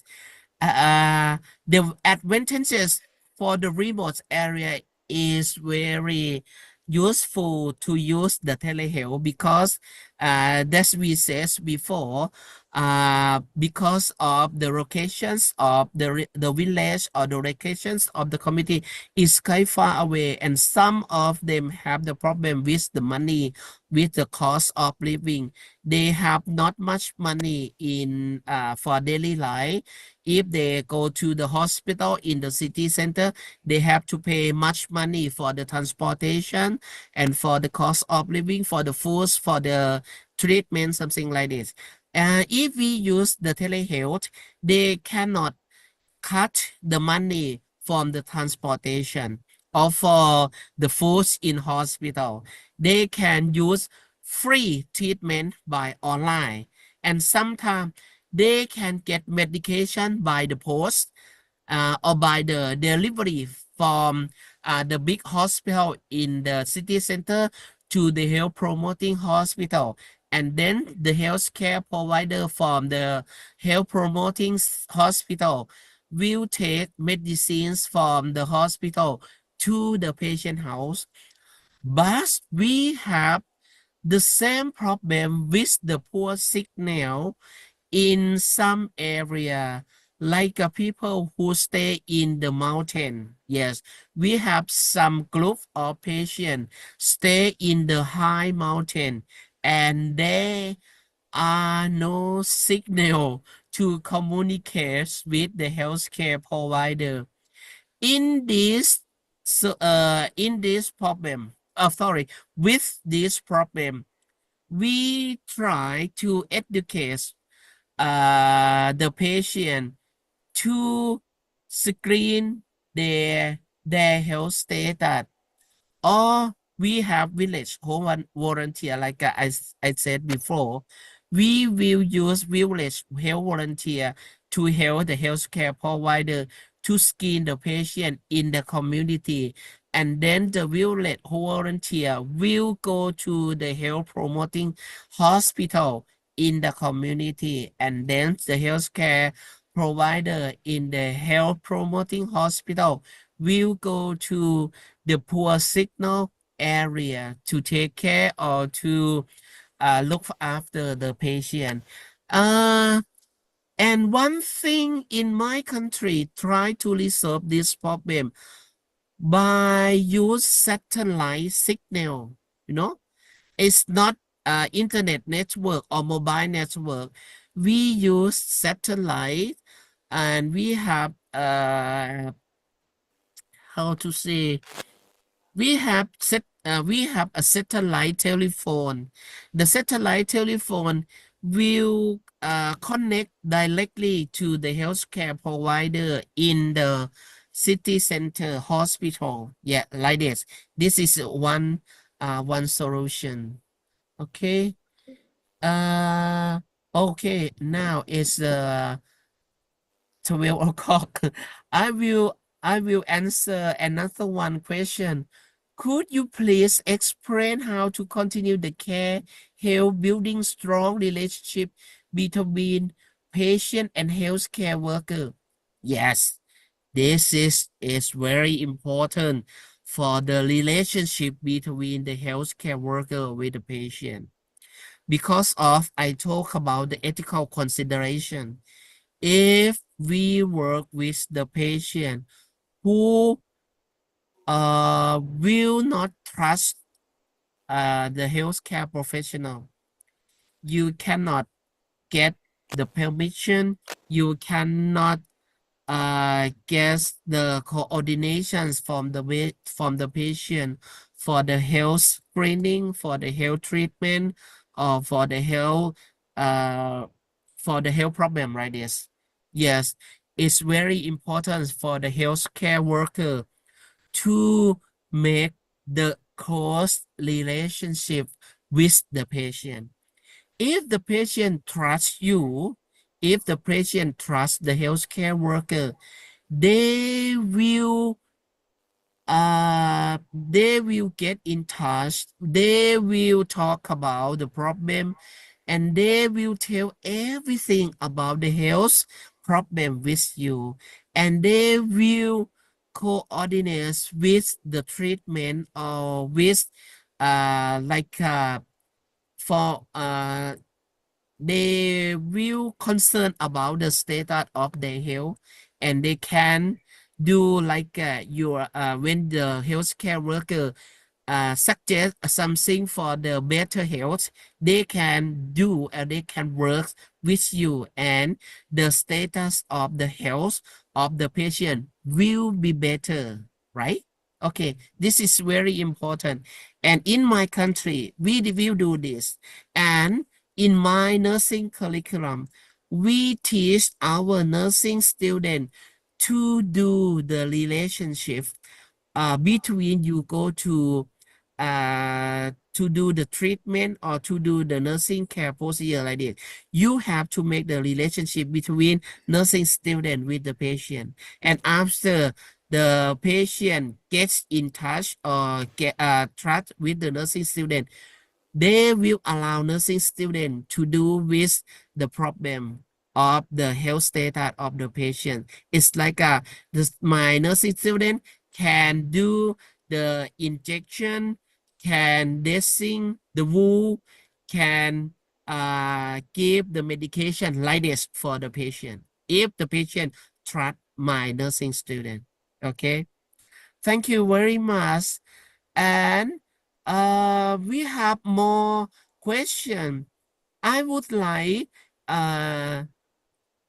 the organizer of the conference, please send the question to my email or to my WhatsApp, and then I will answer by my writing. Okay? Thank you so much. And I would like to turn my microphone to the moderator. Thank you so much for a beautiful and effective moderator for today. Thank you so much. Thank you so much, Professor. Thank you for sharing it today. And we'd like to give appreciation to our speaker. We'll present a virtual certificate for our honorable speaker.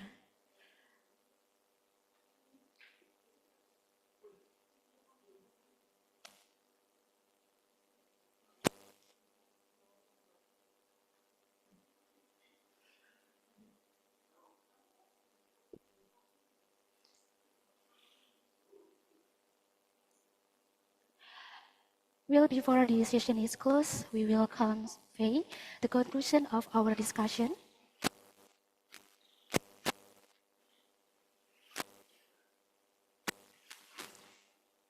Summary of nanoparticle in drug delivery, challenge and opportunity. Free. Prof. Mahdi Jufri presentation delved into the challenge and opportunities for nanoparticle in drug delivery, defining nanoparticle as matter between 1 and 100 nanometer. It has similarity to various. The presentation explained that herbal medicine are gaining acceptation for the efficacy and minimal toxic effect. It highlighted that advanced drug delivery system, particularly those based on phospholipid like liposome, neosome, and nanoemulsion, are promising solutions to enhance drug release, minimizing toxic effect and reducing the request dose. Summary of sustainable healthcare innovation for primary care, balancing technology, ethics, and accessibility by Association Professor Dr. Tani Glumji. Associated Prof. Dr. Tani Glumji presentation focused on sustainable healthcare innovation in primary care, emphasizing the curricular balance, technological advance, ethical responsibility, and equitable access. The presentation defined primary care as a comprehensive, accessible, continuous, and person-focused model aimed at optimizing population health and reduce disparities.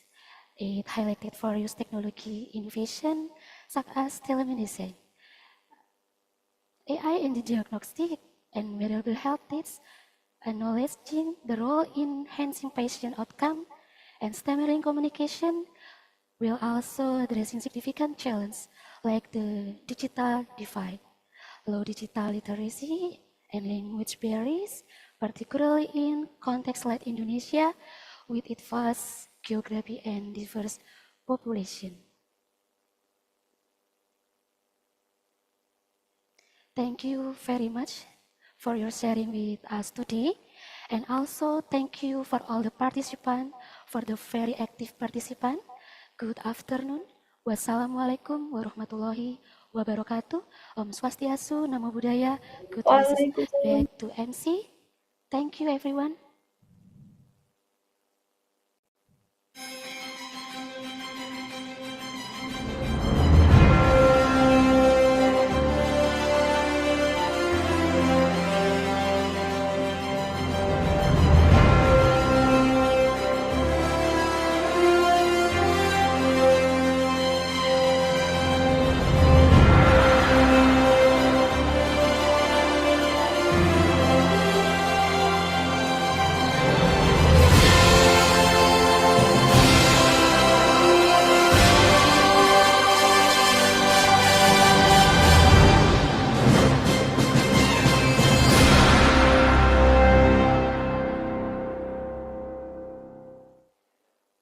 Thank you very much to moderator. Our second plenary session of the third Universitas Dr. Subandi International Conference on Health Sciences has now completed. Dear ladies and gentlemen, we will have 1 hour break to allow the Muslim to have duhur prayers and to all of you to have lunch. Please all participants return to the conference room at 18 p.m. At 13 p.m. Thank you and enjoy the break time.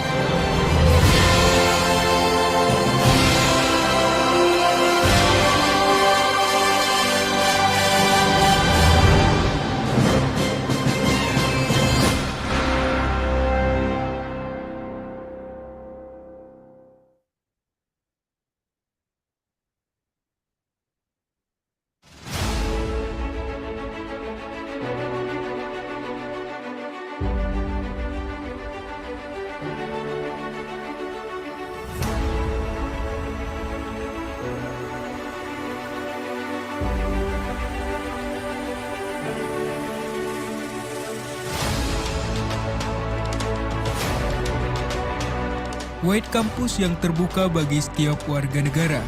Tempat belajar arti indahnya keragaman tanpa harus melupakan arti penting ketaatan pada nilai-nilai keagamaan.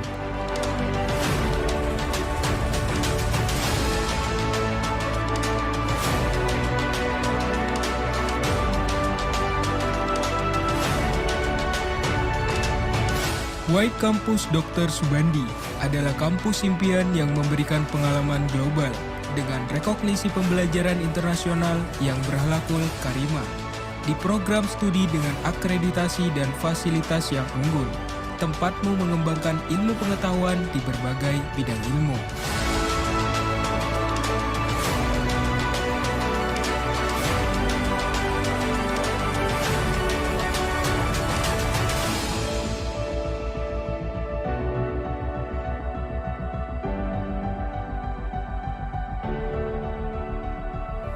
White Campus adalah salah satu kampus dengan desain bangunan yang unik dan kampus unggulan dengan berbagai inovasi berkelanjutan di berbagai bidang ilmu yang menjadi kampus impian di mana tempatmu belajar dengan bebas di tengah indahnya kota Jember untuk mendukungmu menjadi generasi muda yang berakhlakul karimah, aktif, dan inovatif.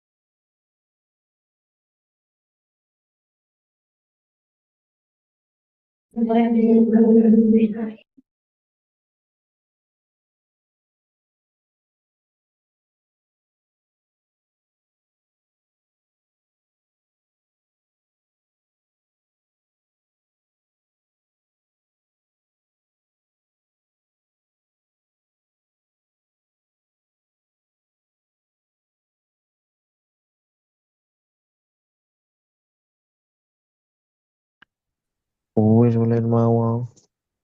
Tak waktu.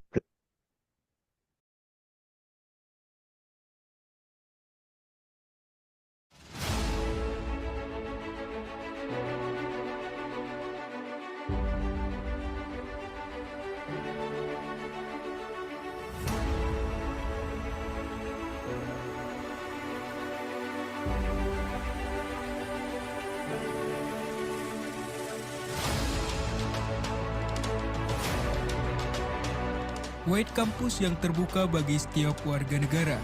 Tempat belajar arti indahnya keragaman tanpa harus melupakan arti penting ketaatan pada nilai-nilai keagamaan.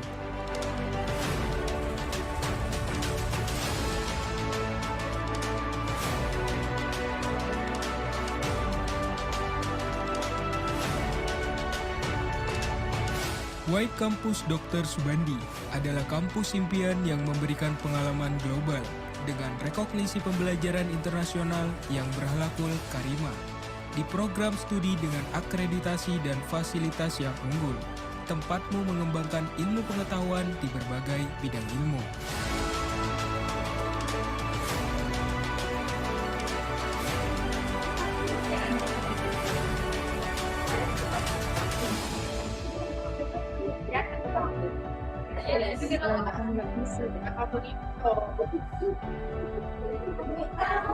White Campus adalah salah satu kampus dengan desain bangunan yang unik dan kampus unggulan dengan berbagai inovasi berkelanjutan di berbagai bidang ilmu.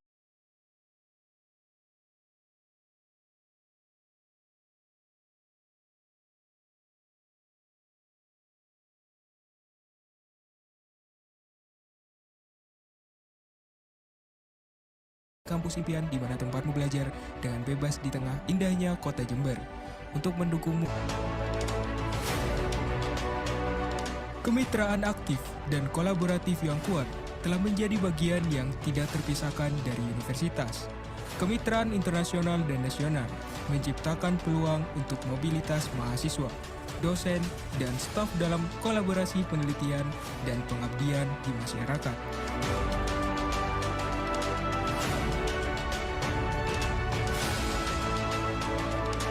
White Campus berkomitmen menjadi pelopor kampus swasta yang mencetak generasi muda intelektual yang berakhlakul karimah dan cerdas secara spiritual, dengan akar yang kuat dalam tradisi kebebasan akademik untuk mendukung kebebasan berekspresi untuk berkontribusi akan solusi dari masalah yang dihadapi.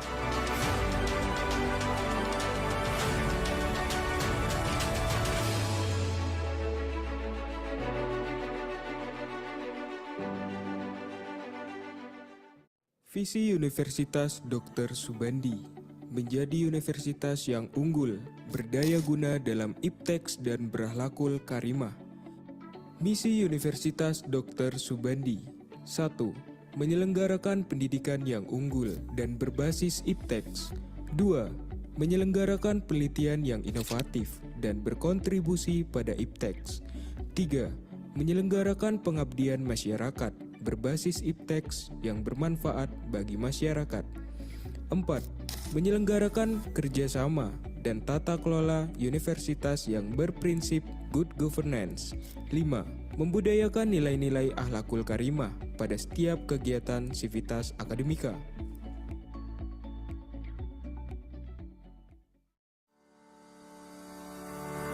Selamat datang di kampus Universitas Dr. Subandi, Jember. Kampus Universitas Dr. Subandi terdiri dari 4 gedung megah, yaitu Gedung A, Gedung B, Gedung C, Gedung D, dan bangunan pendukung lainnya.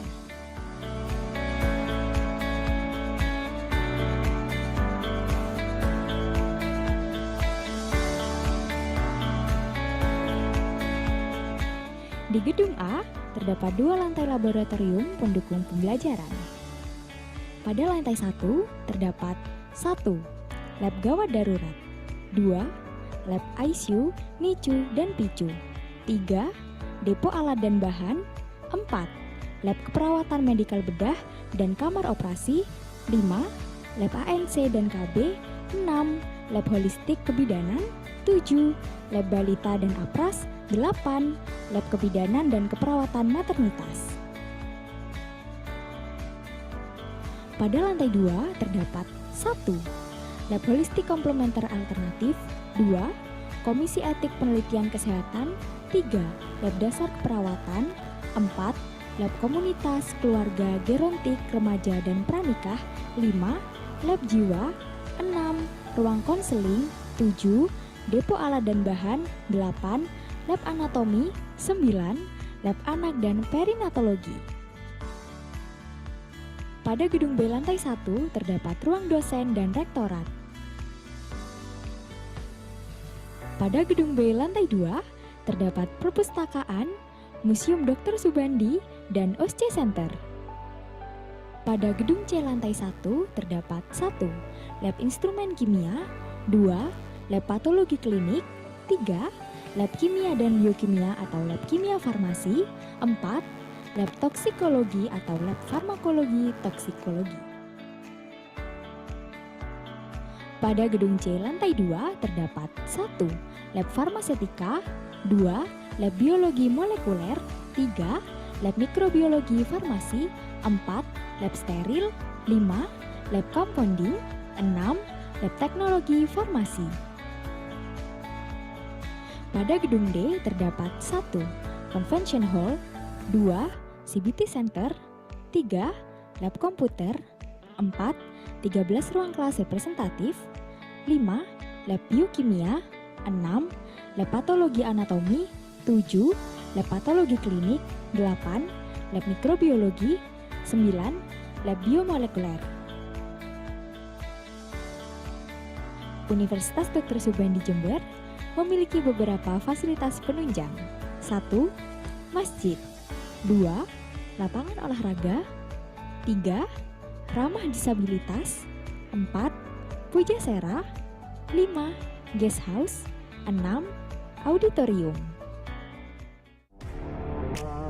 Salah satu unit kegiatan mahasiswa yang bisa kalian ikuti ada UKM Tari. Tari ada tari tradisional dan tari modern. Yuk kita lihat bersama-sama.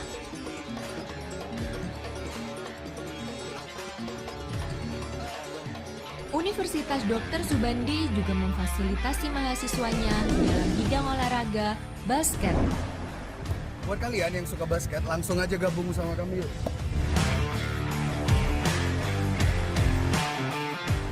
UKM futsal, UKM volley,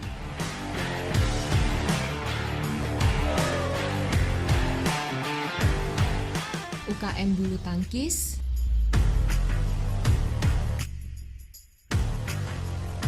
UKM pencak silat,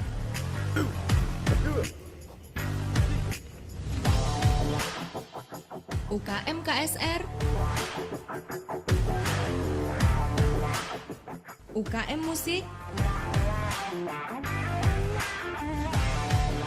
UKM Paduan Suara,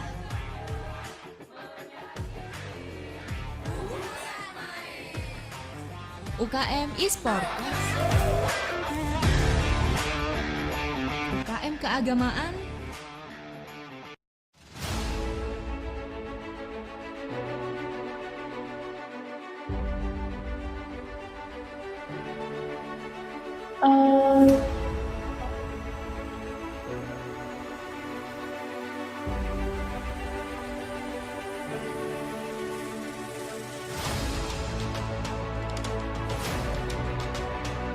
White Campus yang terbuka bagi setiap warga negara. Tempat belajar arti indahnya keragaman tanpa harus melupakan arti penting ketaatan pada nilai-nilai keagamaan.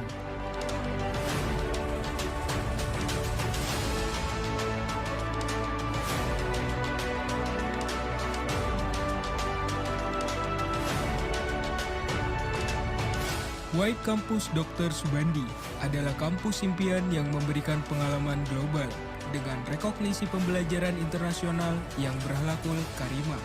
Di program studi dengan akreditasi dan fasilitas yang unggul, tempatmu mengembangkan ilmu pengetahuan di berbagai bidang ilmu.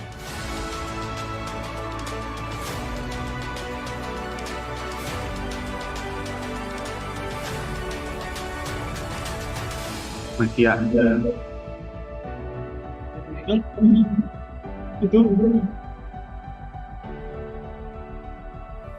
White Campus adalah salah satu kampus dengan desain bangunan yang unik dan kampus unggulan dengan berbagai inovasi berkelanjutan di berbagai bidang ilmu yang menjadi kampus impian di mana tempatmu belajar dengan bebas di tengah indahnya kota Jember untuk mendukungmu menjadi generasi muda yang berakhlakul karimah, aktif, dan inovatif.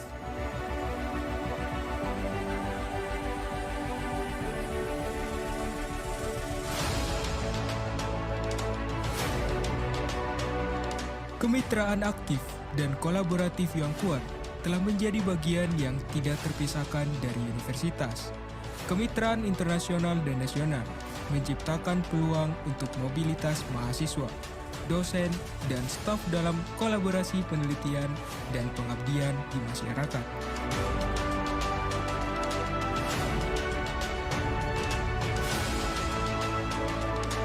White Campus berkomitmen menjadi pelopor kampus swasta yang mencetak generasi muda intelektual yang berakhlakul karimah dan cerdas secara spiritual, dengan akar yang kuat dalam tradisi kebebasan akademik untuk mendukung kebebasan berekspresi untuk berkontribusi akan solusi dari masalah yang dihadapi.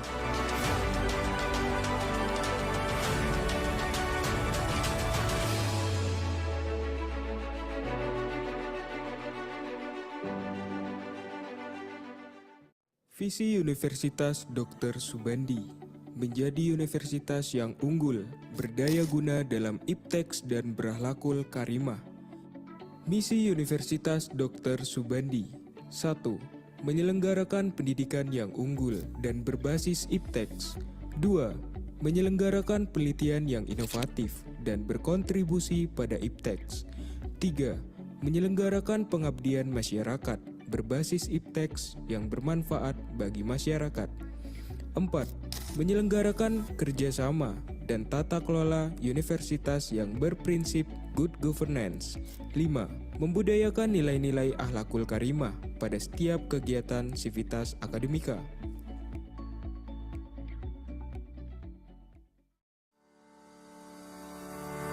Selamat datang di kampus Universitas Dr. Subandi, Jember. Kampus Universitas Dr. Subandi terdiri dari 4 gedung megah, yaitu Gedung A, Gedung B, Gedung C, Gedung D, dan bangunan pendukung lainnya.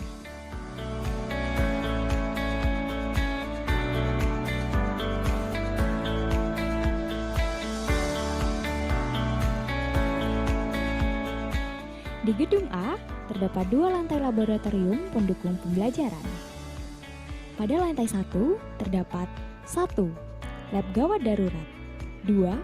lab ICU, NICU, dan PICU. 3. Depo alat dan bahan. 4. Lab keperawatan medikal bedah dan kamar operasi. 5. Lab ANC dan KB. 6. Lab holistik kebidanan. 7. Lab balita dan apras. 8. Lab kebidanan dan keperawatan maternitas. Pada lantai 2 terdapat 1. Lab holistik komplementer alternatif. 2. Komisi etik penelitian kesehatan. 3. Lab dasar keperawatan. 4. Lab komunitas, keluarga, gerontik, remaja, dan pranikah. 5. Lab jiwa. 6. Ruang konseling. 7. Depo alat dan bahan. 8. Lab anatomi. 9. Lab anak dan perinatologi. Pada gedung B lantai 1 terdapat ruang dosen dan rektorat. Pada gedung B lantai 2 terdapat perpustakaan, Museum Dr. Subandi, dan OSCE Center. Pada gedung C lantai 1 terdapat 1. Lab instrumen kimia. 2. Lab patologi klinik. 3. Lab kimia dan biokimia atau lab kimia farmasi. 4. Lab toksikologi atau lab farmakologi toksikologi. Pada gedung C lantai 2 terdapat 1. Lab farmasetika. 2. Lab biologi molekuler. 3. Lab mikrobiologi farmasi. 4. Lab steril. 5. Lab compounding. 6. Lab teknologi farmasi. Pada gedung D terdapat 1. Convention Hall. 2. CBT Center. 3. Lab komputer. 4. 13 ruang kelas representatif. 5. Lab biokimia. 6. Lab patologi anatomi. 7. Lab patologi klinik. 8. Lab mikrobiologi. 9. Lab biomolekuler. Universitas Dr. Subandi Jember memiliki beberapa fasilitas penunjang. 1. Masjid. 2. Lapangan olahraga. 3. Ramah disabilitas. 4. Pujasera. 5. Guest house. 6. Auditorium. Salah satu unit kegiatan mahasiswa yang bisa kalian ikuti ada UKM Tari. Tari ada tari tradisional dan tari modern. Yuk kita lihat bersama-sama.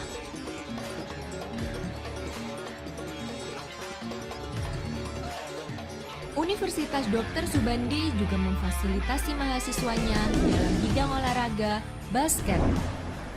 Buat kalian yang suka basket, langsung aja gabung sama kami yuk.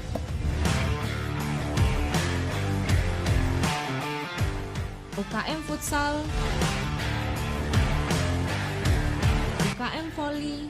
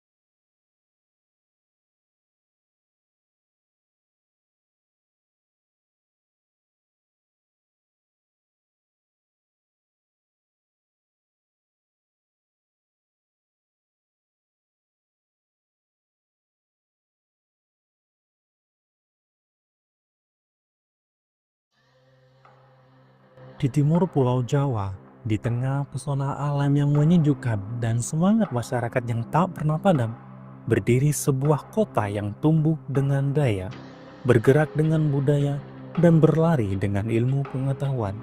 Inilah Jember, kota pendidikan, kota harapan, kota masa depan.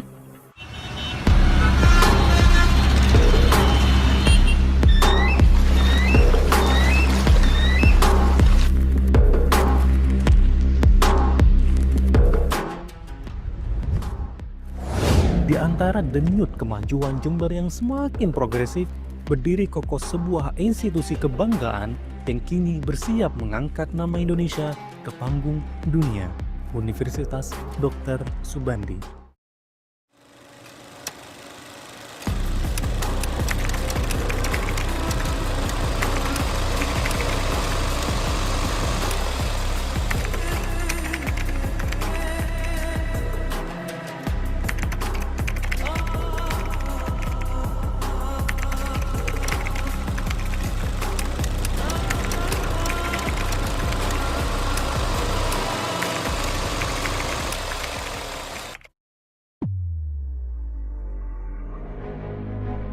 Dengan semangat unggul, profesional, dan berakhlakul karimah, Universitas Dr. Subandi melangkah pasti mengukir prestasi dari tahun ke tahun, tidak hanya dalam kualitas pendidikan, tetapi juga dalam pembentukan karakter dan daya saing global. Saat ini, Universitas Dr. Subandi memiliki 2 fakultas unggulan, Fakultas Ilmu Kesehatan, Fakultas Ekonomi dan Bisnis. Di bawah naungan Fakultas Ilmu Kesehatan terdapat program studi ilmu keperawatan, profesionals, kebidanan, farmasi, dan teknologi laboratorium medis. Sementara di Fakultas Ekonomi Bisnis, mahasiswa didorong untuk menjadi inovator dan pemimpin masa depan melalui program studi bisnis digital dan kewirausahaan. Beberapa program studi telah memperoleh pengakuan nasional seperti kebidanan dan ilmu keperawatan yang telah terakreditasi baik sekali, teknologi laboratorium medis yang telah meraih predikat unggul, dan farmasi yang terus memperkuat kualitasnya dengan harapan besar menjadi salah satu program studi unggulan di masa depan. Di Universitas Dr. Subandi tidak hanya teori yang diajarkan, namun juga pengalaman nyata yang mempersiapkan masa depan. Fasilitas kami dirancang dengan teknologi terbaru untuk mendukung perjalanan akademik. Skill Lab dan Simulation Center kami adalah tempat di mana mahasiswa dapat langsung mempraktekkan ilmu yang telah dipelajari. Mulai dari simulasi proses kelahiran hingga perawatan ibu hamil, semua dilengkapi dengan alat-alat yang canggih. Dengan fasilitas ini, mahasiswa siap menghadapi situasi nyata di lapangan. Begitu juga dengan fasilitas farmasi yang lengkap dan modern yang memungkinkan mahasiswa untuk belajar menggunakan peralatan terbaru, memastikan mereka siap untuk menghadapi tantangan dunia farmasi yang terus berkembang. Untuk prodi teknologi laboratorium medis, kami menyediakan laboratorium dengan peralatan terkini yang digunakan oleh profesional di dunia medis. Mahasiswa akan dilatih untuk melakukan tes dan analisis medis secara akurat, mempersiapkan mereka untuk dunia profesional yang sesungguhnya. Di Fakultas Ekonomi Bisnis, ruang-ruang inovasi digital mendukung mahasiswa untuk membangun ide bisnis dan kewirausahaan. Mahasiswa akan belajar membuat dan menjalankan bisnis digital serta mengelola proyek dengan teknologi terbaru, mempersiapkan mereka menghadapi dunia bisnis yang semakin maju. Dengan bimbingan dosen-dosen berpengalaman dan kurikulum yang dinamis, Universitas Dr. Subandi menghasilkan lulusan yang tidak hanya cerdas secara intelektual, tetapi juga kuat dalam nilai-nilai moral, siap bersaing di dunia kerja, dan siap berkontribusi di tengah masyarakat. Di sini, kami percaya bahwa ilmu tanpa akhlak adalah kosong dan keterampilan tanpa karakter adalah semu. Karena itu, setiap langkah kami dituntun oleh nilai unggul, profesional, dan berakhlakul karimah. Kini Universitas Dr. Subandi menetapkan langkah besar menjadi World Class University pada tahun 2045. Visi ini bukan sekedar harapan, tetapi komitmen untuk terus tumbuh, terhubung secara global, dan menjadi institusi yang membawa cahaya perubahan bagi negeri dan dunia. Universitas Dr. Subandi, dari Jember untuk Indonesia, dari Indonesia untuk dunia.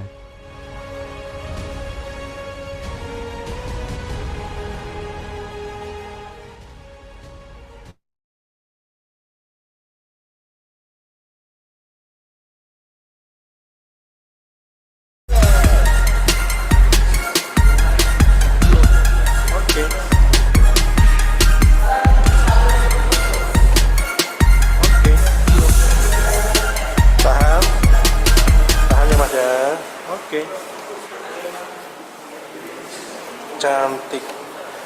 Oke.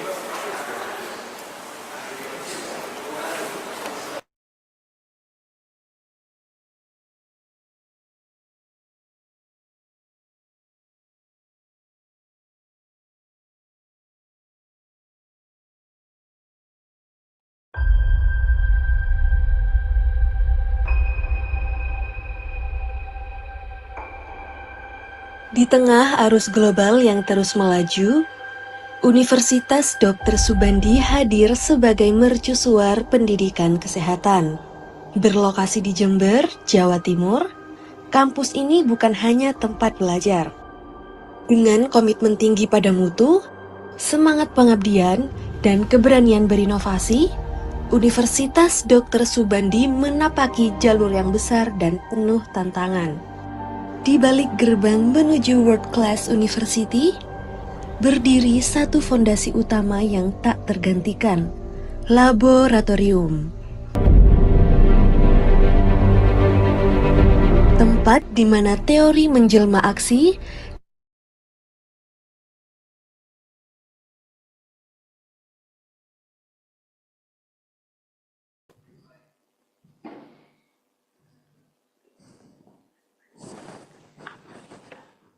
Ladies and gentlemen, welcome back to the conference. We are going to start our next agenda. The third plenary session, we will have two speakers.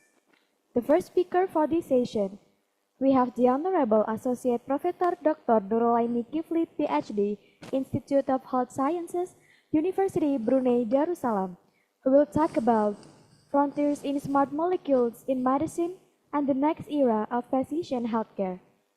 The second speaker, we have the Honorable Associate Professor Joshua Angelo Hermida Mandanas from Philippine Women's University, and we will listen about revolutionizing diagnostic and well-being. This session will be guided by Mrs. Trisna Pangestuning Tias, Master of Midwifery, as moderator. To Mrs. Trisna, we invite you on the stage.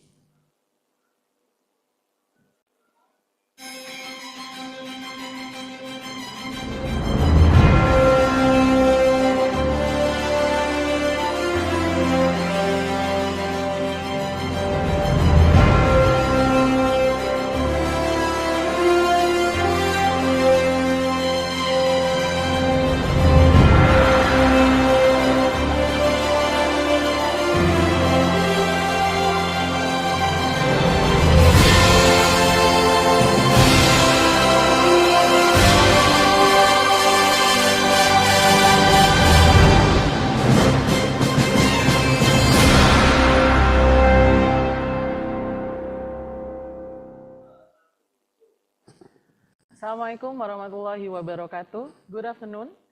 The honorable speaker, distinguished guests, participants, ladies and gentlemen. Welcome back to plenary session 3. My name is Trisna Pangestuning Tias, and I'm honored to serve you as moderator in this session. Before we begin, I'd like to extend a warm welcome to our speaker, Associate Professor Dr. Nurul Aini Kifli, PhD, from University Brunei Darussalam, and Associate Professor Joshua Angelo Hermida Mandanas from Philippine Women's University. Also to all attendees, thank you for joining this session. We have exciting lineup, presentation, and discussion ahead. So I encourage to everyone to actively participate and share their insight. The speaker will be given 16 minutes for each speaker, then the question and answer in the end of the plenary session. For the audience, the participant, you may type your question in the Q&A section, including your name and your affiliation. Or you may raise hand using raise hand button if you want to ask the question directly to the speaker. Okay, without further ado, please welcome Associate Professor Dr. Nurul Aini Kifli, PhD. Let's take a look at her curriculum vitae.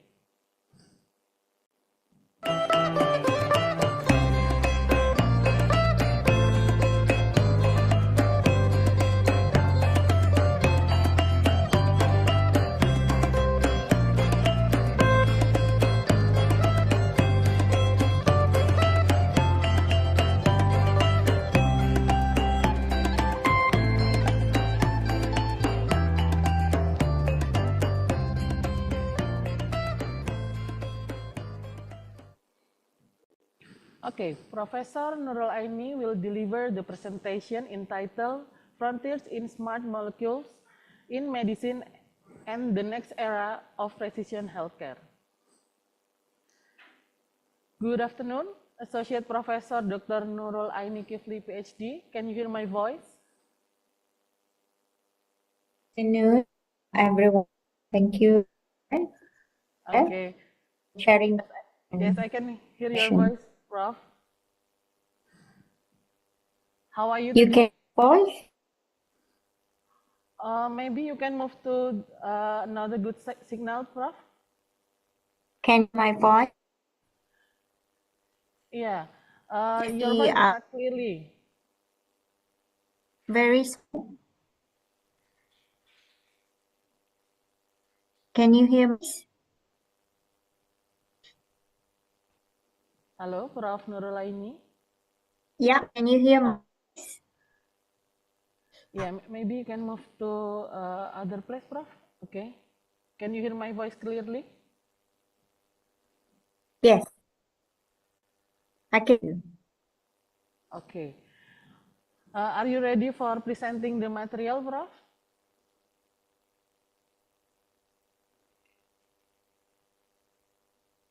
Hello, Prof?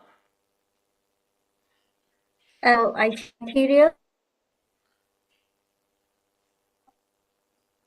I We don't know. can It's put my we can is listen low. your move to sorry. Yeah, Prof?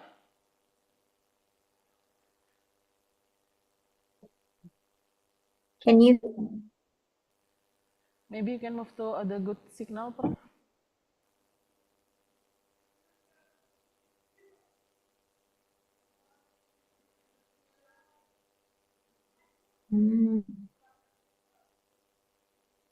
It's my net bandwidth low, so I'm not sure what is problem.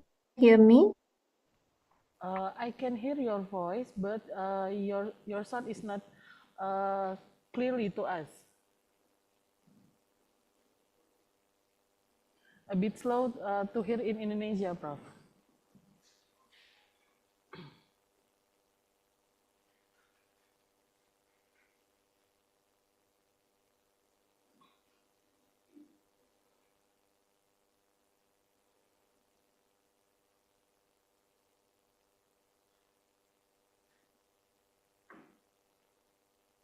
Halo? Hello.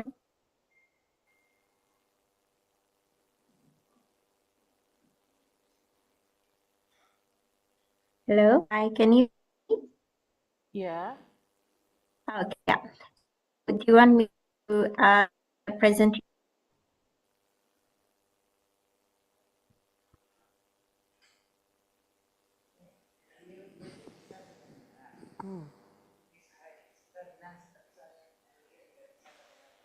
Yeah.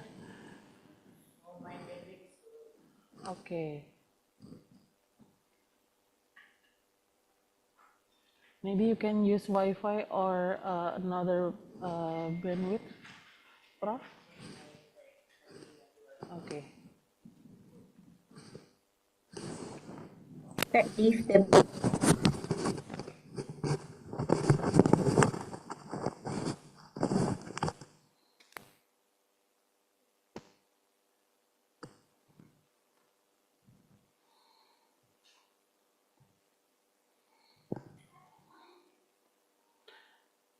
To all participants, we still wait for a good signal from Prof. Nurul Aini. okay, join again. Can you hear now? Yes, Prof. Okay, I can. Can you hear?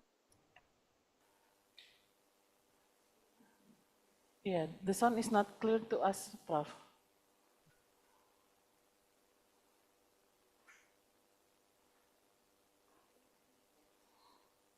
Is it clear now? Yes. Hello, Prof. Yes, I can hear you, Yes, and your sound is more clearly clear like now. right now. Lagging maybe. Like Okay.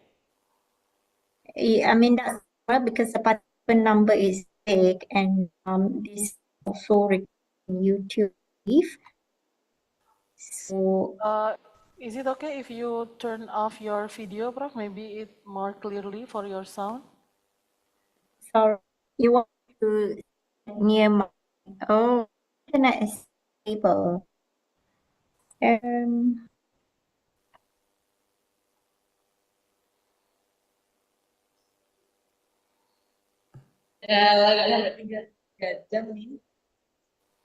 is this okay now? It says net is low, so I UBD net.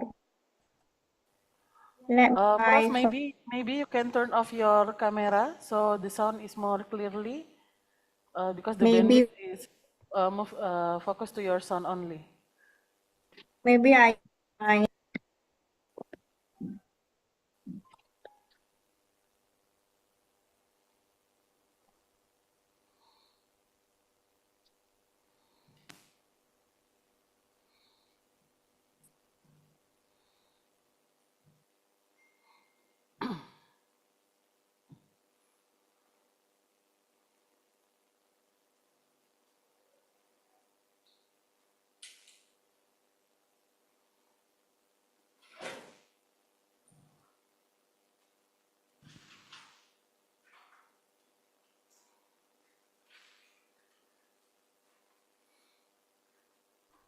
Hello, is this much better?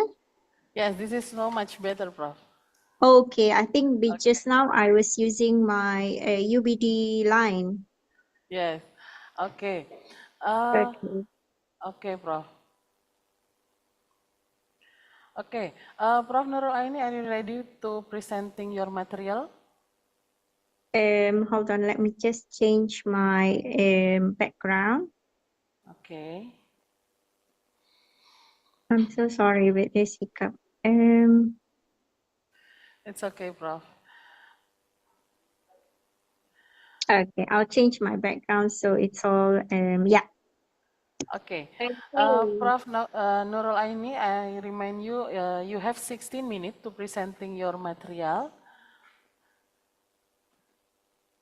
60 minutes, yeah? 16, okay. We will presenting for you from Indonesia. The PowerPoint I share, right? Yes. Okay. Okay. Prof Nurul Aini, the Zoom is yours right now. Thank you so much. You're welcome. Bismillahirrahmanirrahim. Assalamualaikum warahmatullahi wabarakatuh. Very good afternoon to everyone, to all conference participants. Thank you for your presence and participants for this third international conference on health sciences organized by the Faculty of Health Sciences University of Dr. Subandi, 2025. The title given to me was on Frontiers in Small Molecules in Medicines and the Next Era of Precision Healthcare. I'm Dr. Nurul, a speaker from University Brunei Darussalam. I have given my slide to the organizer. I hope they can help because at the moment I'm using my phone.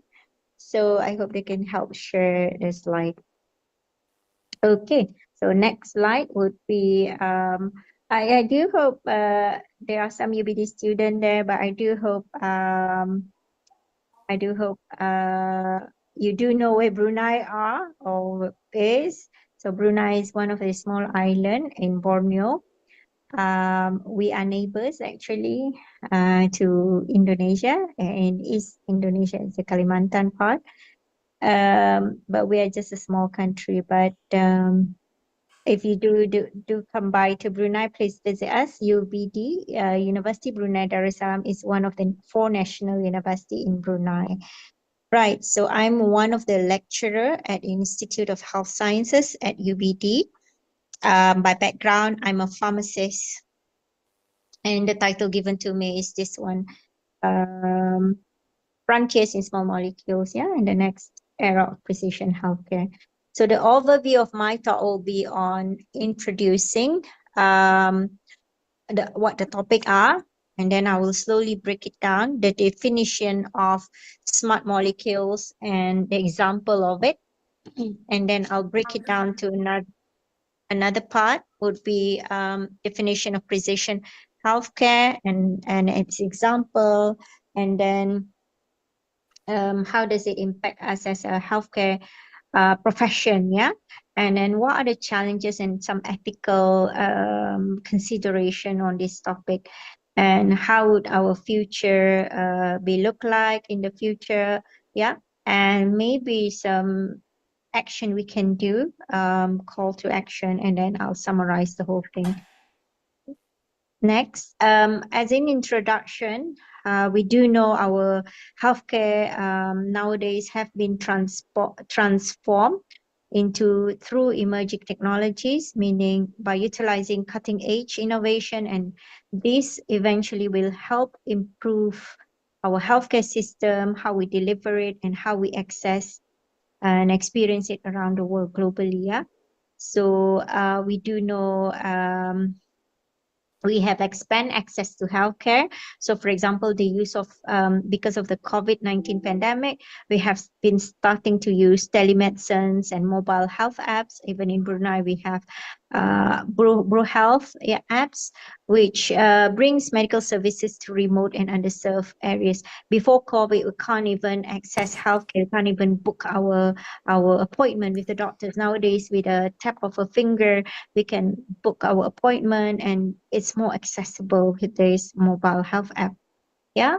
And we have AI powered diagnostic help nowadays to help frontline workers to make faster, more accurate decision. The likes of, again, I'm bringing in COVID again, whereby we can test whether we are a positive or negative result with the virus, and maybe some devices that could help us identify whether if we have high or high heart rate, or even blood pressure now. Yeah. Wearable device, so something small which allow us to monitor our health. Yeah. And this would reduce the hospital visit. So these are all expanding access to care. Point number one. Point number two, personalizing the treatment, meaning via this emerging technologies, we can personalize through personalizing our genomic testing and precision medicine, which can tailor treatment to individual patient based on our DNA. I mean, it's not so much been practical or practically used around our region, but in the US already people can just go to community pharmacies and check their blood to know their genomic testing, and then they would know, oh, I'm allergic to this drug, or I'm not suitable with this drug. And they can even predict whether okay, in the next 10 years or so, if you do not take care of your health, you could be suffering this and this. Yeah, but that's just a prediction. But then again, that could personalize treatment as well with this advancement of emerging technologies. Yeah, smart molecules and targeted drug delivery could also be reducing side effect and improving outcome. Number three, strengthening how it can strengthen our healthcare system is by digital health records, improve coordination between providers and also doctors.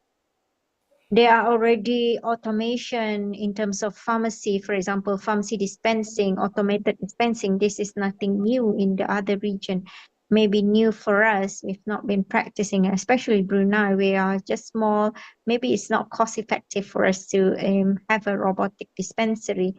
But robotic dispensing has already been practiced in a big country like UAE, United Arab Emirates, the like of Saudi, Riyadh, or even Japan, closer to our region. Yeah, so this could streamline surgical operation, pharmacy operation, in terms of dispensing, I mentioned earlier, lab testing, and predictive analysis could help hospital prepare for disease outbreak as well. Point number four, empowering the health workforce is by, if we have digital technologies, we can train our nurses, for example, using VR. I just got back from NUS in Singapore last January. This January, I've been seeing like NUS are using VR training for the medical students to train them for what if there's disaster happening. They could also train the nurses for enhanced skill for nurses, midwife. Yeah. So all this can empower health workforce. Point number 5, promoting equity and sustainability. Technologies can also be designed to be affordable and scalable, meaning in low resource setting, we could utilize green health technologies like solar powered device to support sustainable healthcare delivery. Okay, so next would be drug delivery in general. Drug delivery technology have enabled the development of many pharmaceutical products, for example, the smart molecules that improve patient care, patient health by enhancing the delivery of a therapeutic to its target site, minimizing of target accumulation and facilitating patient compliance. So this is where I will touch upon smart molecules in medicine. Yeah, as therapeutic modalities expanded beyond small molecules to include nucleic acid, peptides, also protein and antibodies, drug delivery technologies were adapted to address these challenges. Right. Moving on to next page, smart molecules. Next page, please. Yeah, smart molecule in medicine. Next page. So what are they? There are engineered or naturally responsive molecules that can perform specific action in the body based on environmental cues. So these are the like of certain stimuli. So for example, pH, temperature change, or enzymes could activate or release some of these drugs under such condition. So this is what we call, so that's why they call smart, right? We have smartwatch with us. I'm wearing Garmin, for example.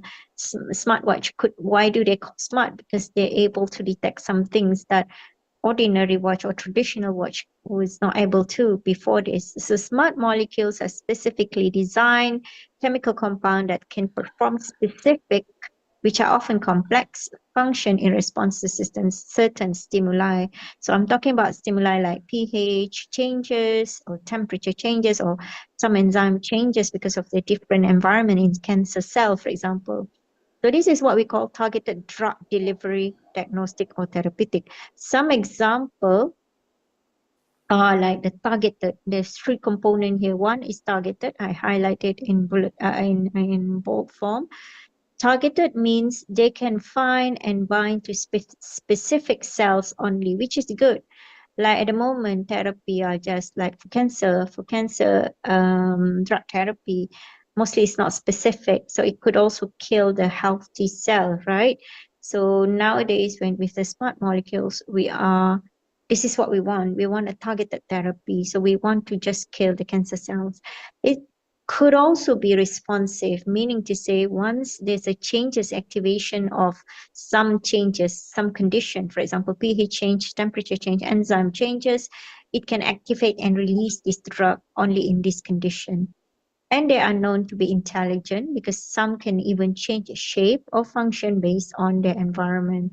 So this picture here is showing diabetic drugs with a encapsulated NNC215 in open state and also closed state, whereby during low sugar, it will close its state.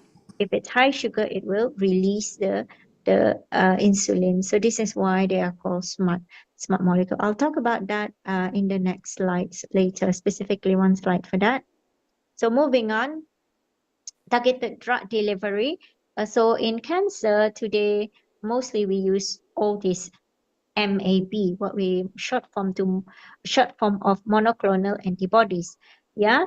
And for the treatment of cancer, most of them are well known to oncologist doctor and hospital pharmacists. And some of the following name are like the likes of Avastin, Herceptin, yeah, and all that. Normally, it ends with an rituximab at the end, yeah, AB in the end. Yeah, it's just the difference in bracket is brand name and generic name. So many of these different drugs or monoclonal antibody are already available to treat cancer, yes, and some of them have successfully been used in the treatment of particular cancer, but different MAB, different monoclonal antibody, however, might have different side effects such as chills, feeling sick, itchy rashes, breathlessness, headache, and all that. So this is why, and they're quite expensive as well, and very complicated and time consuming to produce. Yeah. So they work in different way. So some of the maps, some of the monoclonal antibody actually work by triggering the immune system to attack the cancer cells. They could also block the immune system from working, or they block the signals telling the cancer cells to divide. They could also be carrying cancer drug or radiation to the specific cancer cell. So one example is trastuzumab, which is Herceptin, which targeted a particular receptor, which is the HER2 receptors on a breast cancer cells.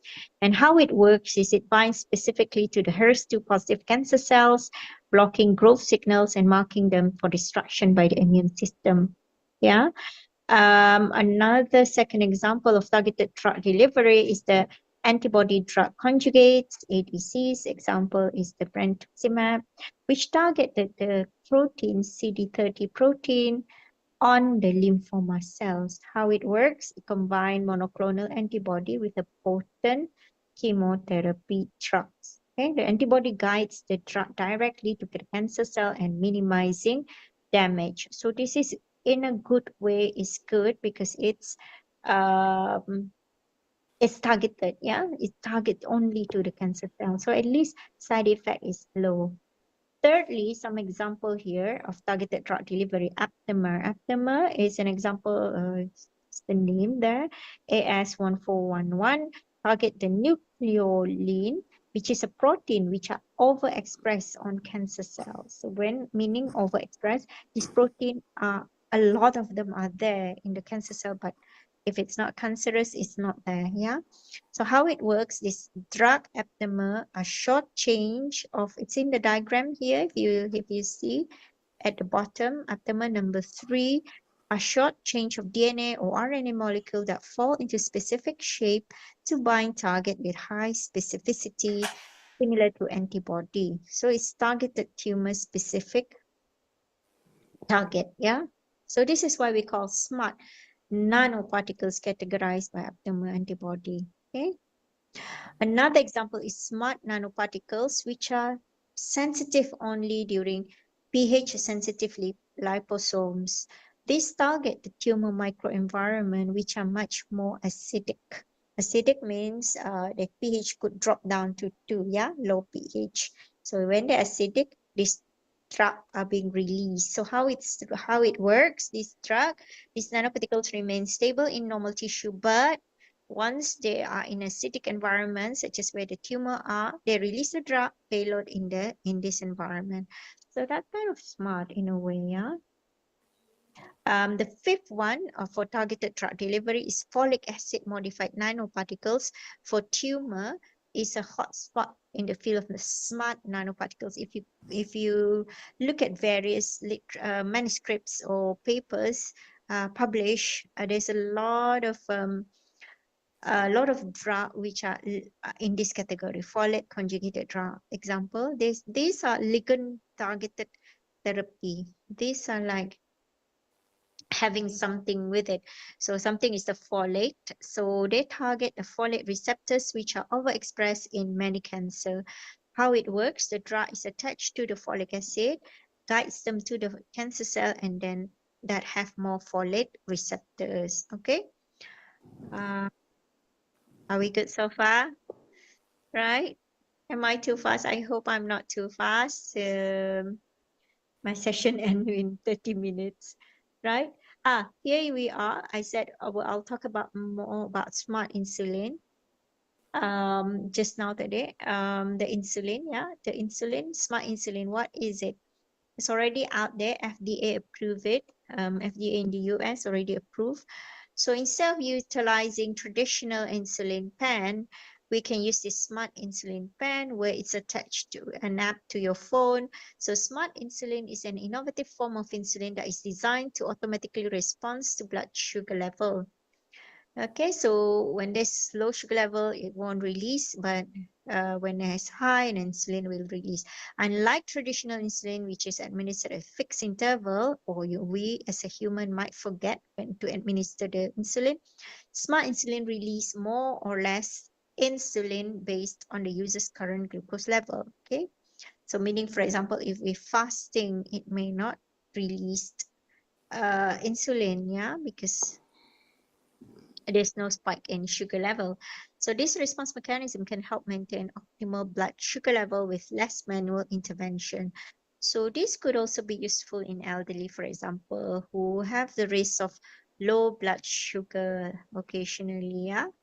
So scientists have engineered a modified insulin that reduces its activity um, at low sugar level. So meaning the insulin won't release if the blood sugar is low. Okay, so the mechanism, how does it work, is on the next slides. Next slide, please. How does it work? So a group of scientists, Hogg, Jansen and colleagues, join a glucose binding macrocycle, which is a ring shape, like a ring shape, okay? Ring shape molecule, and with a glucoside attached to it, to a different insulin, the same picture just now in my first few slides. So what happened, they call this modified insulin is insulin NC2215. Yeah, they decided to give name with such coding. So the macromolecules was designed to have glucose binding cavity with appropriate affinity and selectivity for glucose over other molecules. So this create a switch. When there's low concentration of glucose, the glucoside is bound. It won't release, okay? But when there's high, it will release the insulin. So in a way, it's also targeted and it's also smart molecule, okay?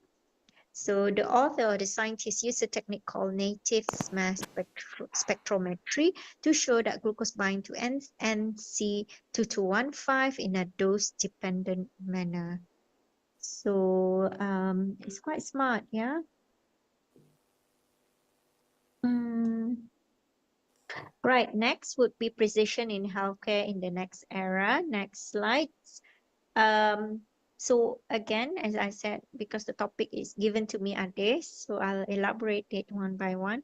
So what is precision healthcare? So we heard about precision medicine, we heard about personalized medicine, maybe in the last years or so, these topics are quite popular. So precision healthcare or precision medicines is a medical approach that tailors prevention, diagnosis, and treatment strategies to individual characteristic to each patient. So instead of using one size fits all model, it consider a person's genetic makeup, environment, lifestyle, medical history.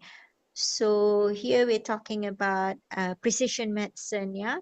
So for overall for improved health outcomes. So what we don't want is like, we know most of the drugs that are tested are only tested to the Western society, but how about ASEAN? ASEAN might have different genetic makeup. We may have different environment. We eat rice. Some people eat pasta. Some people eat fries. That could be or potato that could be affect their environmental or leading to a different lifestyle, different medical history. So this is where precision medicine or accurate diagnosis can be identified if we have this information. So we could also predict more accurately which treatment or preventative measurements are effective to certain individual. Okay. What do I want to say here? Right. I think I've said that. All these precision medicine paradigm are important for us to identify accurate diagnosis, targeted treatment to a specific group of people. So definitely we in Brunei, in Indonesia, perhaps you're talking about ASEAN genetic makeup community for overall improved health outcomes. Okay, next. When we talk about personalized precision healthcare or precision medicine in the next era, these are some of the key features. Okay, so the four features are I think before this, can we have features? Yeah, thank you very much. So features is like we have 4 features: personalized treatment, targeted prevention, reduced side effect, and also data-driven decision. Personalized treatment means therapies are selected based on patient's genetic profile and other personal factors. Okay, so maybe this is not yet a norm, especially like in our small country in Brunei. It's not that we test it first, we test the genetic profile, then only we give the drug. At the moment, we are based on what's evidence has been shown to use, for example, ACE inhibitor for hypertension. We just use them, right? We don't test individual patient, but when we talk about precision medicine or precision healthcare, these are the things we're talking about. Therapies should be based on patient genetic profile. It should be targeted as well. Risk factors identified early, allowing customized lifestyle and medical intervention. And it should reduce side effect by choosing the correct treatment, the accurate treatment that align with the person's biology, so that we could minimize the adverse event if adverse drug reaction. And fourthly, finally, it should be data-driven decision. So these are the likes of genomic, big data, AI comes in to guide our clinical decisions. So yeah, nowadays people are talking about AI, the rise of AI, artificial intelligence, machine learning, all this NLP, based system technology platform. It is anticipated as this process are being accelerated. Okay, so nowadays when we talk about AI, we're not just talking about ChatGPT. There's other various platform we can use. Yeah, but then it's always come with a risk.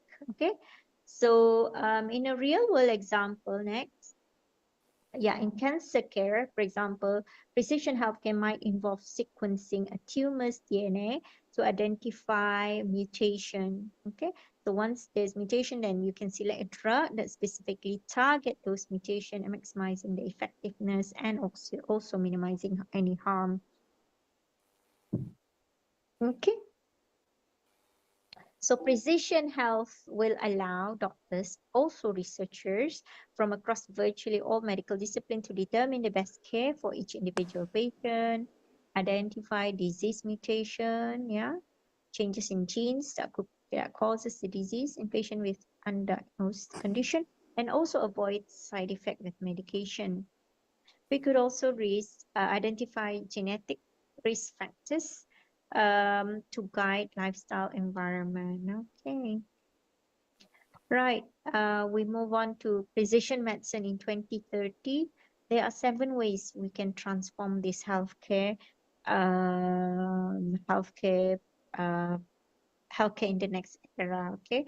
So at the moment, we still haven't reached 2030. So these are just from a paper found, interesting paper that talk about it.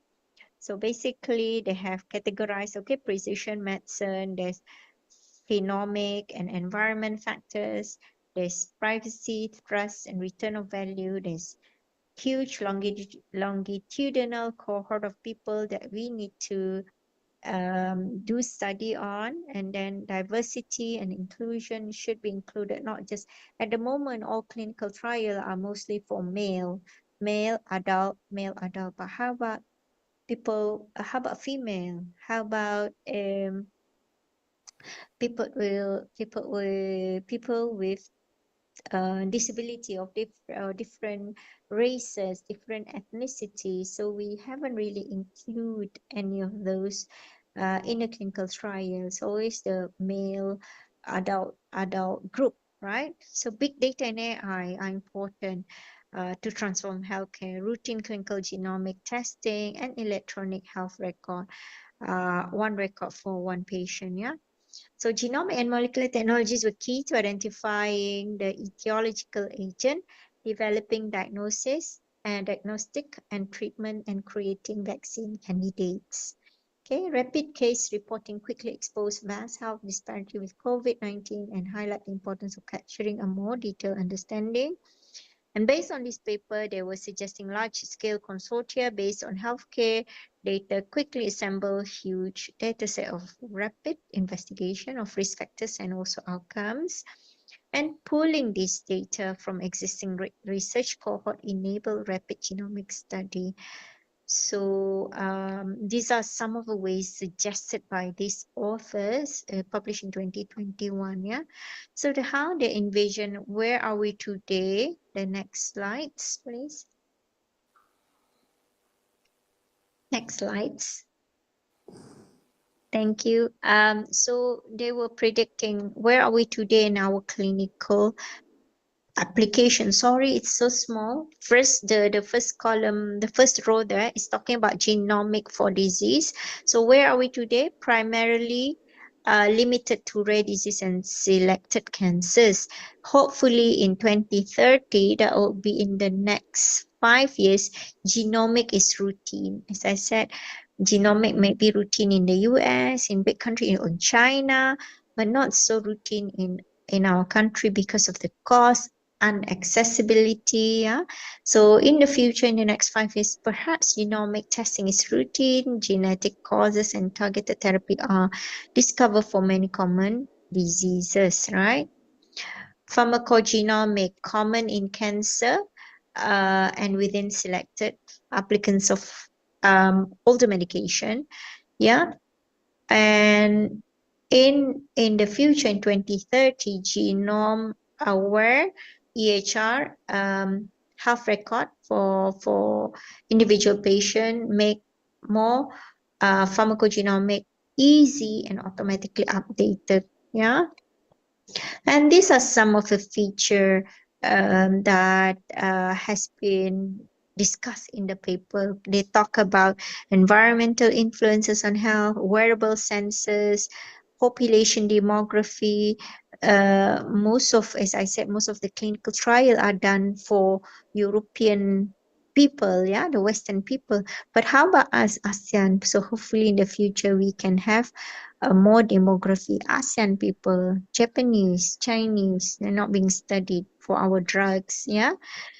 Size of cohort could be low in the future. We don't have to have 500,000 people to actually be analyzed. Okay. Cost of whole genome at the moment, the cost where we are now is $500 per testing. Perhaps in the future, it should be just $20 per testing. I just came back from Beijing, China. So I was talking to the Chinese professor. So he was saying like in China,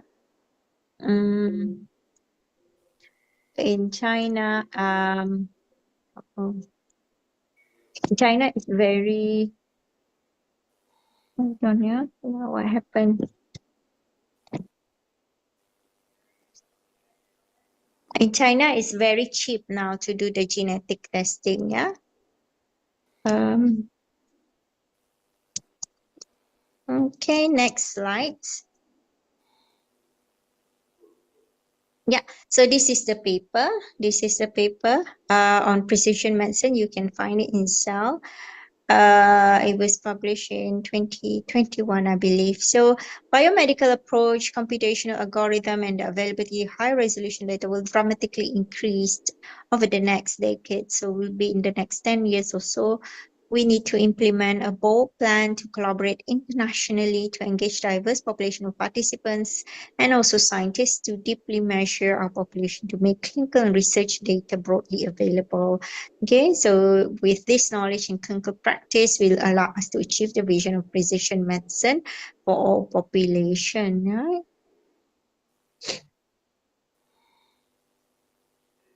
Right, next would be multidisciplinary impact. So now I will be talking about us, like for example, I'm a pharmacist. How can a pharmacist working together with other healthcare professionals like nurses, doctors, dentists, yeah?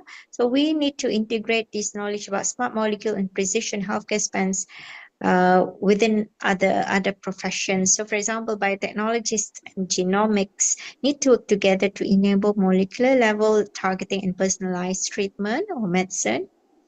AI and data scientists, before this, traditionally we never been taught on AI or data science. But however, nowadays these topics are quite the in topics.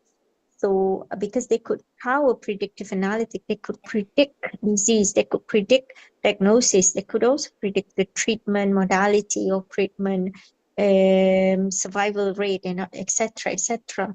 And this could help clinicians to decide and support their clinical decision. Nanotechnology could also facilitate a smart drug delivery system. So, for example, a pharmacist could also gear their work, their research towards nanotechnologies because these are like the current knowledge that we need to have this smart drug delivery system. However, ethics and policy will shapes framework for data privacy, consent, and also equitable access. Right, let us talk, let me go through the each individual impact. So for example, biotechnology and genomic, this field focus on understanding and manipulating biological system at a molecular and also genetic level. So it helps or enable the creation of smart molecules that can target specific gene or protein involved in a specific disease. So for example, the CAR T cells therapy used for cancer. Sorry. So a patient's T cells are genetically modified to express receptors that target cancer cells. So this is a biotech or genomic innovation that uses smart molecules to fight leukemia or lymphoma. Okay, so I'll just take one example. Next, due to the time restriction, I need to finish by 3:30. Next will be on AI and data science. AI and data science analyze massive amount of health data to find patterns, predict disease risk, and also guide treatment decision. Example, AI in radiology, the algorithm to detect tumors in medical images faster now and sometimes more accurate than human. Okay. Next, nanotechnology. Okay, nanotechnology involves designing materials and devices at a molecular or atomic scale. It allows for precise drug delivery using smart molecule that responds to specific condition in the body. Example of nanoparticles for cancer, this particle carry chemotherapy drug and release them only in the acidic environment of a tumor, minimizing damage to healthy cell. I think I already mentioned this about it's only triggered at a certain condition. And I've already talked about smart insulin, but in this case, there's also patches which come in nanotech enabled patches that release insulin in response to blood glucose level. Again, similar, instead of injection, you use patch, okay? However, next slides, ethical and policy consideration need to be taken into account as this technology evolves. Ethical and legal framework need to be there to be used responsibly, fairly, and safely. So example, data privacy law regulation like general data protective rules to ensure the personal genomic data used in precision is protected. Okay, these are just general law to protect the data of a patient that needs to be taken into account. It's not that easy, yeah. So these are the next few slides. I'll be talking about some challenges along this line, along this topic, and some ethical consideration. Next slide. Challenges. So challenges and ethical consideration, despite the promise like, oh, it's all nice and great, there are several challenges remain. So for example, data privacy and security in handling sensitive health information, bias in AI algorithm leading to unequal healthcare outcomes, high costs, some of them are costing millions of dollars. Therefore, if it's high cost, nobody will use it. Accessibility issue for advanced therapy. It's all nice and great, but if it's all affordable to people. We cannot buy them, we cannot access them. Regulatory hurdles in approving novel molecular therapy, also ethical dilemma in gene editing and predictive diagnosis. Next. So in terms of data privacy and security in handling sensitive health information, precision healthcare relies heavily on personal data, genomic sequences, also medical history and wearable devices. The data can be sensitive and must be protected from breaches, misuse, or unauthorized access. So, for example, right, a hospital using already I've been watching news and stuff like that. Like already there are like in China they say already hospital with AI doctors already there. So imagine in the future a hospital with AI to analyze patient data must ensure compliance with all these data protection laws. So for example, in the US they use HIPP PAA, Health Insurance Portability and Accountability Act, which focus to protect health information, whereas GDPR is the General Data Protection Regulation applied in EU, Europe country. In 2021, major health data breach exposed millions of patient records, highlighting the need for robust cybersecurity. Already happening, yeah. So some ethical consideration is patient must give informed consent and the data should not be used for commercial purpose without permission.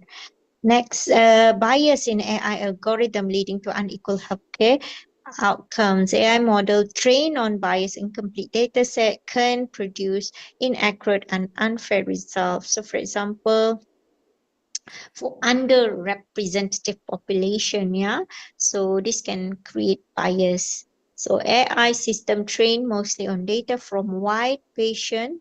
So the one I said clinical trial are mostly from European community may misdiagnose condition in Black or ASEAN patient. So some ethical concern here, bias in AI reinforce existing health disparity, making equitable healthcare harder to achieve.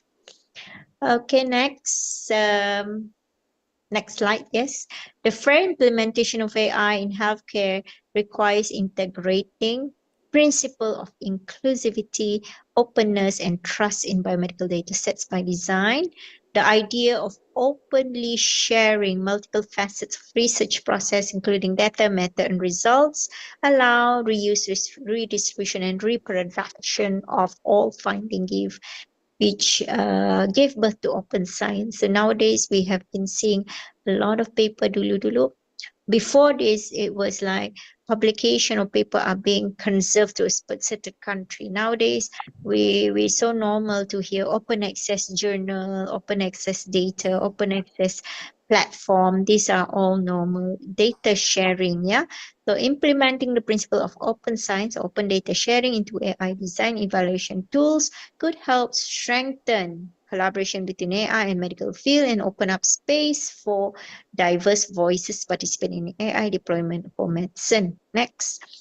So I mentioned about high costs. So there are these drugs. So for example, this drug gene on Zolgensma, it costs for spinal muscular atrophy, it costs $2 million per patient. So apparently like this gene therapy, like this drug here, I put up the diagram, Zolgensma, specially designed for spinal muscular atrophy SMA type 1, aim to replace or repair the faulty genes to treat or prevent the disease. Imagine that girl sitting on a wheelchair cannot walk, but with the one injection, but it costs 2 million for this treatment. After that can walk. Who wouldn't want that, right? Everyone wants, but then can everyone pay them? So high cost accessibility issues for advanced therapy can be an issue. These are expensive, limiting access for low income rural population. Again, ethical consideration, healthcare innovation should not widen the gap. It shouldn't be like, oh, some people have it, some people don't have. Next, regulatory hurdle. Okay, we know as a pharmacist, if we want to submit a new drug, the paperwork, the hurdles to get novel molecular therapy in for approval is quite a lengthy process, yeah. So new therapy must go through rigorous testing and approval process to ensure safety and efficacy of the drug, and this can delay access and innovation. So for example, the CRISPR-based treatment face complex regulatory scrutiny due to their potential to alter human DNA. There's also nanoparticle-based drug delivery system must meet both pharmaceutical and also material safety standards. So there's here some ethical consideration or balancing the innovation with patient safety is crucial as well. Overregulation can stifle the progress, under regulation can lead to harm. Okay, ethical dilemmas next. The other one is that, for example, gene editing. Have we heard about designer baby? I hope you have, whereby we can edit, or next slide, sorry.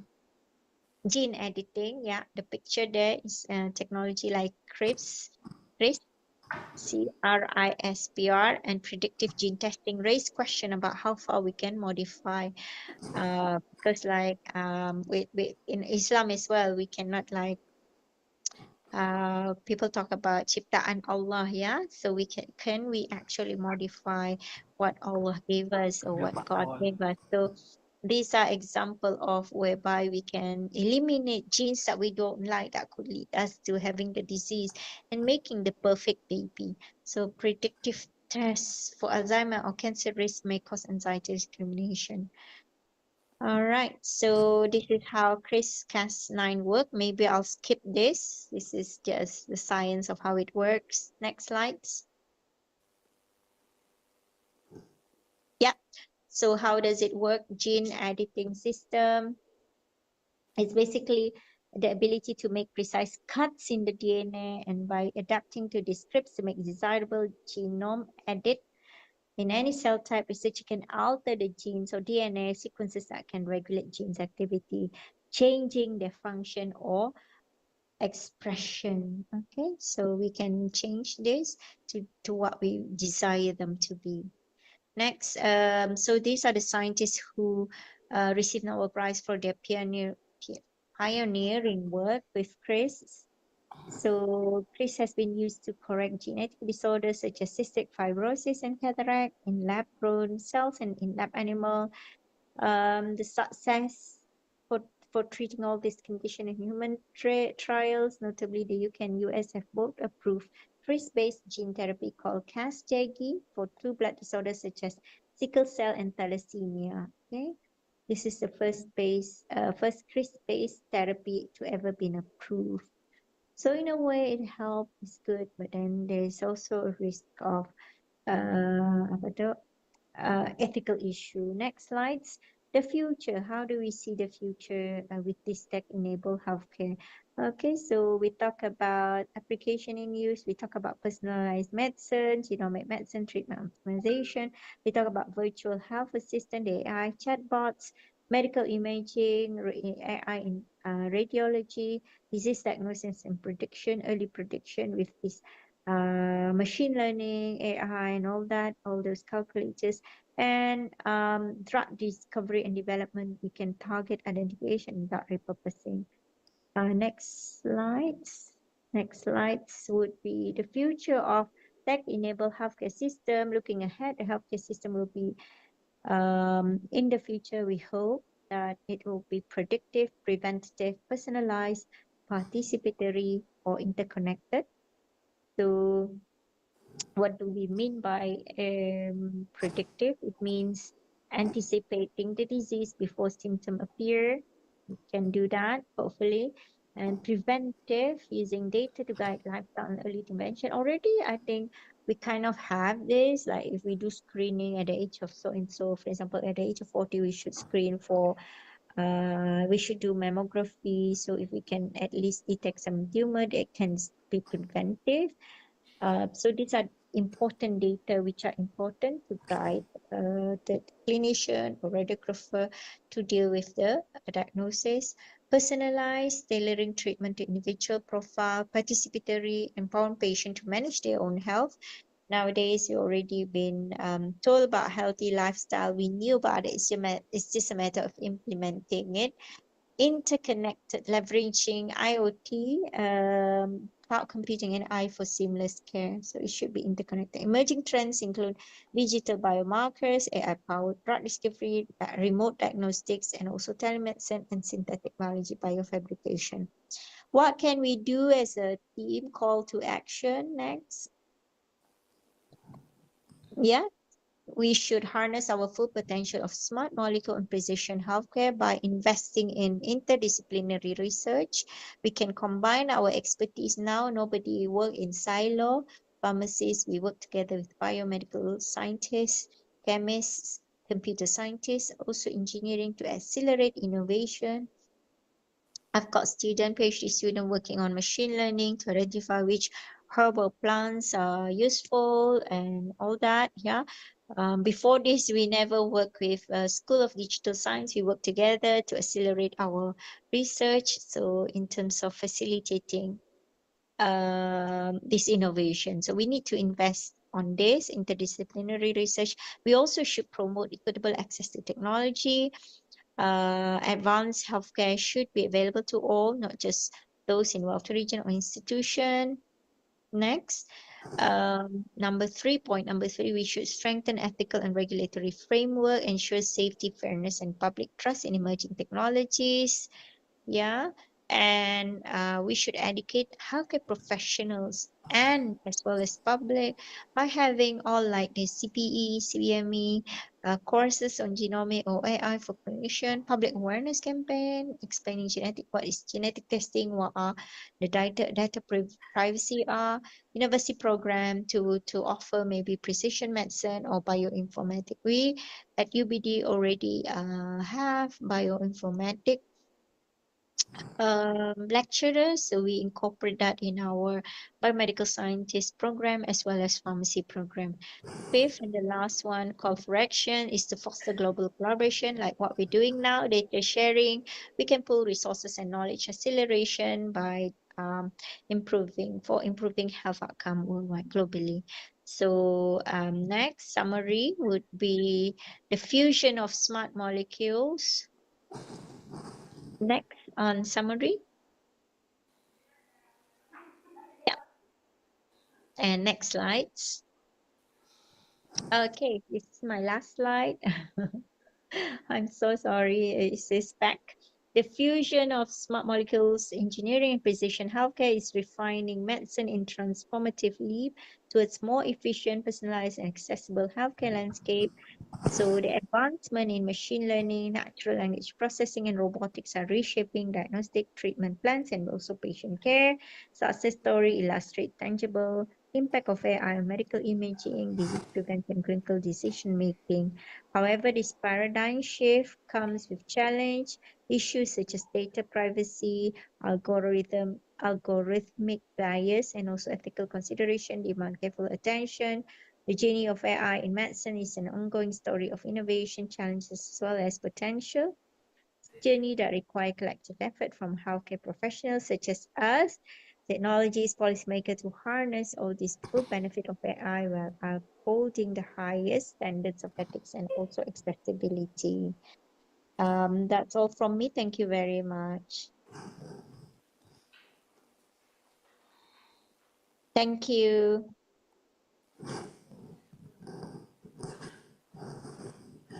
Okay, thank you so much, Associate Professor Dr. Nuraini Kifli, for the informative, interesting, and useful presentation. Please stay in the Zoom because we will have Q&A session at the end of the session. Okay. Ladies and gentlemen, we will move to the second speaker from this session. We all have our outstanding presentation from our prominent speaker who are Associate Professor Joshua Angelo Hermida Mandanas from Philippine Women's University. Let's take a look at his curriculum vitae.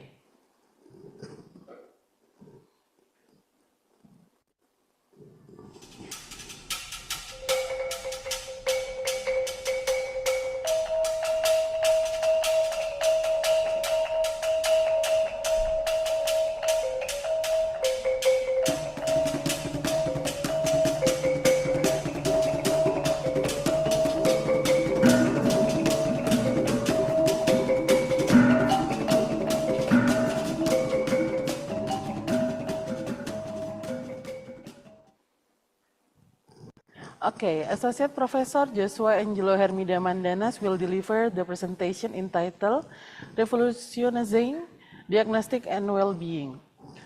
Okay, good afternoon, Prof. Joshua Angelo.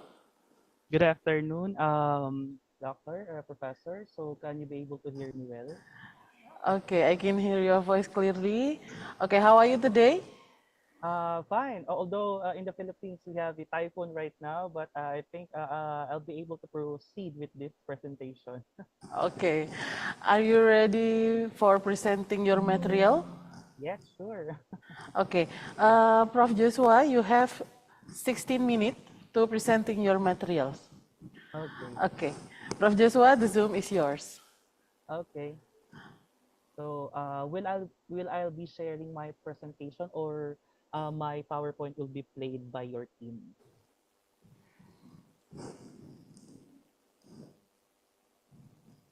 Sorry. Okay, here. Okay. Do you need help with the presentation, or we presenting for you, Prof? It depends. It depends. So I think I can manage for now. Okay. Okay, yeah. Okay, so good afternoon. May I ask if can you be able to see the entirety of my presentation?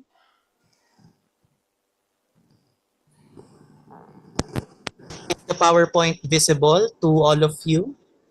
Yes, Prof. We can see your Okay, presentation. so I'll start now. So good afternoon. In light of the theme revolutionizing well-being and diagnostics, inherently I'll be presenting my specialization, which are advanced virology as well as bioengineering in line of therapeutics and diagnostics. So good afternoon. I am Associate Professor Joshua Angelo Hernida Mandanas. I'm a visiting researcher for coronavirus drug development in Taiwan. Currently, I'm also an associate professor for advanced immunology, parasitology, biochemistry, statistics, virology, mycology, and parasitology. Now,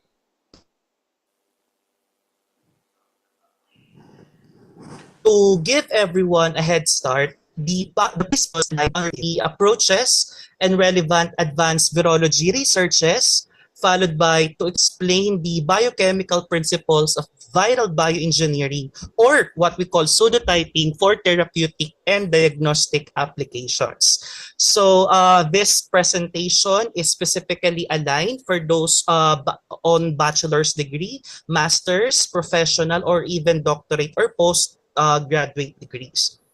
So to show everyone, this is what we call the newer approach now for antiviral drug development research. So currently we have three main stages. And what are those? So we have the in silico exploration, we have the in vitro mammalian cell line based assays, as well as clinical trials. So to just give a proper introduction, my line of expertise fall on in silico exploration as well as cell-based in vitro mammalian assays.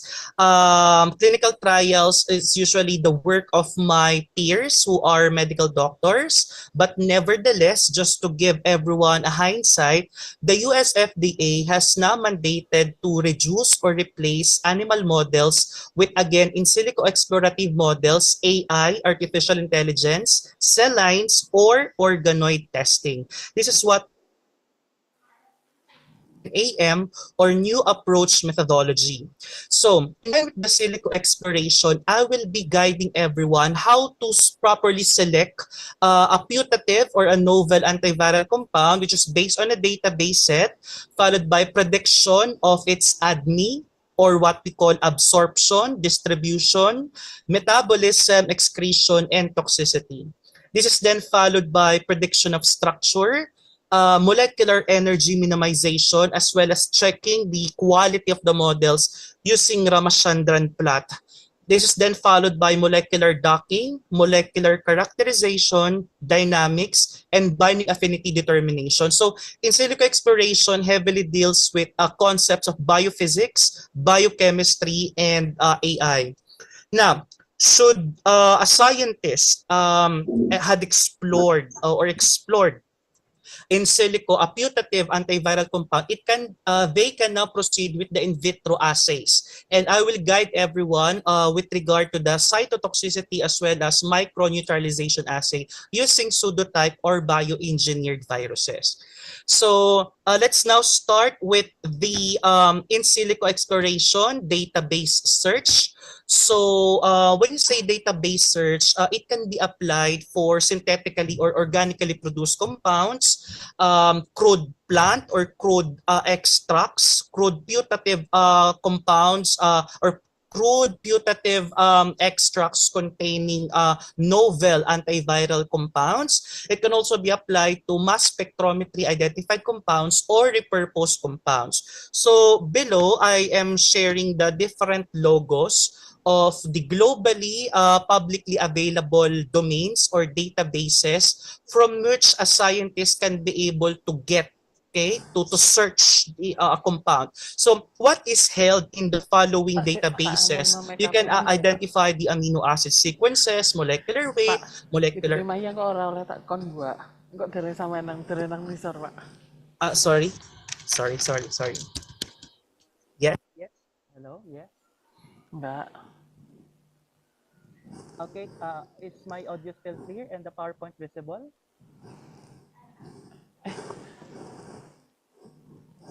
Yes, Prof. Okay. So I'll continue. Okay, sorry. okay. Okay, thank you.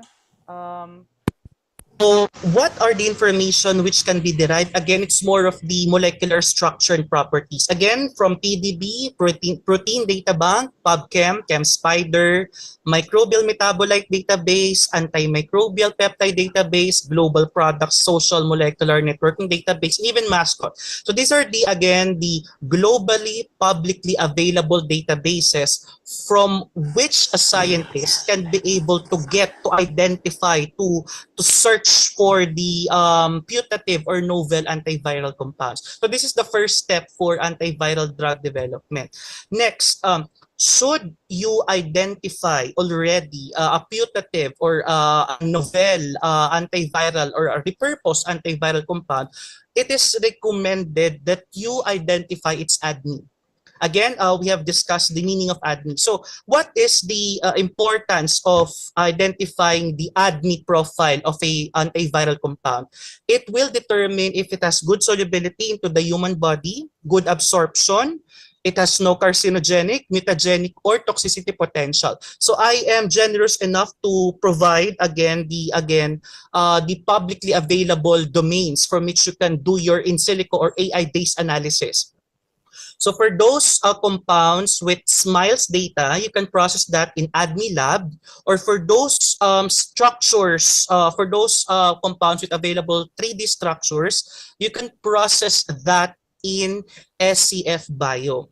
So nevertheless, there are other ADME parameters which can determine if an antiviral compound has good systemic blood dissemination in the body. You have your log S, you have your log P, and log D. So log S determines that the solution following an oral absorption. Log P, these parameters probably give a numerical value. The log P identifies the permeability or interaction with human cell receptors. Lastly, the log B. The log B identifies, it provides numerical value which determines the balance between hydrophobic and water solubility as a drug circulates in the blood.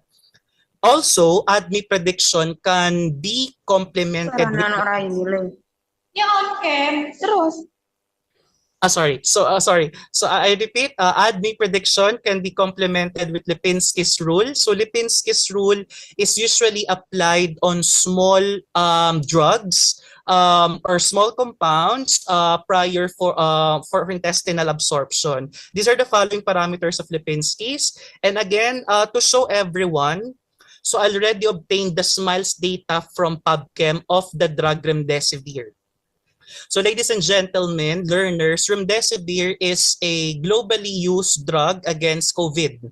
So it acts by inhibiting active sites on the RNA polymerase of the SARS-CoV-2. So if you get the SMILES data from PubChem, here's the SMILES data, you will paste this into the ADME website, and the ADME website will give these sets of parameters.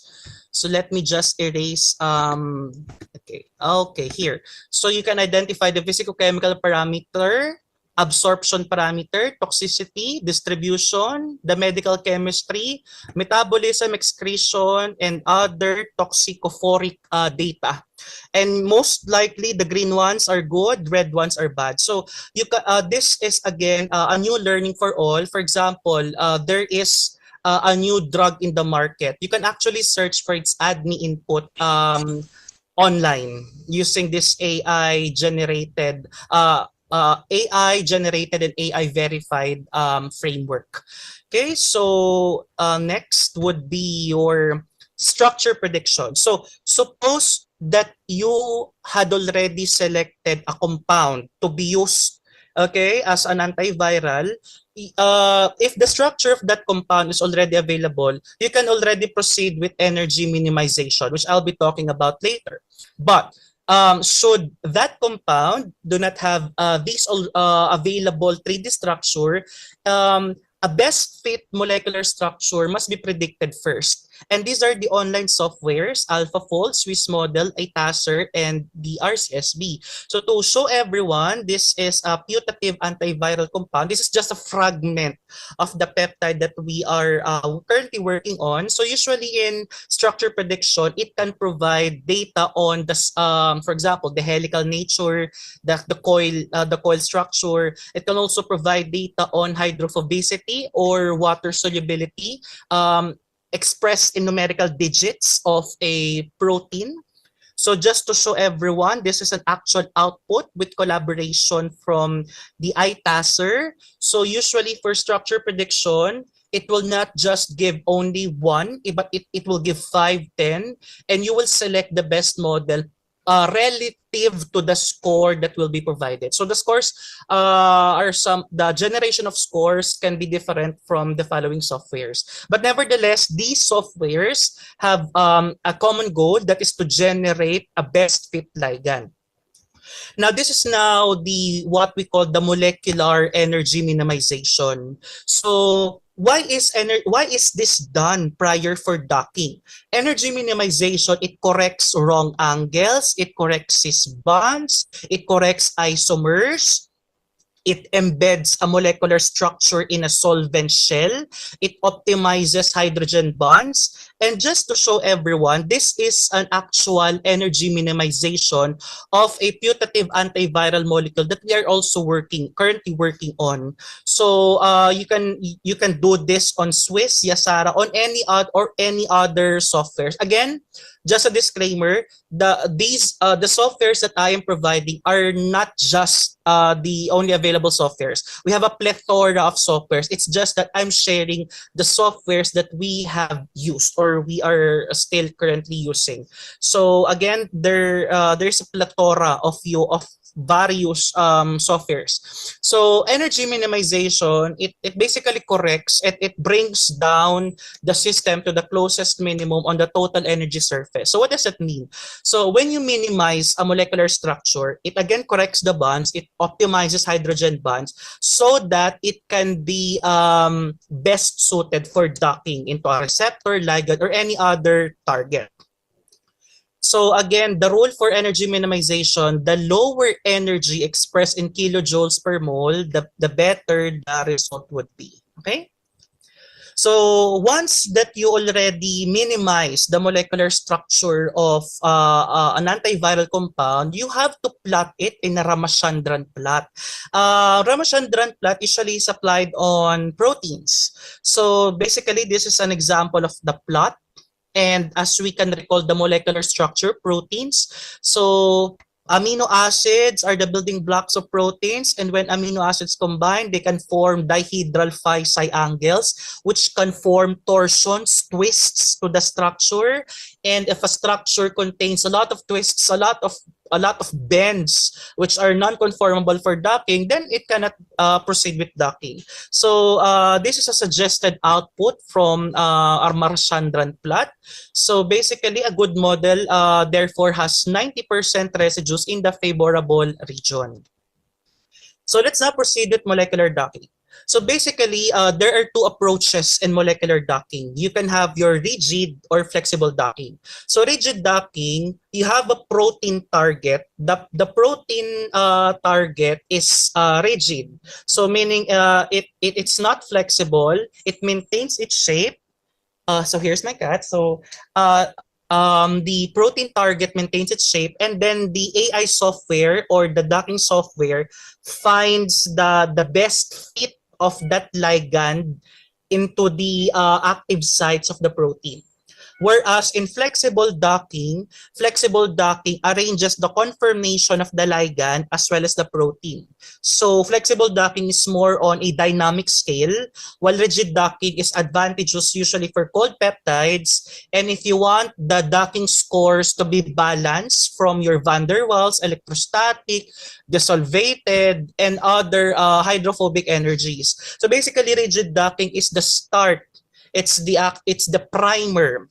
It's the first docking tool that needs to be done if you want to investigate the mechanism of antivirals on a specific viral component, be it the spike, intracellular RNA polymerase, or proteases. Now, should the results from the rigid docking becomes pleasing or promising, it can proceed with flexible docking. Because flexible docking, it further refines results from experimental data or data after rigid docking.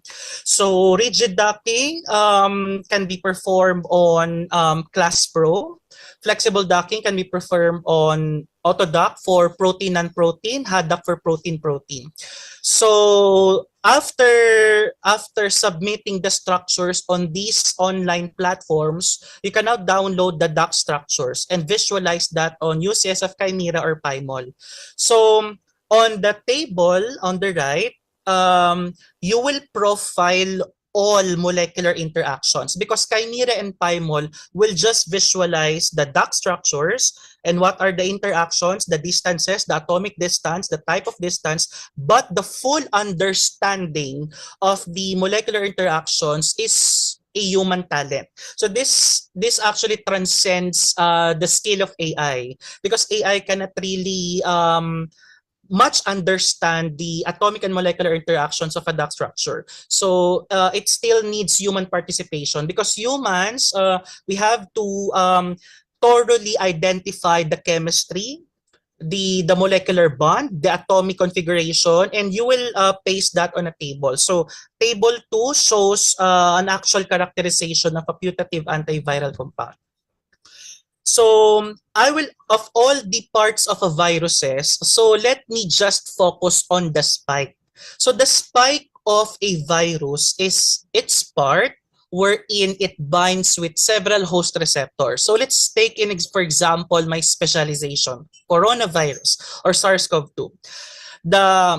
The SARS-CoV-2 spike is actually a homotrimer. It's like a triplet. It's like a three children with similar appearances, and they are intertwined. And each part or each child has what we call an S1 and S2 subunit. The S1 subunit is its outermost part, and it contains what we call the receptor binding domain. Okay, while the S2, it's you can find the roots or the lower parts on the S2. Now, the problem with most viral spikes or spike proteins, they are heavily bombarded or protected with glycans. So that's one problem. The glycans found on the spike, it somehow protects it from neutralizing antibodies or drugs. But nevertheless, viral spike proteins have what we call an accessible region that is what we call a receptor binding domain. The receptor binding domain, it's an area, of a viral spike. It is usually free from any glycans and thus can be used for drug development. So just to show everyone, these are the important variants of SARS-CoV-2 from 2019 to 2022. I profiled this, and as you can notice, everyone, majority of the mutated residues from the original Wuhan strain, okay, are cationic, positively charged, then hydrophobic and polar. Okay, so what is meant by this table? So the more a variant of SARS-CoV-2 becomes mutated, it has this tendency to become more cationic, hydrophobic, and polar, which then again enhances its binding on host receptor. Thus, development of antivirals targeting these mutations is crucial. And just to share with everyone, we currently work on putative or novel peptides which can not only interact with those mutated residues but also with host receptors. In the case of SARS-CoV-2, it's ACE2. So we have discovered this novel peptides which can bind to both.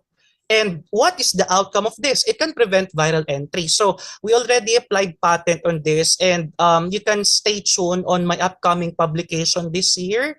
You can be able to see the names of the putative peptides. So in 2020, in one of my earliest work in coronaviruses, so I'm one of the scientists who identified the possible epitopes, or in common term, weak spot of the coronavirus. So these are the two predicted weak spots from which antibodies can be generated from coronavirus. You can search my study here. And my preliminary anti-COVID research also dwelt on anti-glycan development. So as I have mentioned a while ago, the spike protein of viruses, not only SARS-CoV-2, not only coronaviruses, but most viruses with spike proteins are heavily bombarded or protected with complex glycans. And just to give everyone a hindsight, so I selected one of all the complex glycans SARS-CoV-2 contain. I selected only one, and this is what we call the oligomannose. Here's the name. It's very long. Acetamidodioxybeta-glucopyranose, acetamidodioxybeta-glucopyranose. Now, I tested 5 novel compounds. And my positive control is gripitsin. It's a known glycan. It's a known lectin. Lectin are proteins which can bind to carbohydrates. So among the 5 novel compounds, compound number 5 has a stronger binding affinity. So when you measure binding affinity, the lower the value, the higher the affinity. So the more lower, the more heavier the graph points out, it actually points out to a putative, okay, or a novel lectin. So I'm also continuing this study. So I'm waiting for a grant, which can I will study this further in vitro, cell-based or organoid. So here is an avenue. This is a nexus of biochemistry, virology, and biophysics research. So we can actually coil them. We can actually use them into one. We can use these methods together, a Brownian or thermodynamics research. So in letter A, the putative or novel compound that we discovered, this is the actual model. And the pink one is an Omicron variant. So Omicron variants have been known to entail higher infectivity, higher disease severity, and more transmissibility among the variants. So this is letter B, shows the actual atomic and molecular interactions. And letter C is what we call the thermodynamics research. So be it known, so on the figure in letter C, this is what we call a Brownian dynamics. So when structures are docked, Brownian dynamics identifies under a set of parameters how stable does that binding would be. And these are the parameters I'm sharing with you.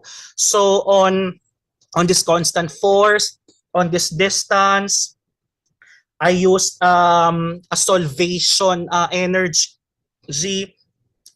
I found that this novel peptide that we are currently working on has a higher affinity with Omicron variants. Okay, so also when the root mean squared deviation is less than 1, it actually, as you can see here, the higher is only 0.7. So when the RMSD value is less than 1, that only means that the binding affinity is really high. So again, this is to trailblaze a diagnostic or therapeutic technology. You can use biophysics. You can identify the binding dynamics of antiviral compounds with certain targets. And I also profiled the different medically important coronavirus worldwide. So we're only accustomed that when we hear coronavirus, we only have SARS-CoV-2 on our minds, okay? But we have different types of coronaviruses, which again infects humans. We have the HICU, 1.15.229E, NL63, OC43, we have the MERS-CoV, SARS-CoV-1, and the SARS-CoV-2. These are the different receptors in humans and its expression in tissue. So the battle for coronavirus is not yet done. Although we have perfected the vaccines, we have adjunctive drugs, but then again, the battle for coronavirus is not yet done because there's still a lot to explore and discover. So an example here would be development of putative compounds, which not only binds with SARS-CoV-2 but with other coronaviruses. Another would be development of other putative compounds which can target the spike of these coronaviruses, because even though these coronaviruses are separated from one another, they have different types of spike proteins. So they have unique spike proteins, which again can curtail another type of drug. So again, the battle for coronavirus is not yet done at this point. It's not yet over. And as you can see, we have recent cases of new strains again. So research challenge. So we are now going to part 2. How scientists can safely perform drug development or diagnostic researches targeting a specific viral component using an actual non-human pathogenic virus. So the answer would be bioengineering. So let me just erase again here. Okay, so again, this is not to give a negative hindsight, okay? So viral pseudotyping is also termed as viral bioengineering, or in other sources, viral pseudotyping is a form of viral bioengineering, okay? So disclaimer, I'm not teaching you to create like a pandemic type virus, but this technology would allow scientists like you and me to make a virus which is representative of the wild type strain, and you can use it to test with your extracts, test with your drugs without that virus causing a disease. That is what we call a pseudotype virus. So the process of creating a pseudotype virus is what we call pseudotyping or viral bioengineering. So how is that possible? You have to select any mammalian cell line, such as human embryonic kidney, okay, or any other mammalian cell. So the strategy that we do is a multi-step process, okay?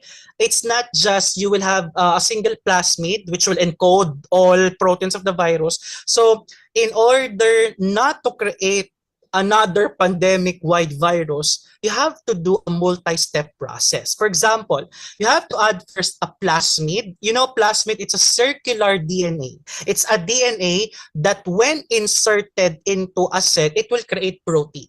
So you have a separate plasmid which will create enzymes or other non-structural protein. Another, you will have your plasmid encoding a different arm, a different spike.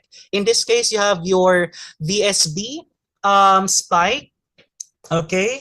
And another, you have your another set of plasmid containing the lentiviral genome, okay, backbone, and gene. So as you can see here, learners, when we create pseudotype or bioengineered viruses, we use different plasmids. Again, the common learning here is that you use a different plasmid for the backbone, you use a different plasmid for the spike, you use a different plasmid to express the green fluorescent protein or enhanced green fluorescent protein. After that, you will create your first pseudotype virus. So it's actually a VSB type pseudotype lentivirus. So what does that mean? So when you say VSB pseudotype lentivirus, its arm or its like or the shoulders, the outer parts is made from VSBG, okay? A VSB virus, okay, or VS virus, okay? While its body is a lentivirus. So if you know, if you can understand what I mean, the body is a lentivirus, but the arms is a different virus. As you can see now, it's a pseudotype or a bioengineered virus. Then you will let that virus infect another mammalian cell, from which you will insert another plasmid. And that plasmid will now encode the spike protein of your choice. For example, you want to express a spike of SARS-CoV-2, then you will create a plasmid, okay, which can express the spike of SARS-CoV-2. Now, all viruses that will come out here is now the second pseudotype lentivirus, which do not express the original VSBG, but now expresses the new spike protein. Now, on another setup, here is another cell line. You will infect it with another plasmid, and this cell line will express now the receptor for SARS-CoV-2. Okay? What is the learning? What's the point of this slide? What's the summary of this slide? When you pseudotype or bioengineer a virus, you have two routes. You have two flows. One is you need a cell line that will create the pseudotype virus. Another is that you will have a cell line which would create, which would express rather the receptor of choice for that specific virus. Okay. Now you can now get the virus from the first plate and you can now infect that into the second plate. Okay, now you can harvest those viruses and you can now do testing with your crude extracts, plant extracts. So it revolutionizes, okay, technology, biotechnology, biochemistry. Okay, the viruses which have been harvested can now be used in the microneutralization assays using different extracts, potential antiviral compounds. Okay, so just this is found in my book of molecular biology. I'm also an author of molecular biology and parasitology. So these are the different cloning vectors. And in virology, we often use plasmids. Plasmids is it's oftenly used because it's somehow inexpensive and it's very versatile. It can contain you can actually combine several genes, marker gene, promoter gene, origins, antibiotic resistance genes. Usually when we do pseudotyping or bioengineering, we use antibiotic selection method. So what is that? Every virus or every cell that we usually create in the lab, we somehow modify its gene to be resistant to a specific antibiotic. Why? To avoid contamination. Okay, that is to avoid contamination because that is our way to kill other contaminants, to remove other contaminants susceptible to that specific antibiotic. So this is an actual plasmid vector. It contains several genes which can be cut by restriction enzymes. So let's recall the principle of molecular biology. Plasmids, again, are double-stranded DNA, which when inserted into a cell, it can be incorporated into the genome, or it can be, the polymerases can read it.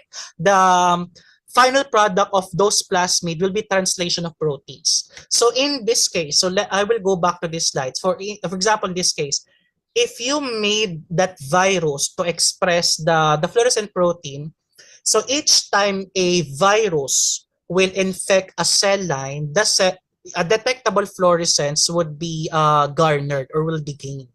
So again, for example, if a specific plasmid expressing fluorescent protein will be used to infect a cell line, a detectable fluorescence can be also gained. So that's the principle for your plasmid technology. Each time a plasmid will enter a cell, it will make the specific proteins that has been instructed for it to make. Okay. So this is from one of my projects. So this is a pseudotype lentivirus. in which we made that to express the SARS-CoV-2 spike.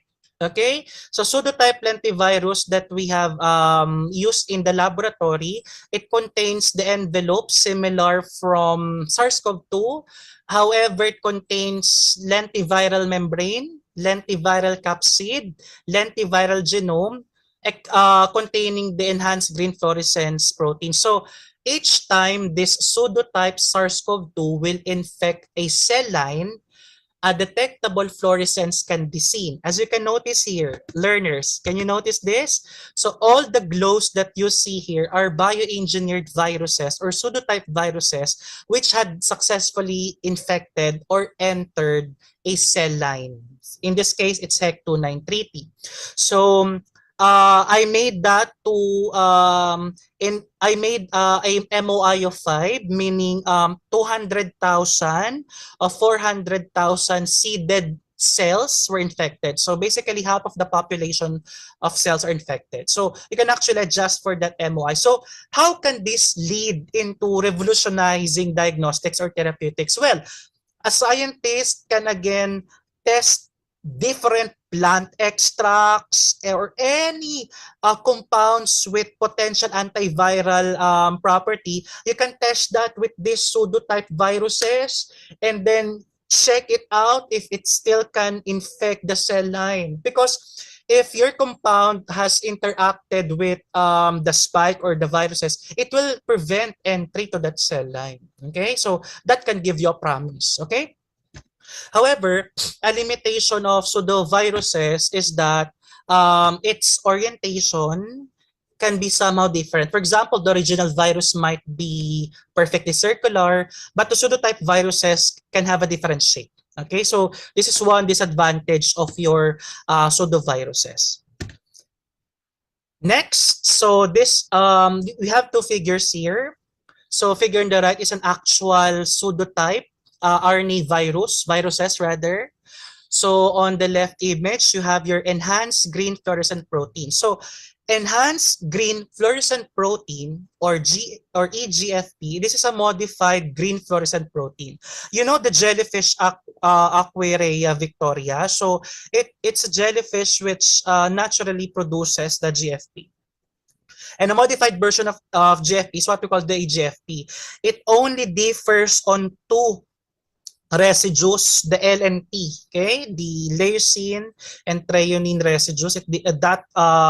Those are the points of differentiation from your GFP. So how does it flourish? So oxidation of residue 64 to 67, it arranges the conformation of the GFP to, again, to absorb a specific wavelength and to emit a specific wavelength, hence the fluorescence.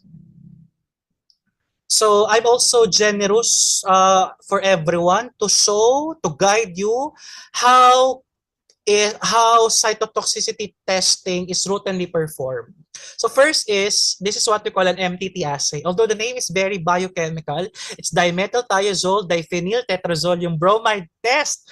It's very long, so just call it MTT, okay? So MTT assay, you have to select a mammalian cell line, okay? So for example, you want to select, you want to test an antiviral on GIT, gastrointestinal tract. So you will use a mammalian cell line representing the digestive tract. If, for example, if you want to test a potential antiviral compound on neural cells, then you will select a mammalian cell representative of a neuronal cell. So that's my point. You have to select the appropriate, okay, mammalian cell of your choice. And you will see that into an ELISA plate for usually 2 days.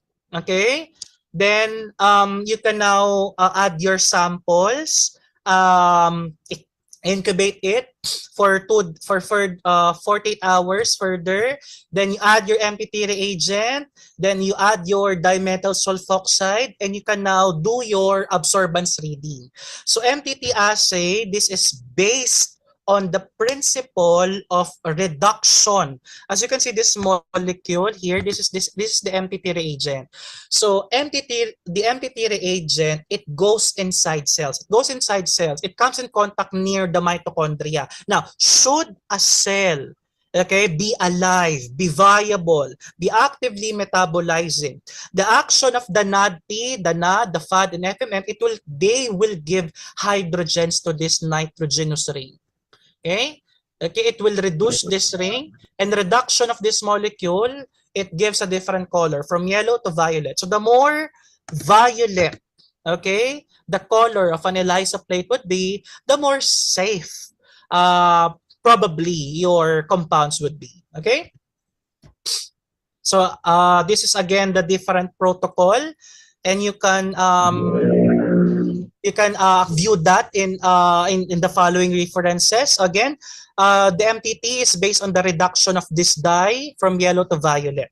So what are the therapeutic and diagnostic horizons of using the cytotoxicity assay? Number one, a scientist can screen what is the concentration that will give toxicity, cytotoxicity, death of the cells. Next is, what is the concentration that will provide healthy or viability of a cell line? So these are the therapeutic and diagnostic horizons.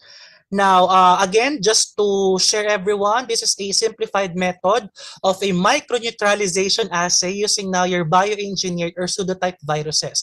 So first is you have to select again your mammalian cell line of choice. You will incubate it for a shorter period of time. Usually, in the MTT assay, you need to incubate it for 2 days. But in the microneutralization assay, usually incubate it on a shorter period of time. You add now your samples, and you can do 2 strategy, which I'll be discussing later. After that, you can now check for fluorescence and check for the emission and excitation wavelength. So here's the formula. So again, these are the 2 strategies a scientist can be able to utilize when it comes to microneutralization. Number one, pre-incubation. A potential antiviral, you can actually place that hours, okay, for many hours onto your target cell. After which, you can add your pseudovirus. So the rationale of your pre-incubation is that if your potential extract will bind or saturate enough the host receptors to prevent the entrance of your viruses. The next strategy would be co-incubation. This is more commonly done in several studies. So co-incubation strategy approach is that you have your potential antiviral compound or extract, and you incubate that, you mix together with a virus, incubate that, and after a period of time, you will only get a portion, and you will use that to incubate at a specific mammalian cell line. So whatever therapeutic strategy that you might want, it depends on the objective of your study. If you aim to target the host receptors, pre-incubation is commonly used. If you aim to target the viruses, co-incubation approach is used. So this is my last slide. So in one of my experiments, okay, so this is a cell, a mammalian cell line, which has been infected with a bioengineered or pseudotype virus. Then after treating that with a postbiotic novel extract, for both pre-incubation, co-incubation, it attained 99% inhibition relative to the control drug. So what are my takedown notes or the final summary? Even though you use pseudoviruses, which cannot harm humans, so be it known that the bioengineered or pseudotype viruses, they do not express other immune downregulating non-structural proteins. It doesn't express those proteins. Therefore, it cannot cause disease in humans. Okay? Now, even though the shape of the pseudoviruses might somehow be different on a slight scale with the wild-type viruses, infection and neutralization, comparing both live and pseudoviruses, okay, of various viruses such as SARS-CoV-2, they entail similar infectivity. They correlate. So, to revolutionize diagnostics, why not use pseudotype or bioengineered viruses? Test that with your putative antiviral compounds instead of testing wild-type viruses, which poses harm to the scientists, to the environment, and to the laboratory. And that's it. So these are my cats. Thank you very much for listening to my presentation.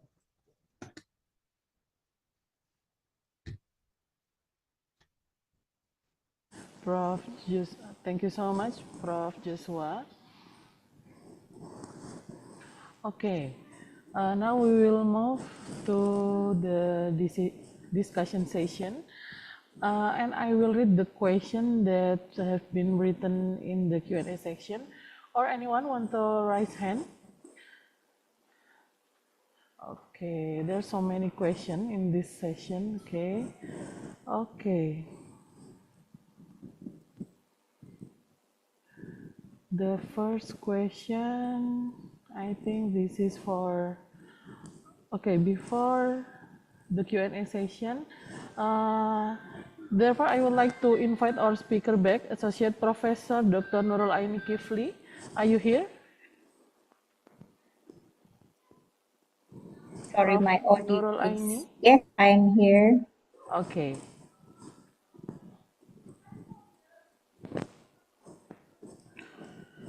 Okay, the first question I think is from Prof. Nurul Aini. Okay, Prof, thank you so much for waiting, and now we'll begin the discussion session for the audience and participant. You may type your question in the Q&A section, including your name and your affiliation.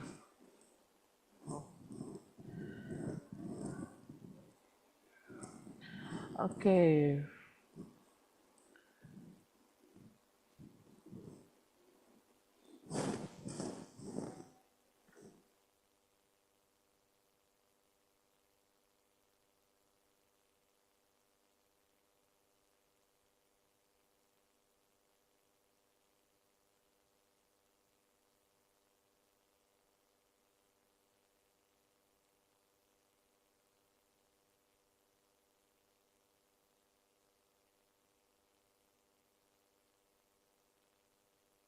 Sorry, do I answer the question or I type it?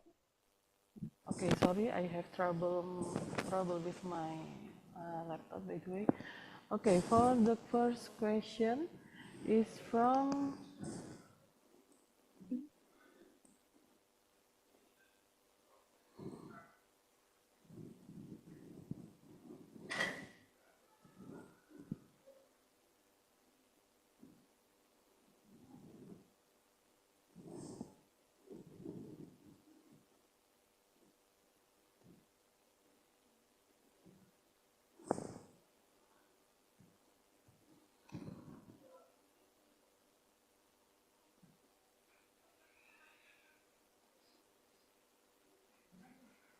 Miss Intan Hernita. What are the potential challenges in the applying smart molecule on a clinical scale? Prof. Nuraini, can you hear my voice?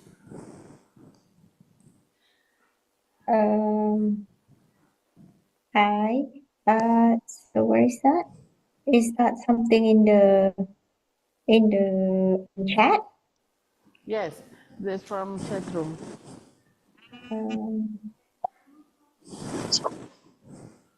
I didn't see it. What is the first? So what is the role of accurate diagnosis?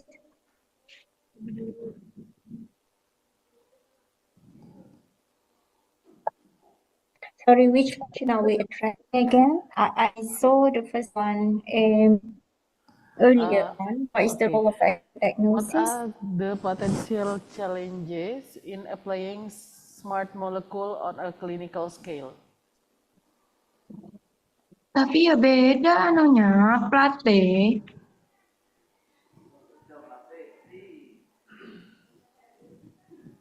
Right. So I think these are good question. A lot of good question coming up in the Zoom.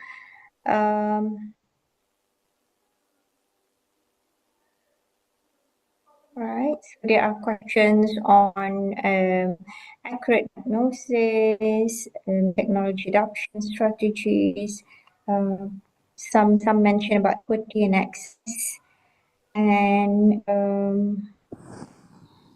some even question about the ethical concern of human gene editing. So So let me just address what are the challenges. The question here are what are challenges in small molecules in clinical scale, right? They are pretty complex in need, depending on diagnosis definition to choose. Um, Perhaps how we can integrate it in a practice. I'm sorry, Prof. I can hear your voice clearly. You cannot voice. I Yes. do use the I think the video is not very. Let me just Yeah. go into another account using my phone. Right. I'm sorry about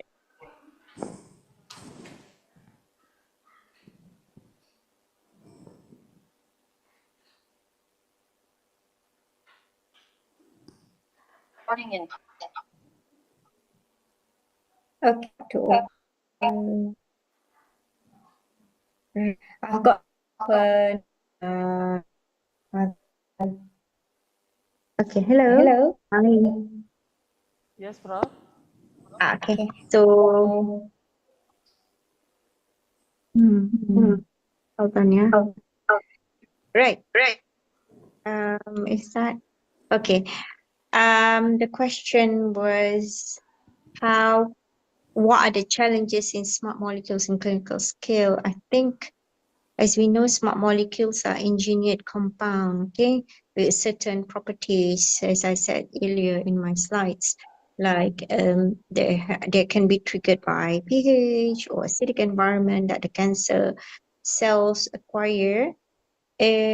So although it might offer some possibility in the clinical practice, but its integration in the clinical practice can be challenging as well because of the complex nature of this molecule. So imagine if the doctors are not familiar with nanotechnology or molecular engineering, so it's hard for them to actually analyze or interpret how this smart molecule works. And then maybe another challenges would be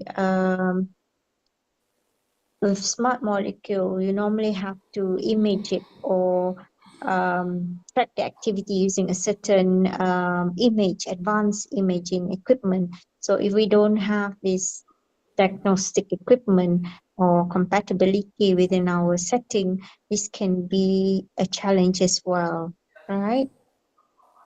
So smart molecules can be integrated in or analyzed. It can be part of multi-omics and personalized medicine platform as well. And because of this, it's hard to integrate it into the clinical decision making if the clinician themselves are not familiar with it. So these are, I would say, some of the challenges that would be associated with smart molecule in clinical practice. Okay, thank you so much, Prof. Nurulaini. Okay, for the next question is for Prof. Joshua from Ifadiana Sarah. Excuse me for asking if the context of global health security, how can the integration of real-time virology data through biotechnology platform form an early warning system for new virus outbreaks?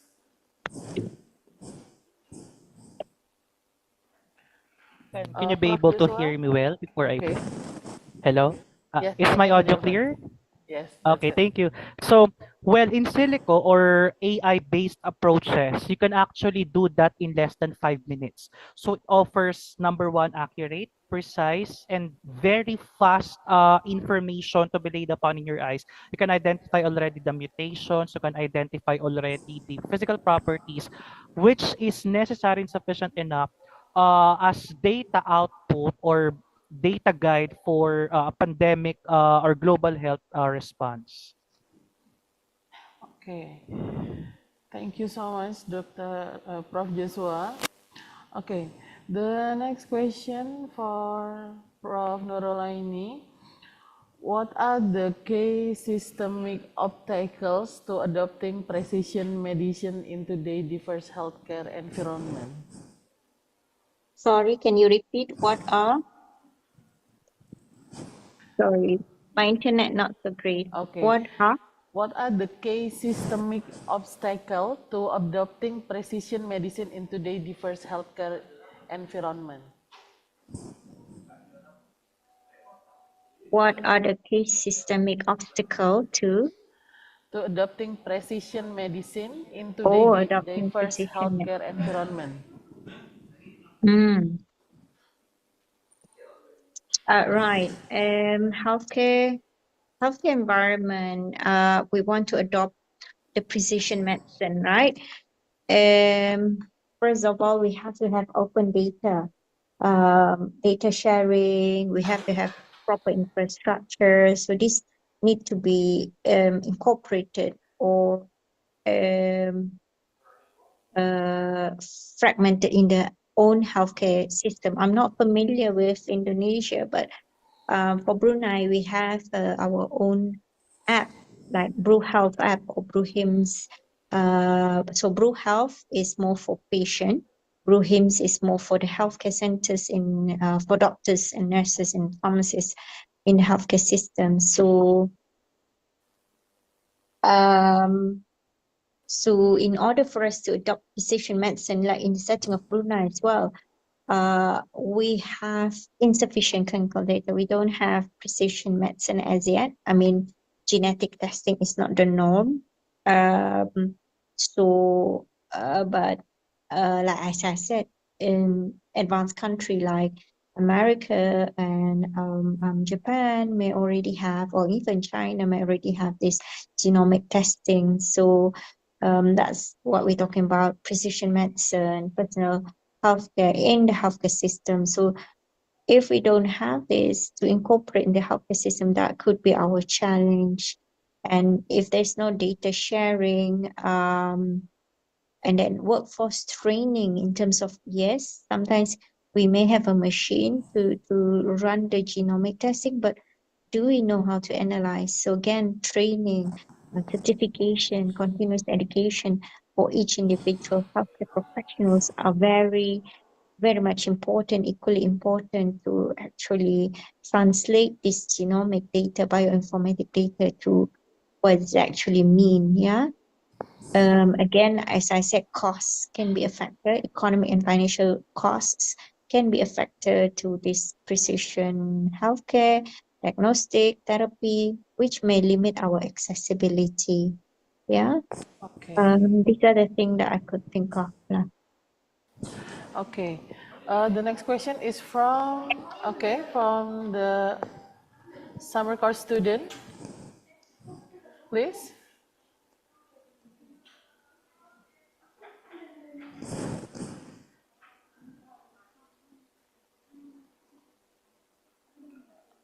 I can hear your voice.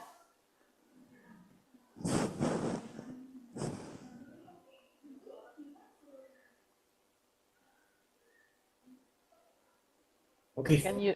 Okay. I am Sadiq Medinyawa from Nigeria. I'm a student of Economic Sharia from University Sultan Zain Al Abidin, Surabaya. My question is, how does smart insulin help in maintaining optimal blood sugar levels?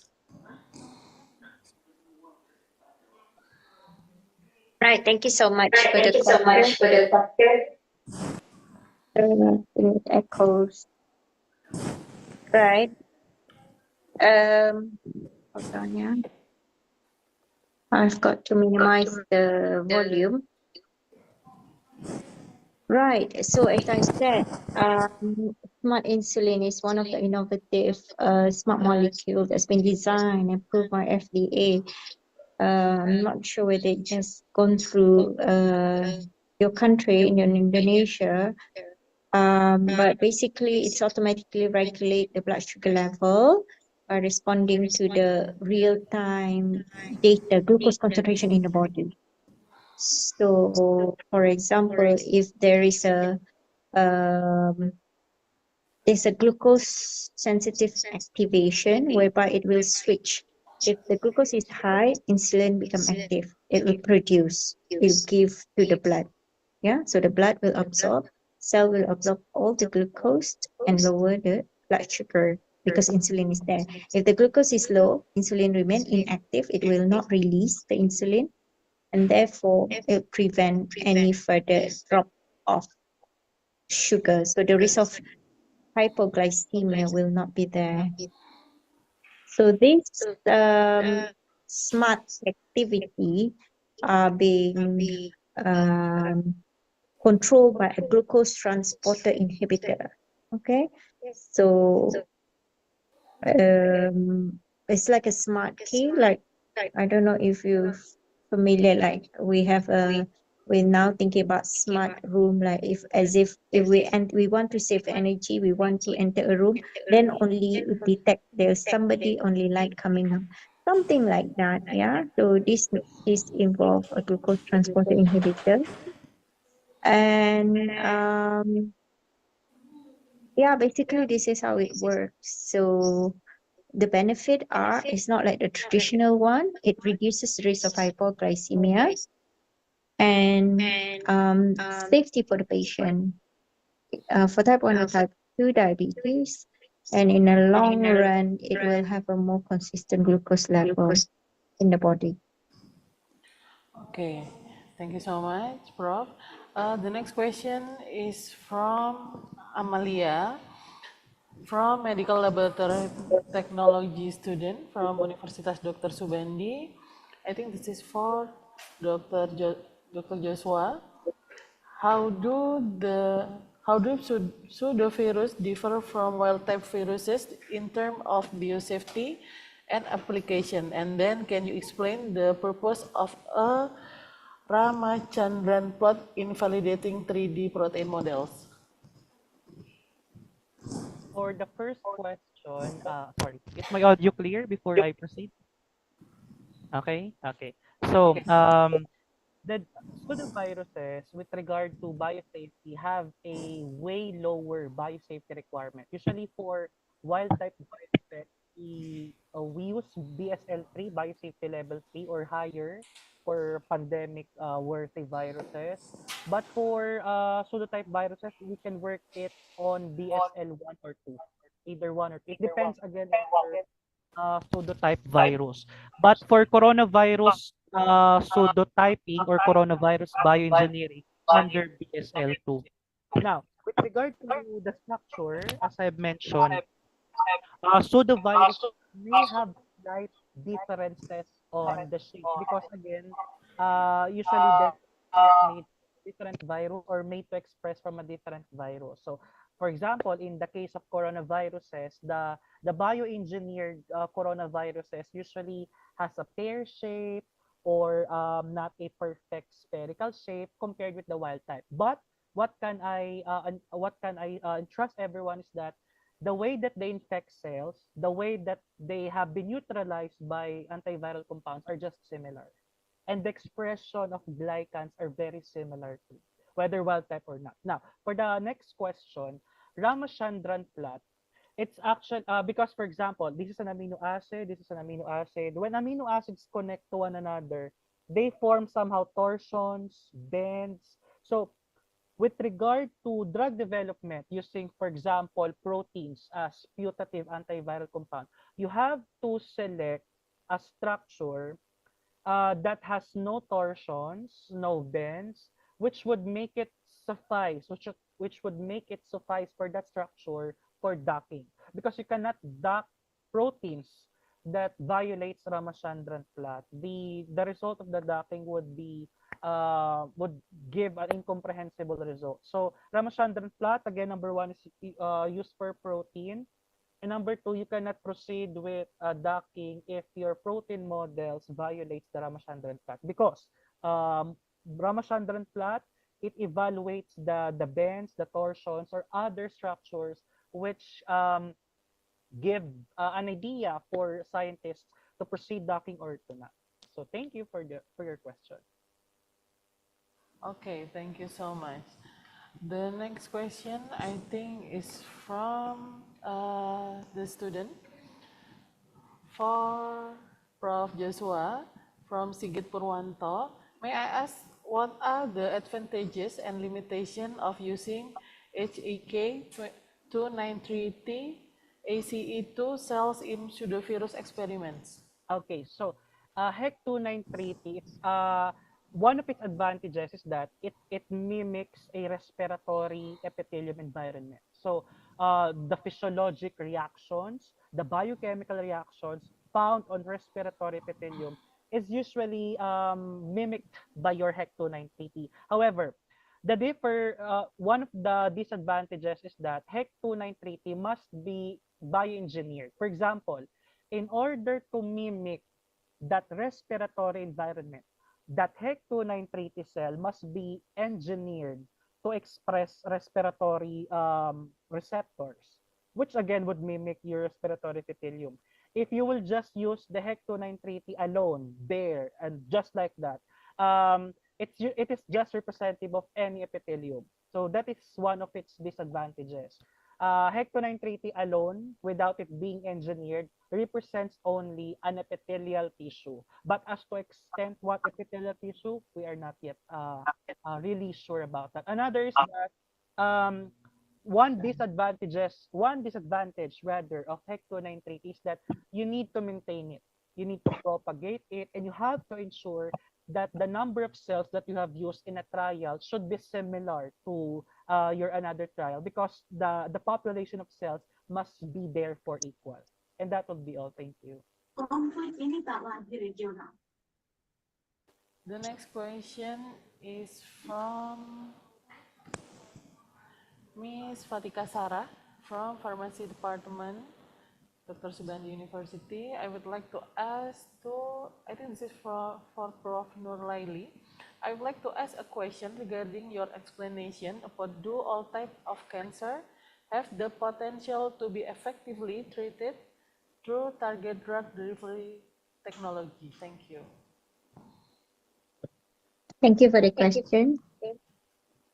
Maybe not all cancer has been studied, but there is a paper where it is a good paper whereby it talks about all the nanoparticles in cancer diagnosis, what are the progress, what are the challenges, and what are the opportunity. It's published in Journal of Drug Delivery Science and Technology. So it does indicate what kind of nanoparticle are being used for a certain cancer type. So they talk about lung cancer, leukemia, so colorectal cancer, but it's not all cancer. I'm just saying, yeah. Yeah, it's not all cancer, but there is a good paper on that. Unfortunately, I cannot elaborate all in my 1 hour lecture, but I could email the organizer the paper about the paper if a student interested. Okay, thank you, Prof. The next question is for Prof. Nurlaili from Karina Kalin from Pharmacy Department. I'd like to ask question about the context of precision medicine. How is the personalized treatment approach implemented for cancer patient?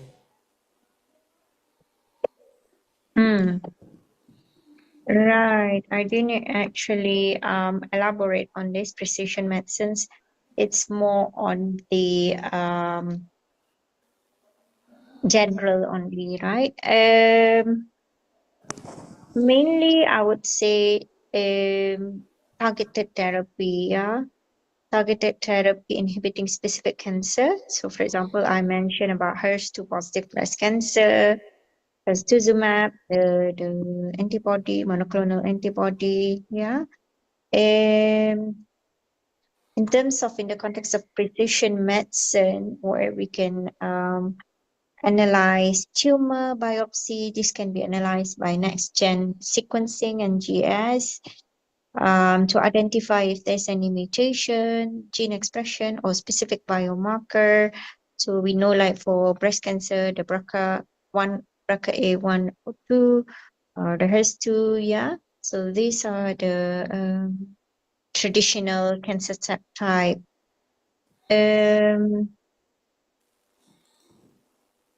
Right. I think there are already because most of these monoclonal antibody are the one that's being used in the smart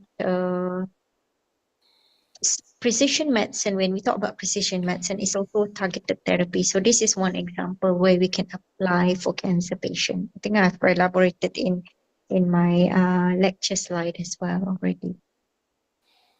Thank you for the question. Okay, thank you, Prof. The next question is for Prof. Angelo. Excuse me, sir.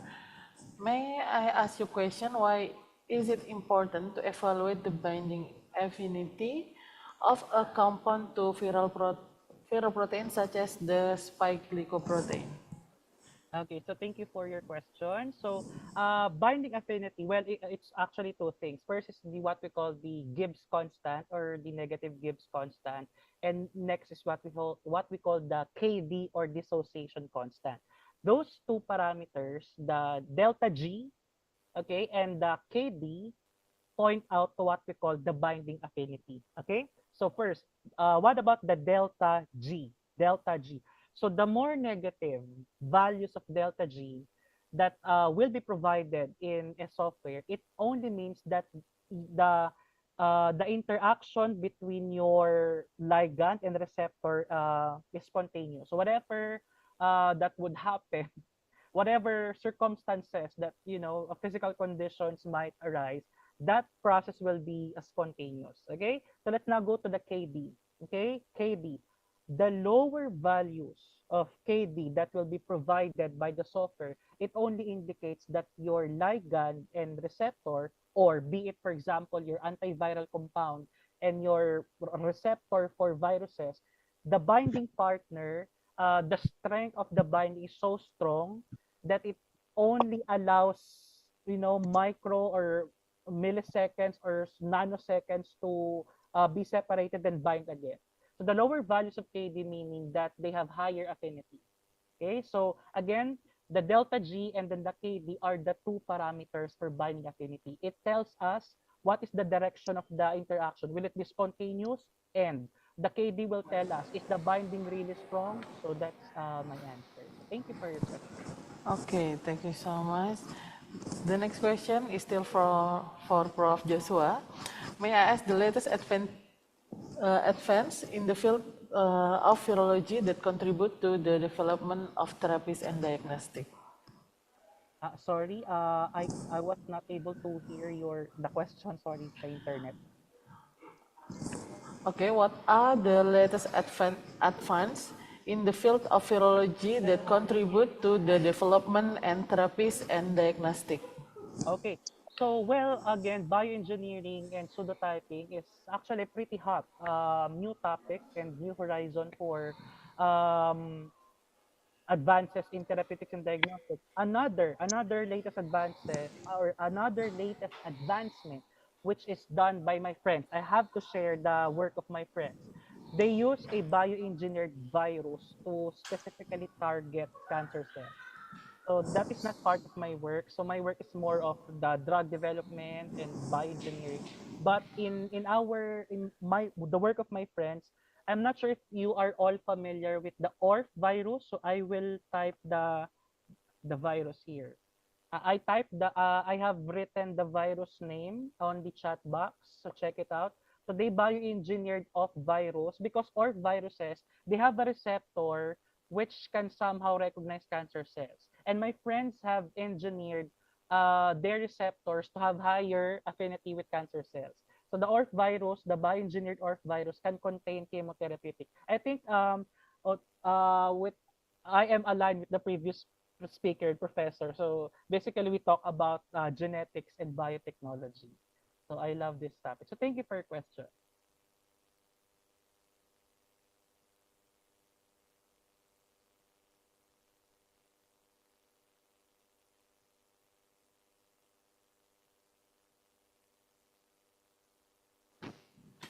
The next question from Ms. Nabila from Medical Laboratory Technology.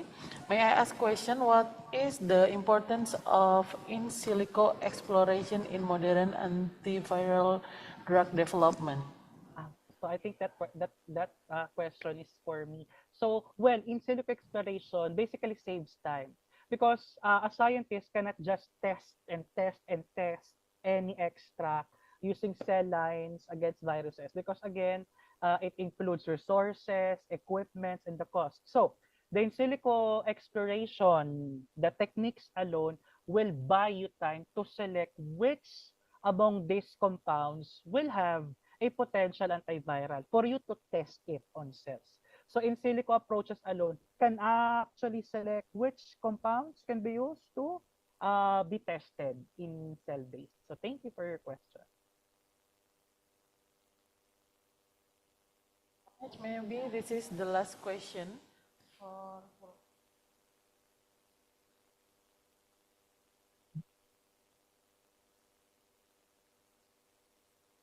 sorry, I think your mic is off.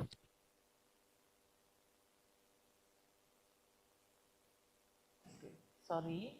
I think this is the question for Prof. Nurul Aini. How can healthcare system in research limited setting balance the high cost of precision medicine technologies with the need to ensure equitable access to basic healthcare service for all citizens? How can healthcare system with high costs? Sorry, how can I didn't catch that because of this internet. My internet is a bit unstable. I'm so sorry. Can you repeat? How can healthcare system? How can healthcare system in research limited settings balance the high cost of precision medicine technologies with the need to ensure equitable access to basic healthcare services for all citizens? Right. I think it's something to do with the low costs, low resource country, right? I think for this is quite challenging. Like, I think that's where I was emphasizing about call to action, collaboration. We have to have open source data, sharing of information. I think I mentioned this in the call of action.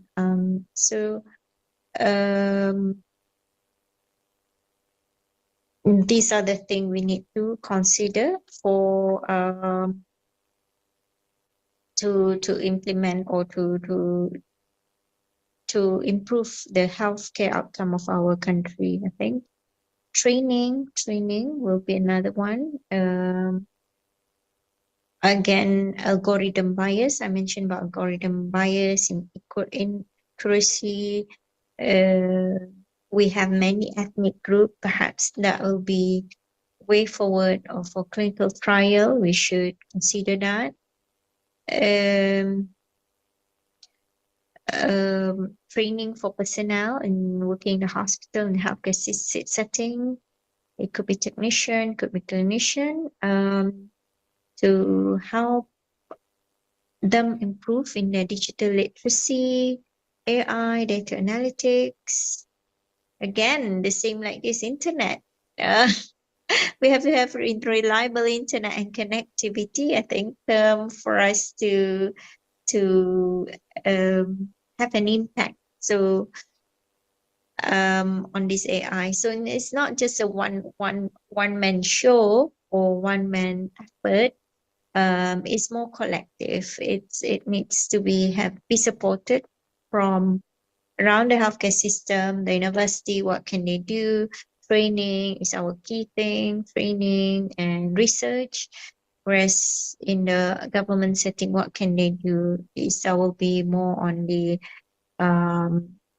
changing of policy and all that. So it's pretty generic, but these are the things we could do. My question is on low resource setting, perhaps collaboration. Keyword will be collaboration, open source, open data sharing, training. Yeah, so training can happen even like this. We are doing some good thing here, even if it's online, it doesn't involve us flying to your country and all that. 800 students attending this. I'm so amazed because I don't think we could get that in our own setting in Brunei. We're very small.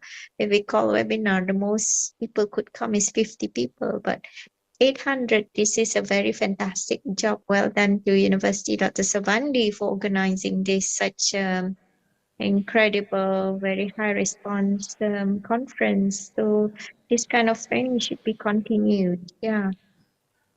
Thank you so much, Prof. Okay, uh, due to limited time, I completed all the questions. Okay, ladies and gentlemen, we finally come to the end of this session. Before the end this session, I will read the conclusion from the incredible speaker for this afternoon.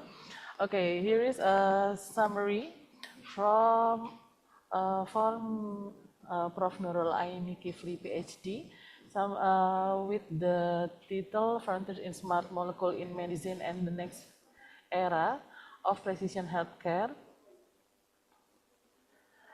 Prof. Nurul Aini Kifli presentation provided a comprehensive overview of smart molecule and their role in evolving landscape of precision healthcare. Smart molecules are defined as engineered or naturally responsive molecules that perform specific action based on environmental cues, often utilized in targeted drug delivery, diagnostic, or therapeutic. Examples such as monoclonal antibodies like trastuzumab, antibody drug conjugated, aptamers, pH-sensitive nanoparticles, and folate conjugated drugs were highlighted for their ability to target specific cell or release drug under precise conditions. The presentation then transitioned to precision healthcare, an approach that tailors prevention, diagnosis, and treatment to an individual's genetic makeup, environment, lifestyle, and medical history, moving beyond a one-size-fits-all model. Next, summary from Prof.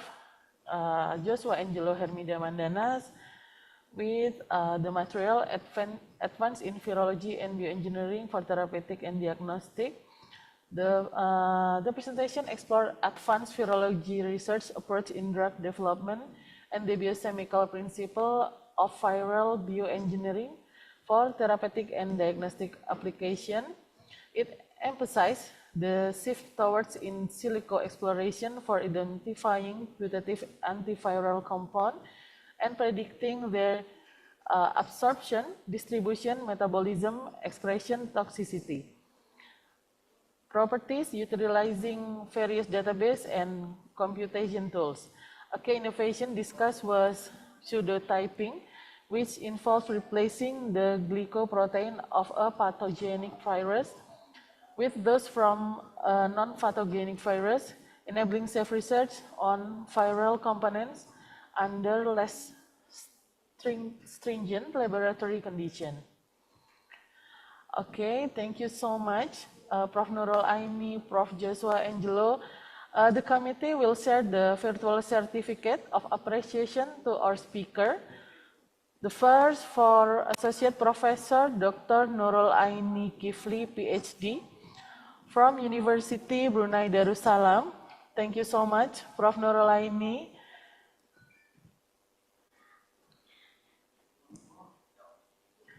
The next, the certificate for Associate Professor Joshua Angelo Hermida Mandanas from Philippine Women University. Thank you so much, Prof. Joshua, Prof. Nurul Aini.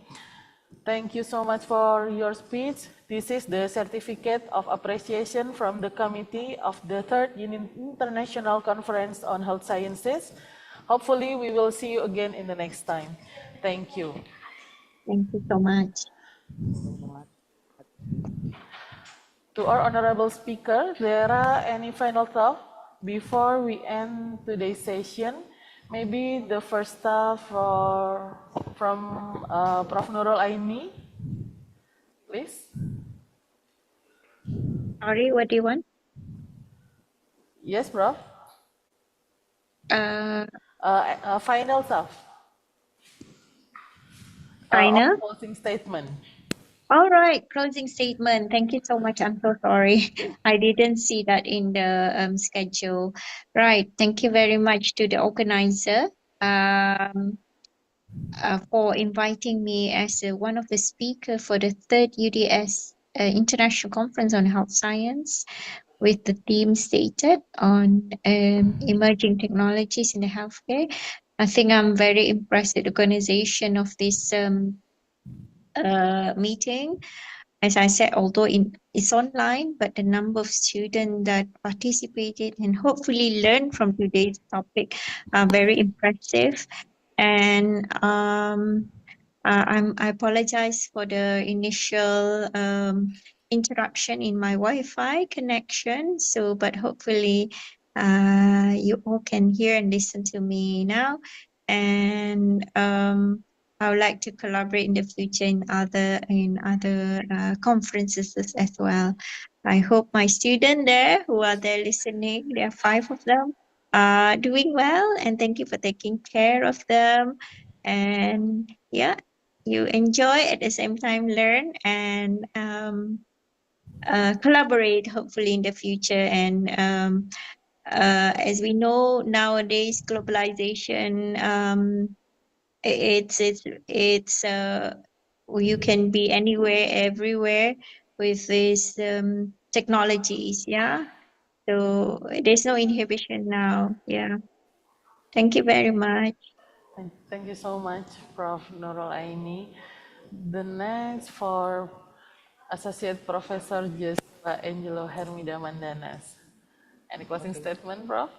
Yeah, thank you again very much, UDS, to all the international committee, faculty, students, organizers, to our lecturee and commentator.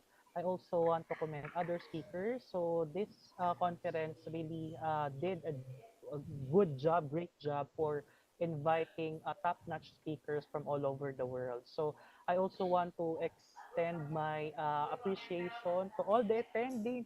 It's so very overwhelming to see. Initially, I thought, oh my God, 700, oh my God, 800. So many, in the Philippines, it's very rare also to see this kind of number. But my heart is really delighted. Now, for my advice to students, master's, bachelor's, or doctorate. So remember that whatever you put your heart into any activity, exercise, or research, do it with all your efforts, do it all your willingness and sincerity, because the fruits will not be just for you, but for science, and whatever that you do for science will be for mankind. So that will be all, and blessings unto all. Thank you. Thank you so much, Prof. Joshua.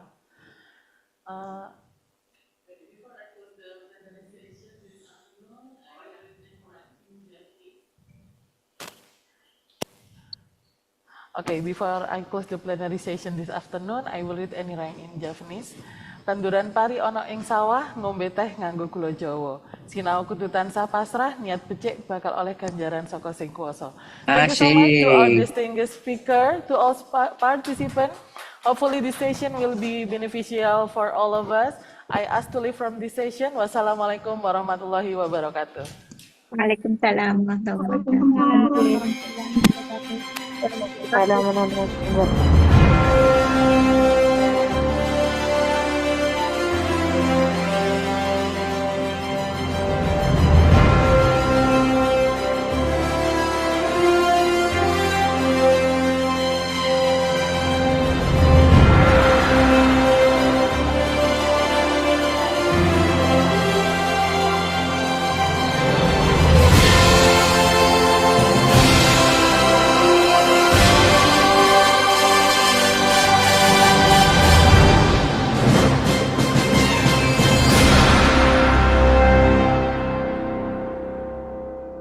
Thank you very much to the moderator and to all the speakers today.